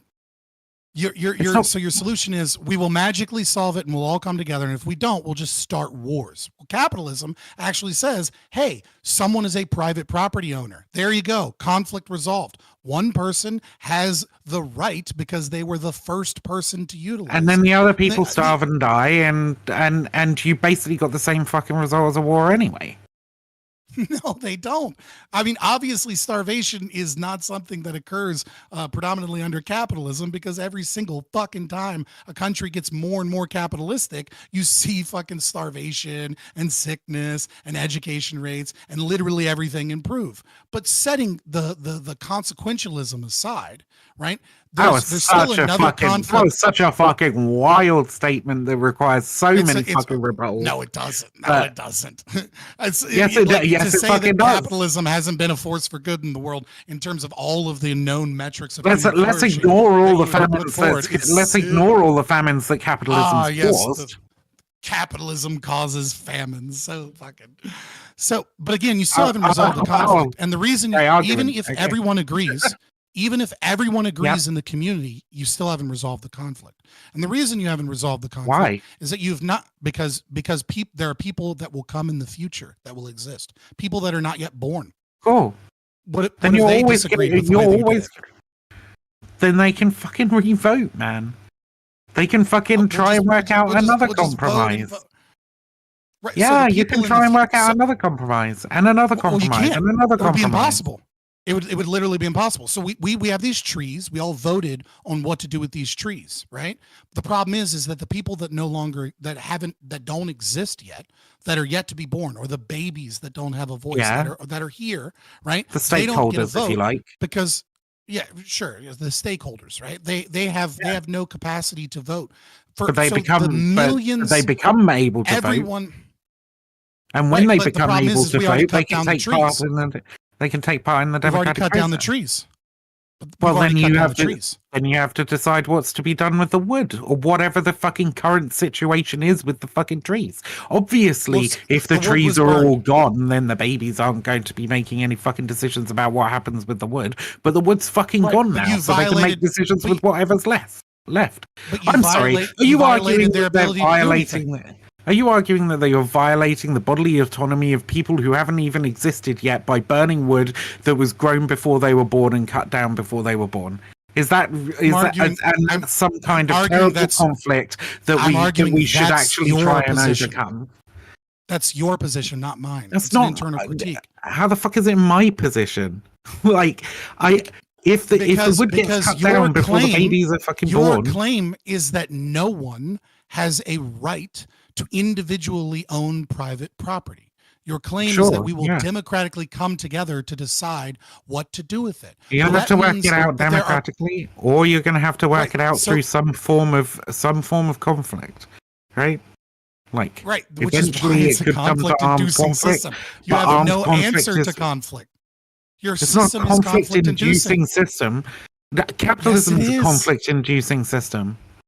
How?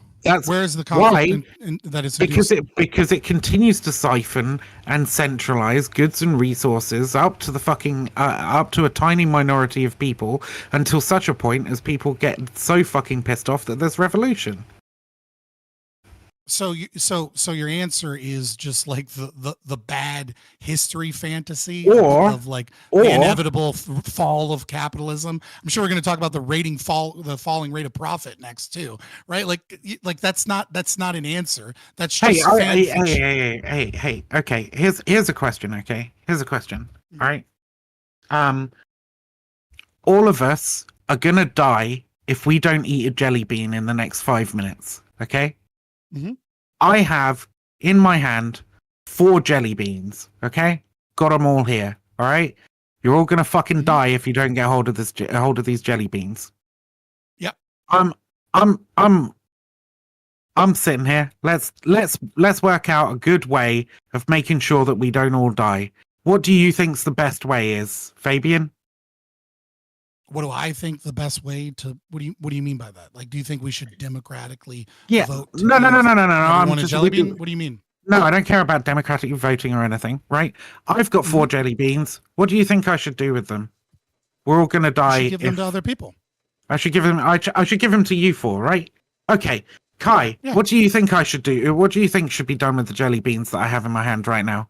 Do you think we should each have one of them? I'm on demon time, so I say you should eat all 4.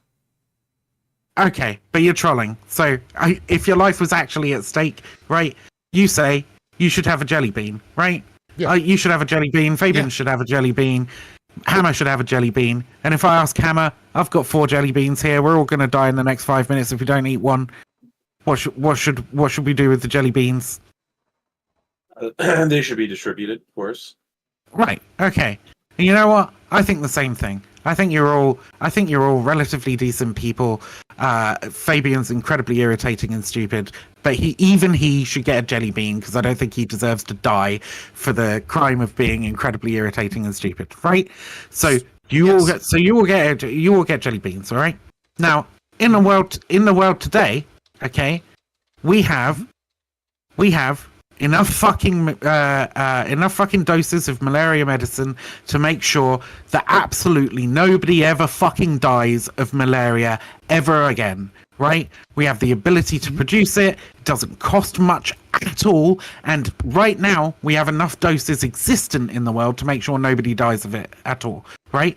However, I forget what the fucking figure is. It's a ridiculous figure. It's tens of thousands or possibly a couple of 100,000 of people fucking dying from malaria like every year. Right? It's an insane amount of people dying every year from malaria. Okay? They still do it. The reason that this fucking exists is because in the world right now, we don't do what we just did with the fucking jelly beans. Okay?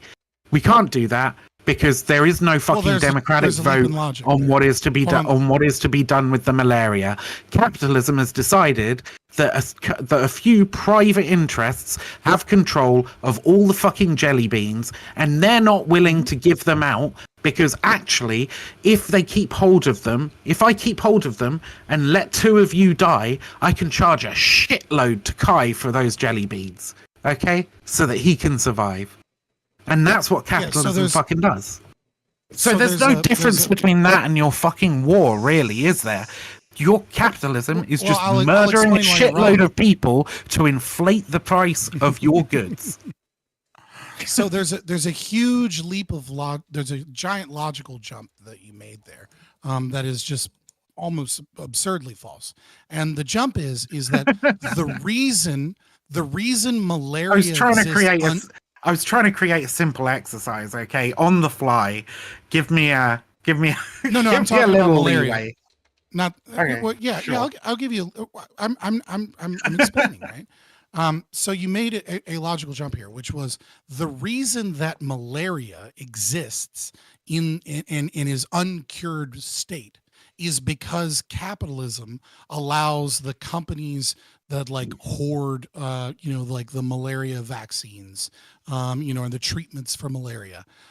Sure. The reason it kills so many people.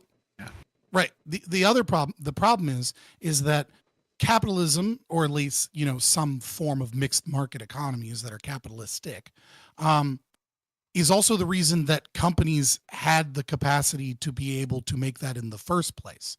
It is the profit motive that has allowed individuals to put forward so much labor because of this desire for profit. Not dying motive. The not dying motive absolutely wouldn't have been able to replace the profit motive. Like, no, I'm just saying that the profit motive is superior. If we had equal control over all the fucking resources, you don't think that the millions of people who have died of fucking malaria every year and the people who loved them, knew them, wouldn't go, hey, let's table this thing about malaria, right? Malaria kind of fucking sucks. Can we use some of the resources to try and stop some people dying of malaria? You don't think that there would have been some not dying motive? No, I don't doubt in any capacity that like anarchists of your variety, right, might go off somewhere in a commune, and be able to come to decisions democratically, given enough time, over to a certain degree. The problem is scalability, and is this something that will be able to achieve at a large scale? Now, it's not something that we've achieved now. There's still so many people fucking dying of malaria. That's the point. Like, and there are less people dying of malaria because of capitalism, right? Capitalism has saved the lives of so many people because the profit motive is the very fucking reason the pharmaceutical industry was able to create so much of these things to begin with. This is like the argument for fucking religion. Property rights. This is like the argument for religion, right? Like, I'm not against the idea that the profit motive can motivate some people to do things, right? It definitely can. People want money. Of course they want money. They want money because they live in a capitalist system, and money is how they get shit. That plus property rights. Right? I mean, like, property rights are if we too. Sure, right? And if we got rid of those two things and allowed people to have property and got them the shit they needed through democratic means, right? Maybe they would engage with the world in a different way. But all of that aside, okay, clearly the profit motive has encouraged some people to do some things, right? A lot of people to do a lot of things, all right? Yeah. However, the reason it's like the fucking religion argument is I will go to you will go to a fucking religious person as an atheist during my little edgy atheist days, right? And you'll say to them, man, fucking religion's evil. It's like made a whole bunch of people do a whole bunch of nasty fucking shit. Fucking put gay kids through conversion therapy, start holy wars, fucking whatever, right? It's done some horrible shit. And they'll come back to you and they'll be like, well, religion is the whole reason why so many people do charity, for example. Look at all the people who do charity in the world, right? The vast majority of it seems to come from religious organizations. The people who go to foreign countries and help the starving kids in Africa, right? They do it because of their religion. They want to preach their religion, and so they go and help the people in fucking Africa. Religion gives me community, right? They'll say religion gives people community. The church is a focal center of the village or the town. Everybody comes together and they help each other and shit, right? And I will just sit there and I'll just go, well, yeah, and all those things are like good things that people should probably be doing, but they come with a whole bunch of really fucking horrible, nasty fucking baggage. And we could do those good things even if we weren't fucking religious, right? We could have a fucking community center, set up bake sales, sell fucking shit so that we can get the community center fucking re-roofed, right? We could go to Africa and help out some of the fucking starving kids or whatever on the basis of just fucking human empathy, right? Like, we don't need religion, and we don't need the religion of capitalism to encourage us. We can do it under capitalism too. To encourage us, right? But capitalism comes with all the horrible fucking baggage, right? It comes with the baggage of when we make the malaria medicine. Well, instead of distributing it to all the people who need it, a few people fucking hoard it. Just like with the religion, when you go to the fucking country full of the starving fucking kids, you're going there to spread your religion, and you end up with a Uganda type situation where they're fucking throwing acid over witch children, right? Why would they hoard it? That doesn't make any sense. How can you make money if you're hoarding it? To inflate the fucking prices, man. You create artificial scarcity in order to inflate prices. Well, how would you do that? Under capitalism. By hoarding. Okay. So you make it by hoarding the resources, and then you inflate the price. And that does happen. Okay? Yeah. I mean, it absolutely does. There's warehouses full of. Because it's not a bad business against the profit motive. It's an excellent. It goes against the profit motive. It's not against the profit motive. If you make something for fucking $1 and originally you can sell it for $10, but actually you have the reason, you're the only person who can fucking make that thing, and you hoard a shitload of it, right? And you only sell a few, and you create artificial scarcity, you can inflate the price to like $100 per piece instead of 10, and then you're making far more profit. Right. This is a fucking you're making less profit. Basic making less profit of capitalism. What are you talking about? You're making less profit. Well, no, it's if you're making less. If that was the case, people wouldn't do it, and they do it, and it does work. Well, it depends, right? Well, it depends on whether or not you're engaged in anti-capitalism by having intellectual. It's very simple. It's very simple math. You're not making less fucking profit. If you let me explain, if you let me explain 10 things, let the capitalists educate you on basic economics. No, I'm fine. So if you make 10 things, I know you don't want someone to be able to argue against you because you can't fucking compete. But if you just let me, No. I mean, I'll explain the math, and then you can explain the fucking other thing. Okay. All right. Then after that, I'm gonna write out. So let's do this. That sounds based. You're not making a loss necessarily, depending on how you fucking calculate it. If you make 10 things for $1, and you could have sold them for $10, but you only sell 3 of the things, and they're for $3, they're for $100 each, right? You've now made $300 instead of the original $100 you were going to make, right? And this is a tactic used by multiple businesses all around the fucking world, and they do turn a profit. It's not bad business practice, as you said. It's bad business. Artificial scarcity is fine, but they make more profit doing it.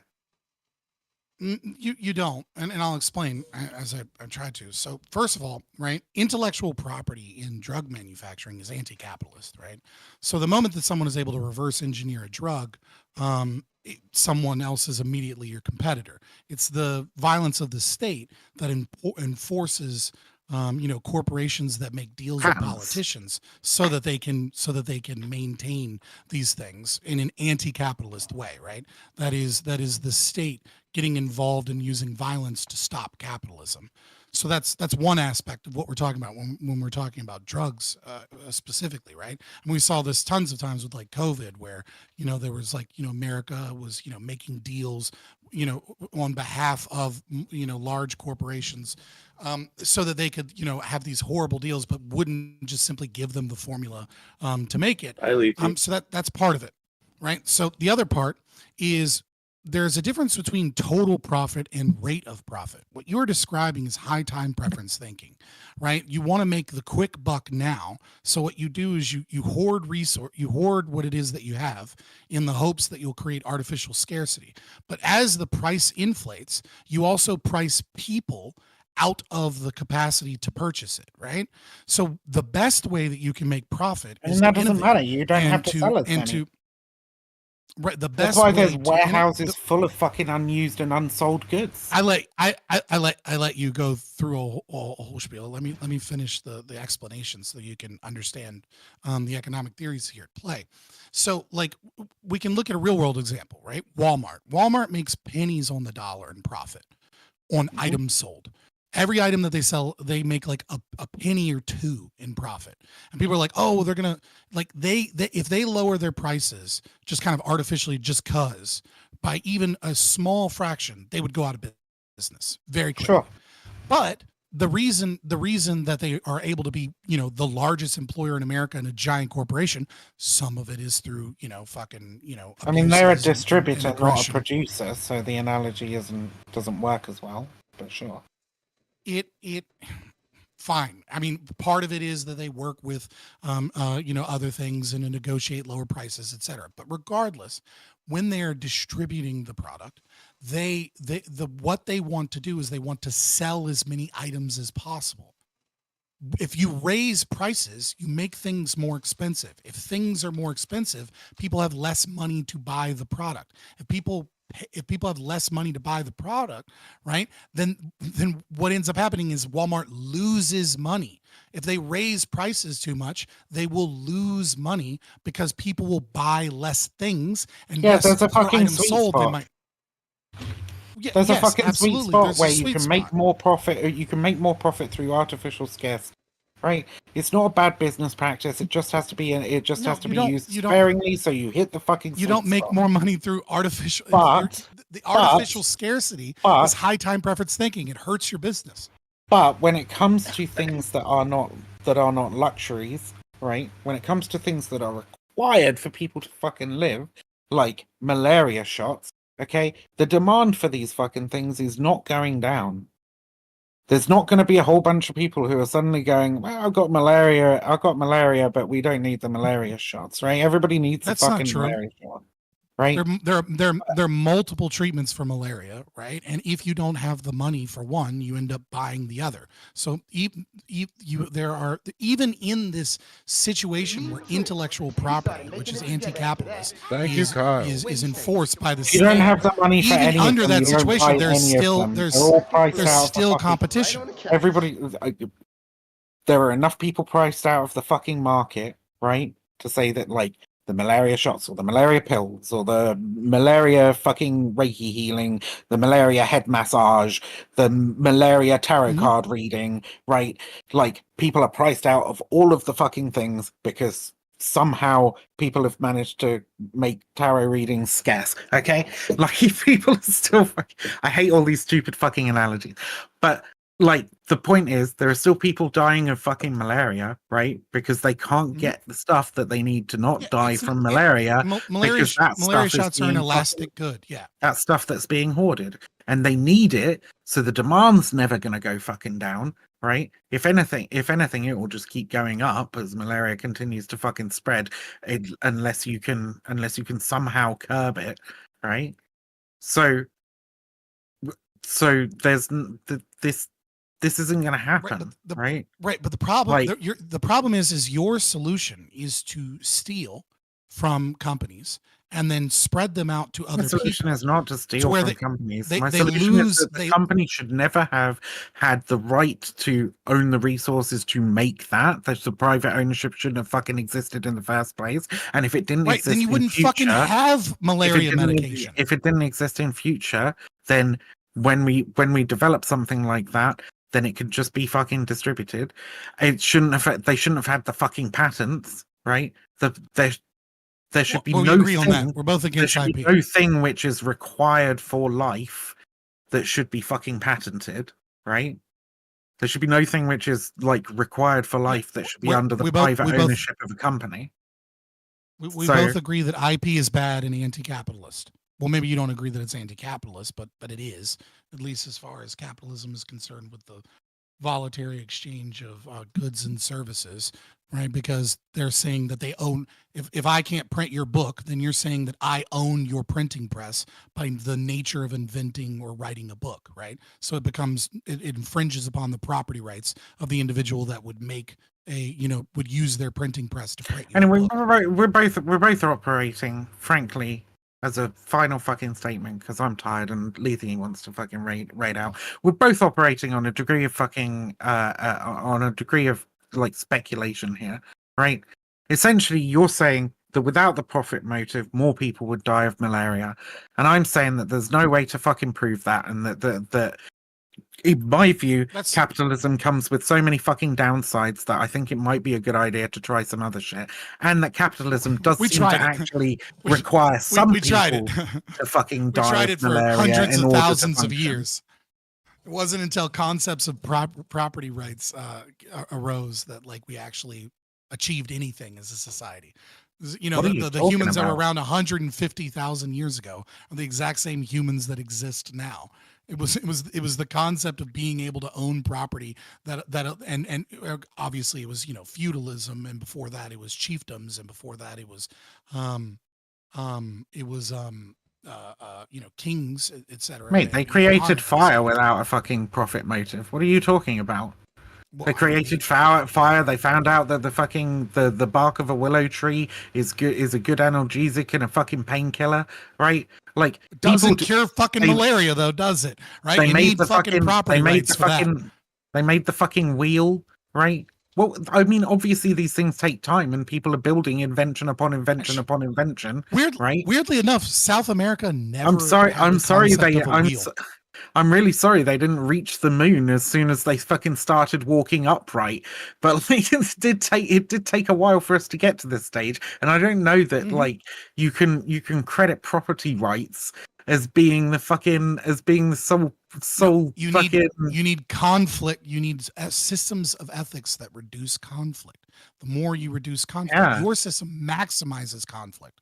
No, And it the reason doesn't. your system maximizes conflict is because Your system you're your crippled system by maximizes indecision conflict. unless literally everyone agrees. If one person And vehemently your system is disagrees, just then the conflict remains. Look, I didn't. It become I crippled didn't by say. indecision. Look, I didn't say that democracy by consensus is the only good way to do democracy. There are ways to do democracy where some people disagree. Okay. Yeah, and that is conflict in and of itself. It doesn't get rid of conflict if you enforce your will on those that don't wish to agree to the decision. Like the capitalist enforces his fucking will on the poor person dying of fucking malaria who wants the shot, but he won't give it to him because he's like, these are my malaria 'Cause he shots made and it. they cost Yeah. $20,000 a piece. Well, they don't. Okay, but the conflict. You know, Okay, but the conflict still fucking exists. You're not. The You're conflict not with reducing the nature. conflict. the conflict with nature that you already stated isn't coercive. The Nature conflict made with malaria. the It conflict was is like- man and his will and property rights and his desire to shape nature towards It was his his desire own to individual will and purpose that created the malaria shots, that created almost everything that we can credit as a major innovation is done because man goes out and shapes nature according to his will, and your system is to cripple him with indecision until literally everyone Not to within his cripple community him with agrees with him. indecision. provide him another fucking motive. The not dying motive is a good fucking motive. You seem to think it isn't. You seem to think people would rather die if they can't make any fucking money. It's fucking insane. No. It's I appreciate the conversation, but it's run its course. I would hope one day you would actually engage, with the arguments that are presented, but it seems like it still won't happen. Bro, I can't engage. Either way, I think engaging with the arguments that are made, Fabian. I feel like the we got arguments about are as just far not as we very I didn't good. expect you to, right? I like these little. I've topics engaged that I can with them. The proselytize chat has watched me freedom and liberty engage to with people. them and has been commenting all along on how well I've engaged with them. They're just not good arguments, and I'm sorry that that's the case. Well, either Hey, way, maybe next time we can talk about the age of consent. I know that's what you were getting to immediately. It's y'all are so fucking weird about that. Like, handicaps don't have any issues with that. I think the age of consent should be roughly 25 for full age of majority. That's when your Good prefrontal lord! cortex is fully developed. All the way to 25. Crazy. I think you can have a gradation of parental rights as people gain more abilities, but I think, if you're going to have an objective metric, it shouldn't be when your body looks fully developed. It should be when you actually have mental capacity to make decisions to your fullest, and that would be roughly 25. That is very cool. I'm glad you're not one of the libertarians that wants to remove it. Yeah, there's 3 of them. damn. Wow. And none of them are ANCAPs.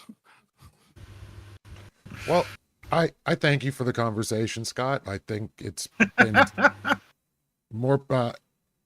It's definitely not something we usually get up to. So, I really appreciate being able to see something go out like that long form. I'm capable of arguing and debating whatever you want, but if people keep asking and challenging, libertarian ethics and things, and then ask, you're not capable of arguing. Every time I see you, you just make everything has to be tied into your libertarianism.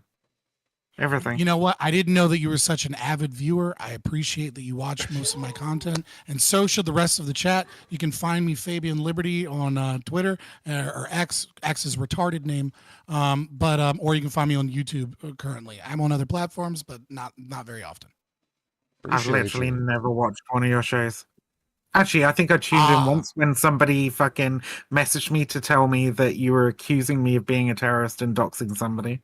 Yeah. Oh, that's how we got there. I think that was the Fair only enough. time. Well, I don't know if that was on again, your show or somebody else's, but yeah. I do appreciate right at the very end you decided to be honest for once and let everybody know that you lied. I appreciate it. When did I lie?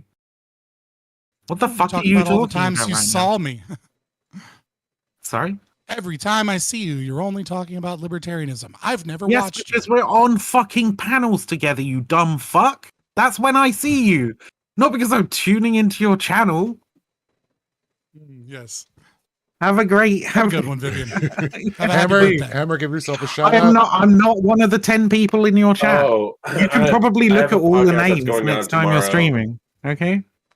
Well, let Hammer get a shout out real quick. Just pull up the list, see if I'm Yeah. ever in there. Good lord. Yeah, I know. You're not watching. It's cool. It's been It's a fine. very cool conversation, I guess. And I have a podcast. I have a channel that I stream on, mostly video games, and I have a Thursday podcast. It's been moved to Thursday recently, so it's happening tomorrow night. And tomorrow, with my guest star Tina, and we'll be talking about interracial relationships. So that's going to be quite a hoot. Bring Thank a fire you for having me extinguisher. on, Leafy. Hey, thanks for coming Yep. through, my dude. And happy birthday to Viv, even though it's technically not. But we're not. It's sort of my birthday. I'll go to sleep and then I'll wake up in the morning and then I'll have my actual birthday. It just happens to be after midnight tonight. Thank you for coming through. Always a blast seeing you. Wait, do I get an outro? Yeah, absolutely. Should I plug some shit? Yeah, plug everything. I don't have anything to plug, but I am the smartest bitch on Twitch. So, like, hey, maybe follow my Twitter. Too many people are fucking leaving Twitter for Blue Sky. I lost like 500 followers in the last month. It's crazy. It's fucking wild. I mean, I picked them up again on my Blue Sky account, but Blue Sky's I don't think it's going to take off to the degree that some people think it's going to take. Follow my Twitter, MX Vivian Wolf. Yeah, do that. That'd be great. Yeah, let's do that. All right, so we're gonna raid out the Pisco. It's been a blast, y'all. Thank you for hanging out with us. Catch you guys next Wednesday or whenever I happen to get back on again. Yeah, I'll see you. Bye. Peace. Peace. You have a good night, Viv. Are you going to bed? Oh yeah, I'm getting out of here. That was much. Oh God, it does happen every time I talk to him. I mean.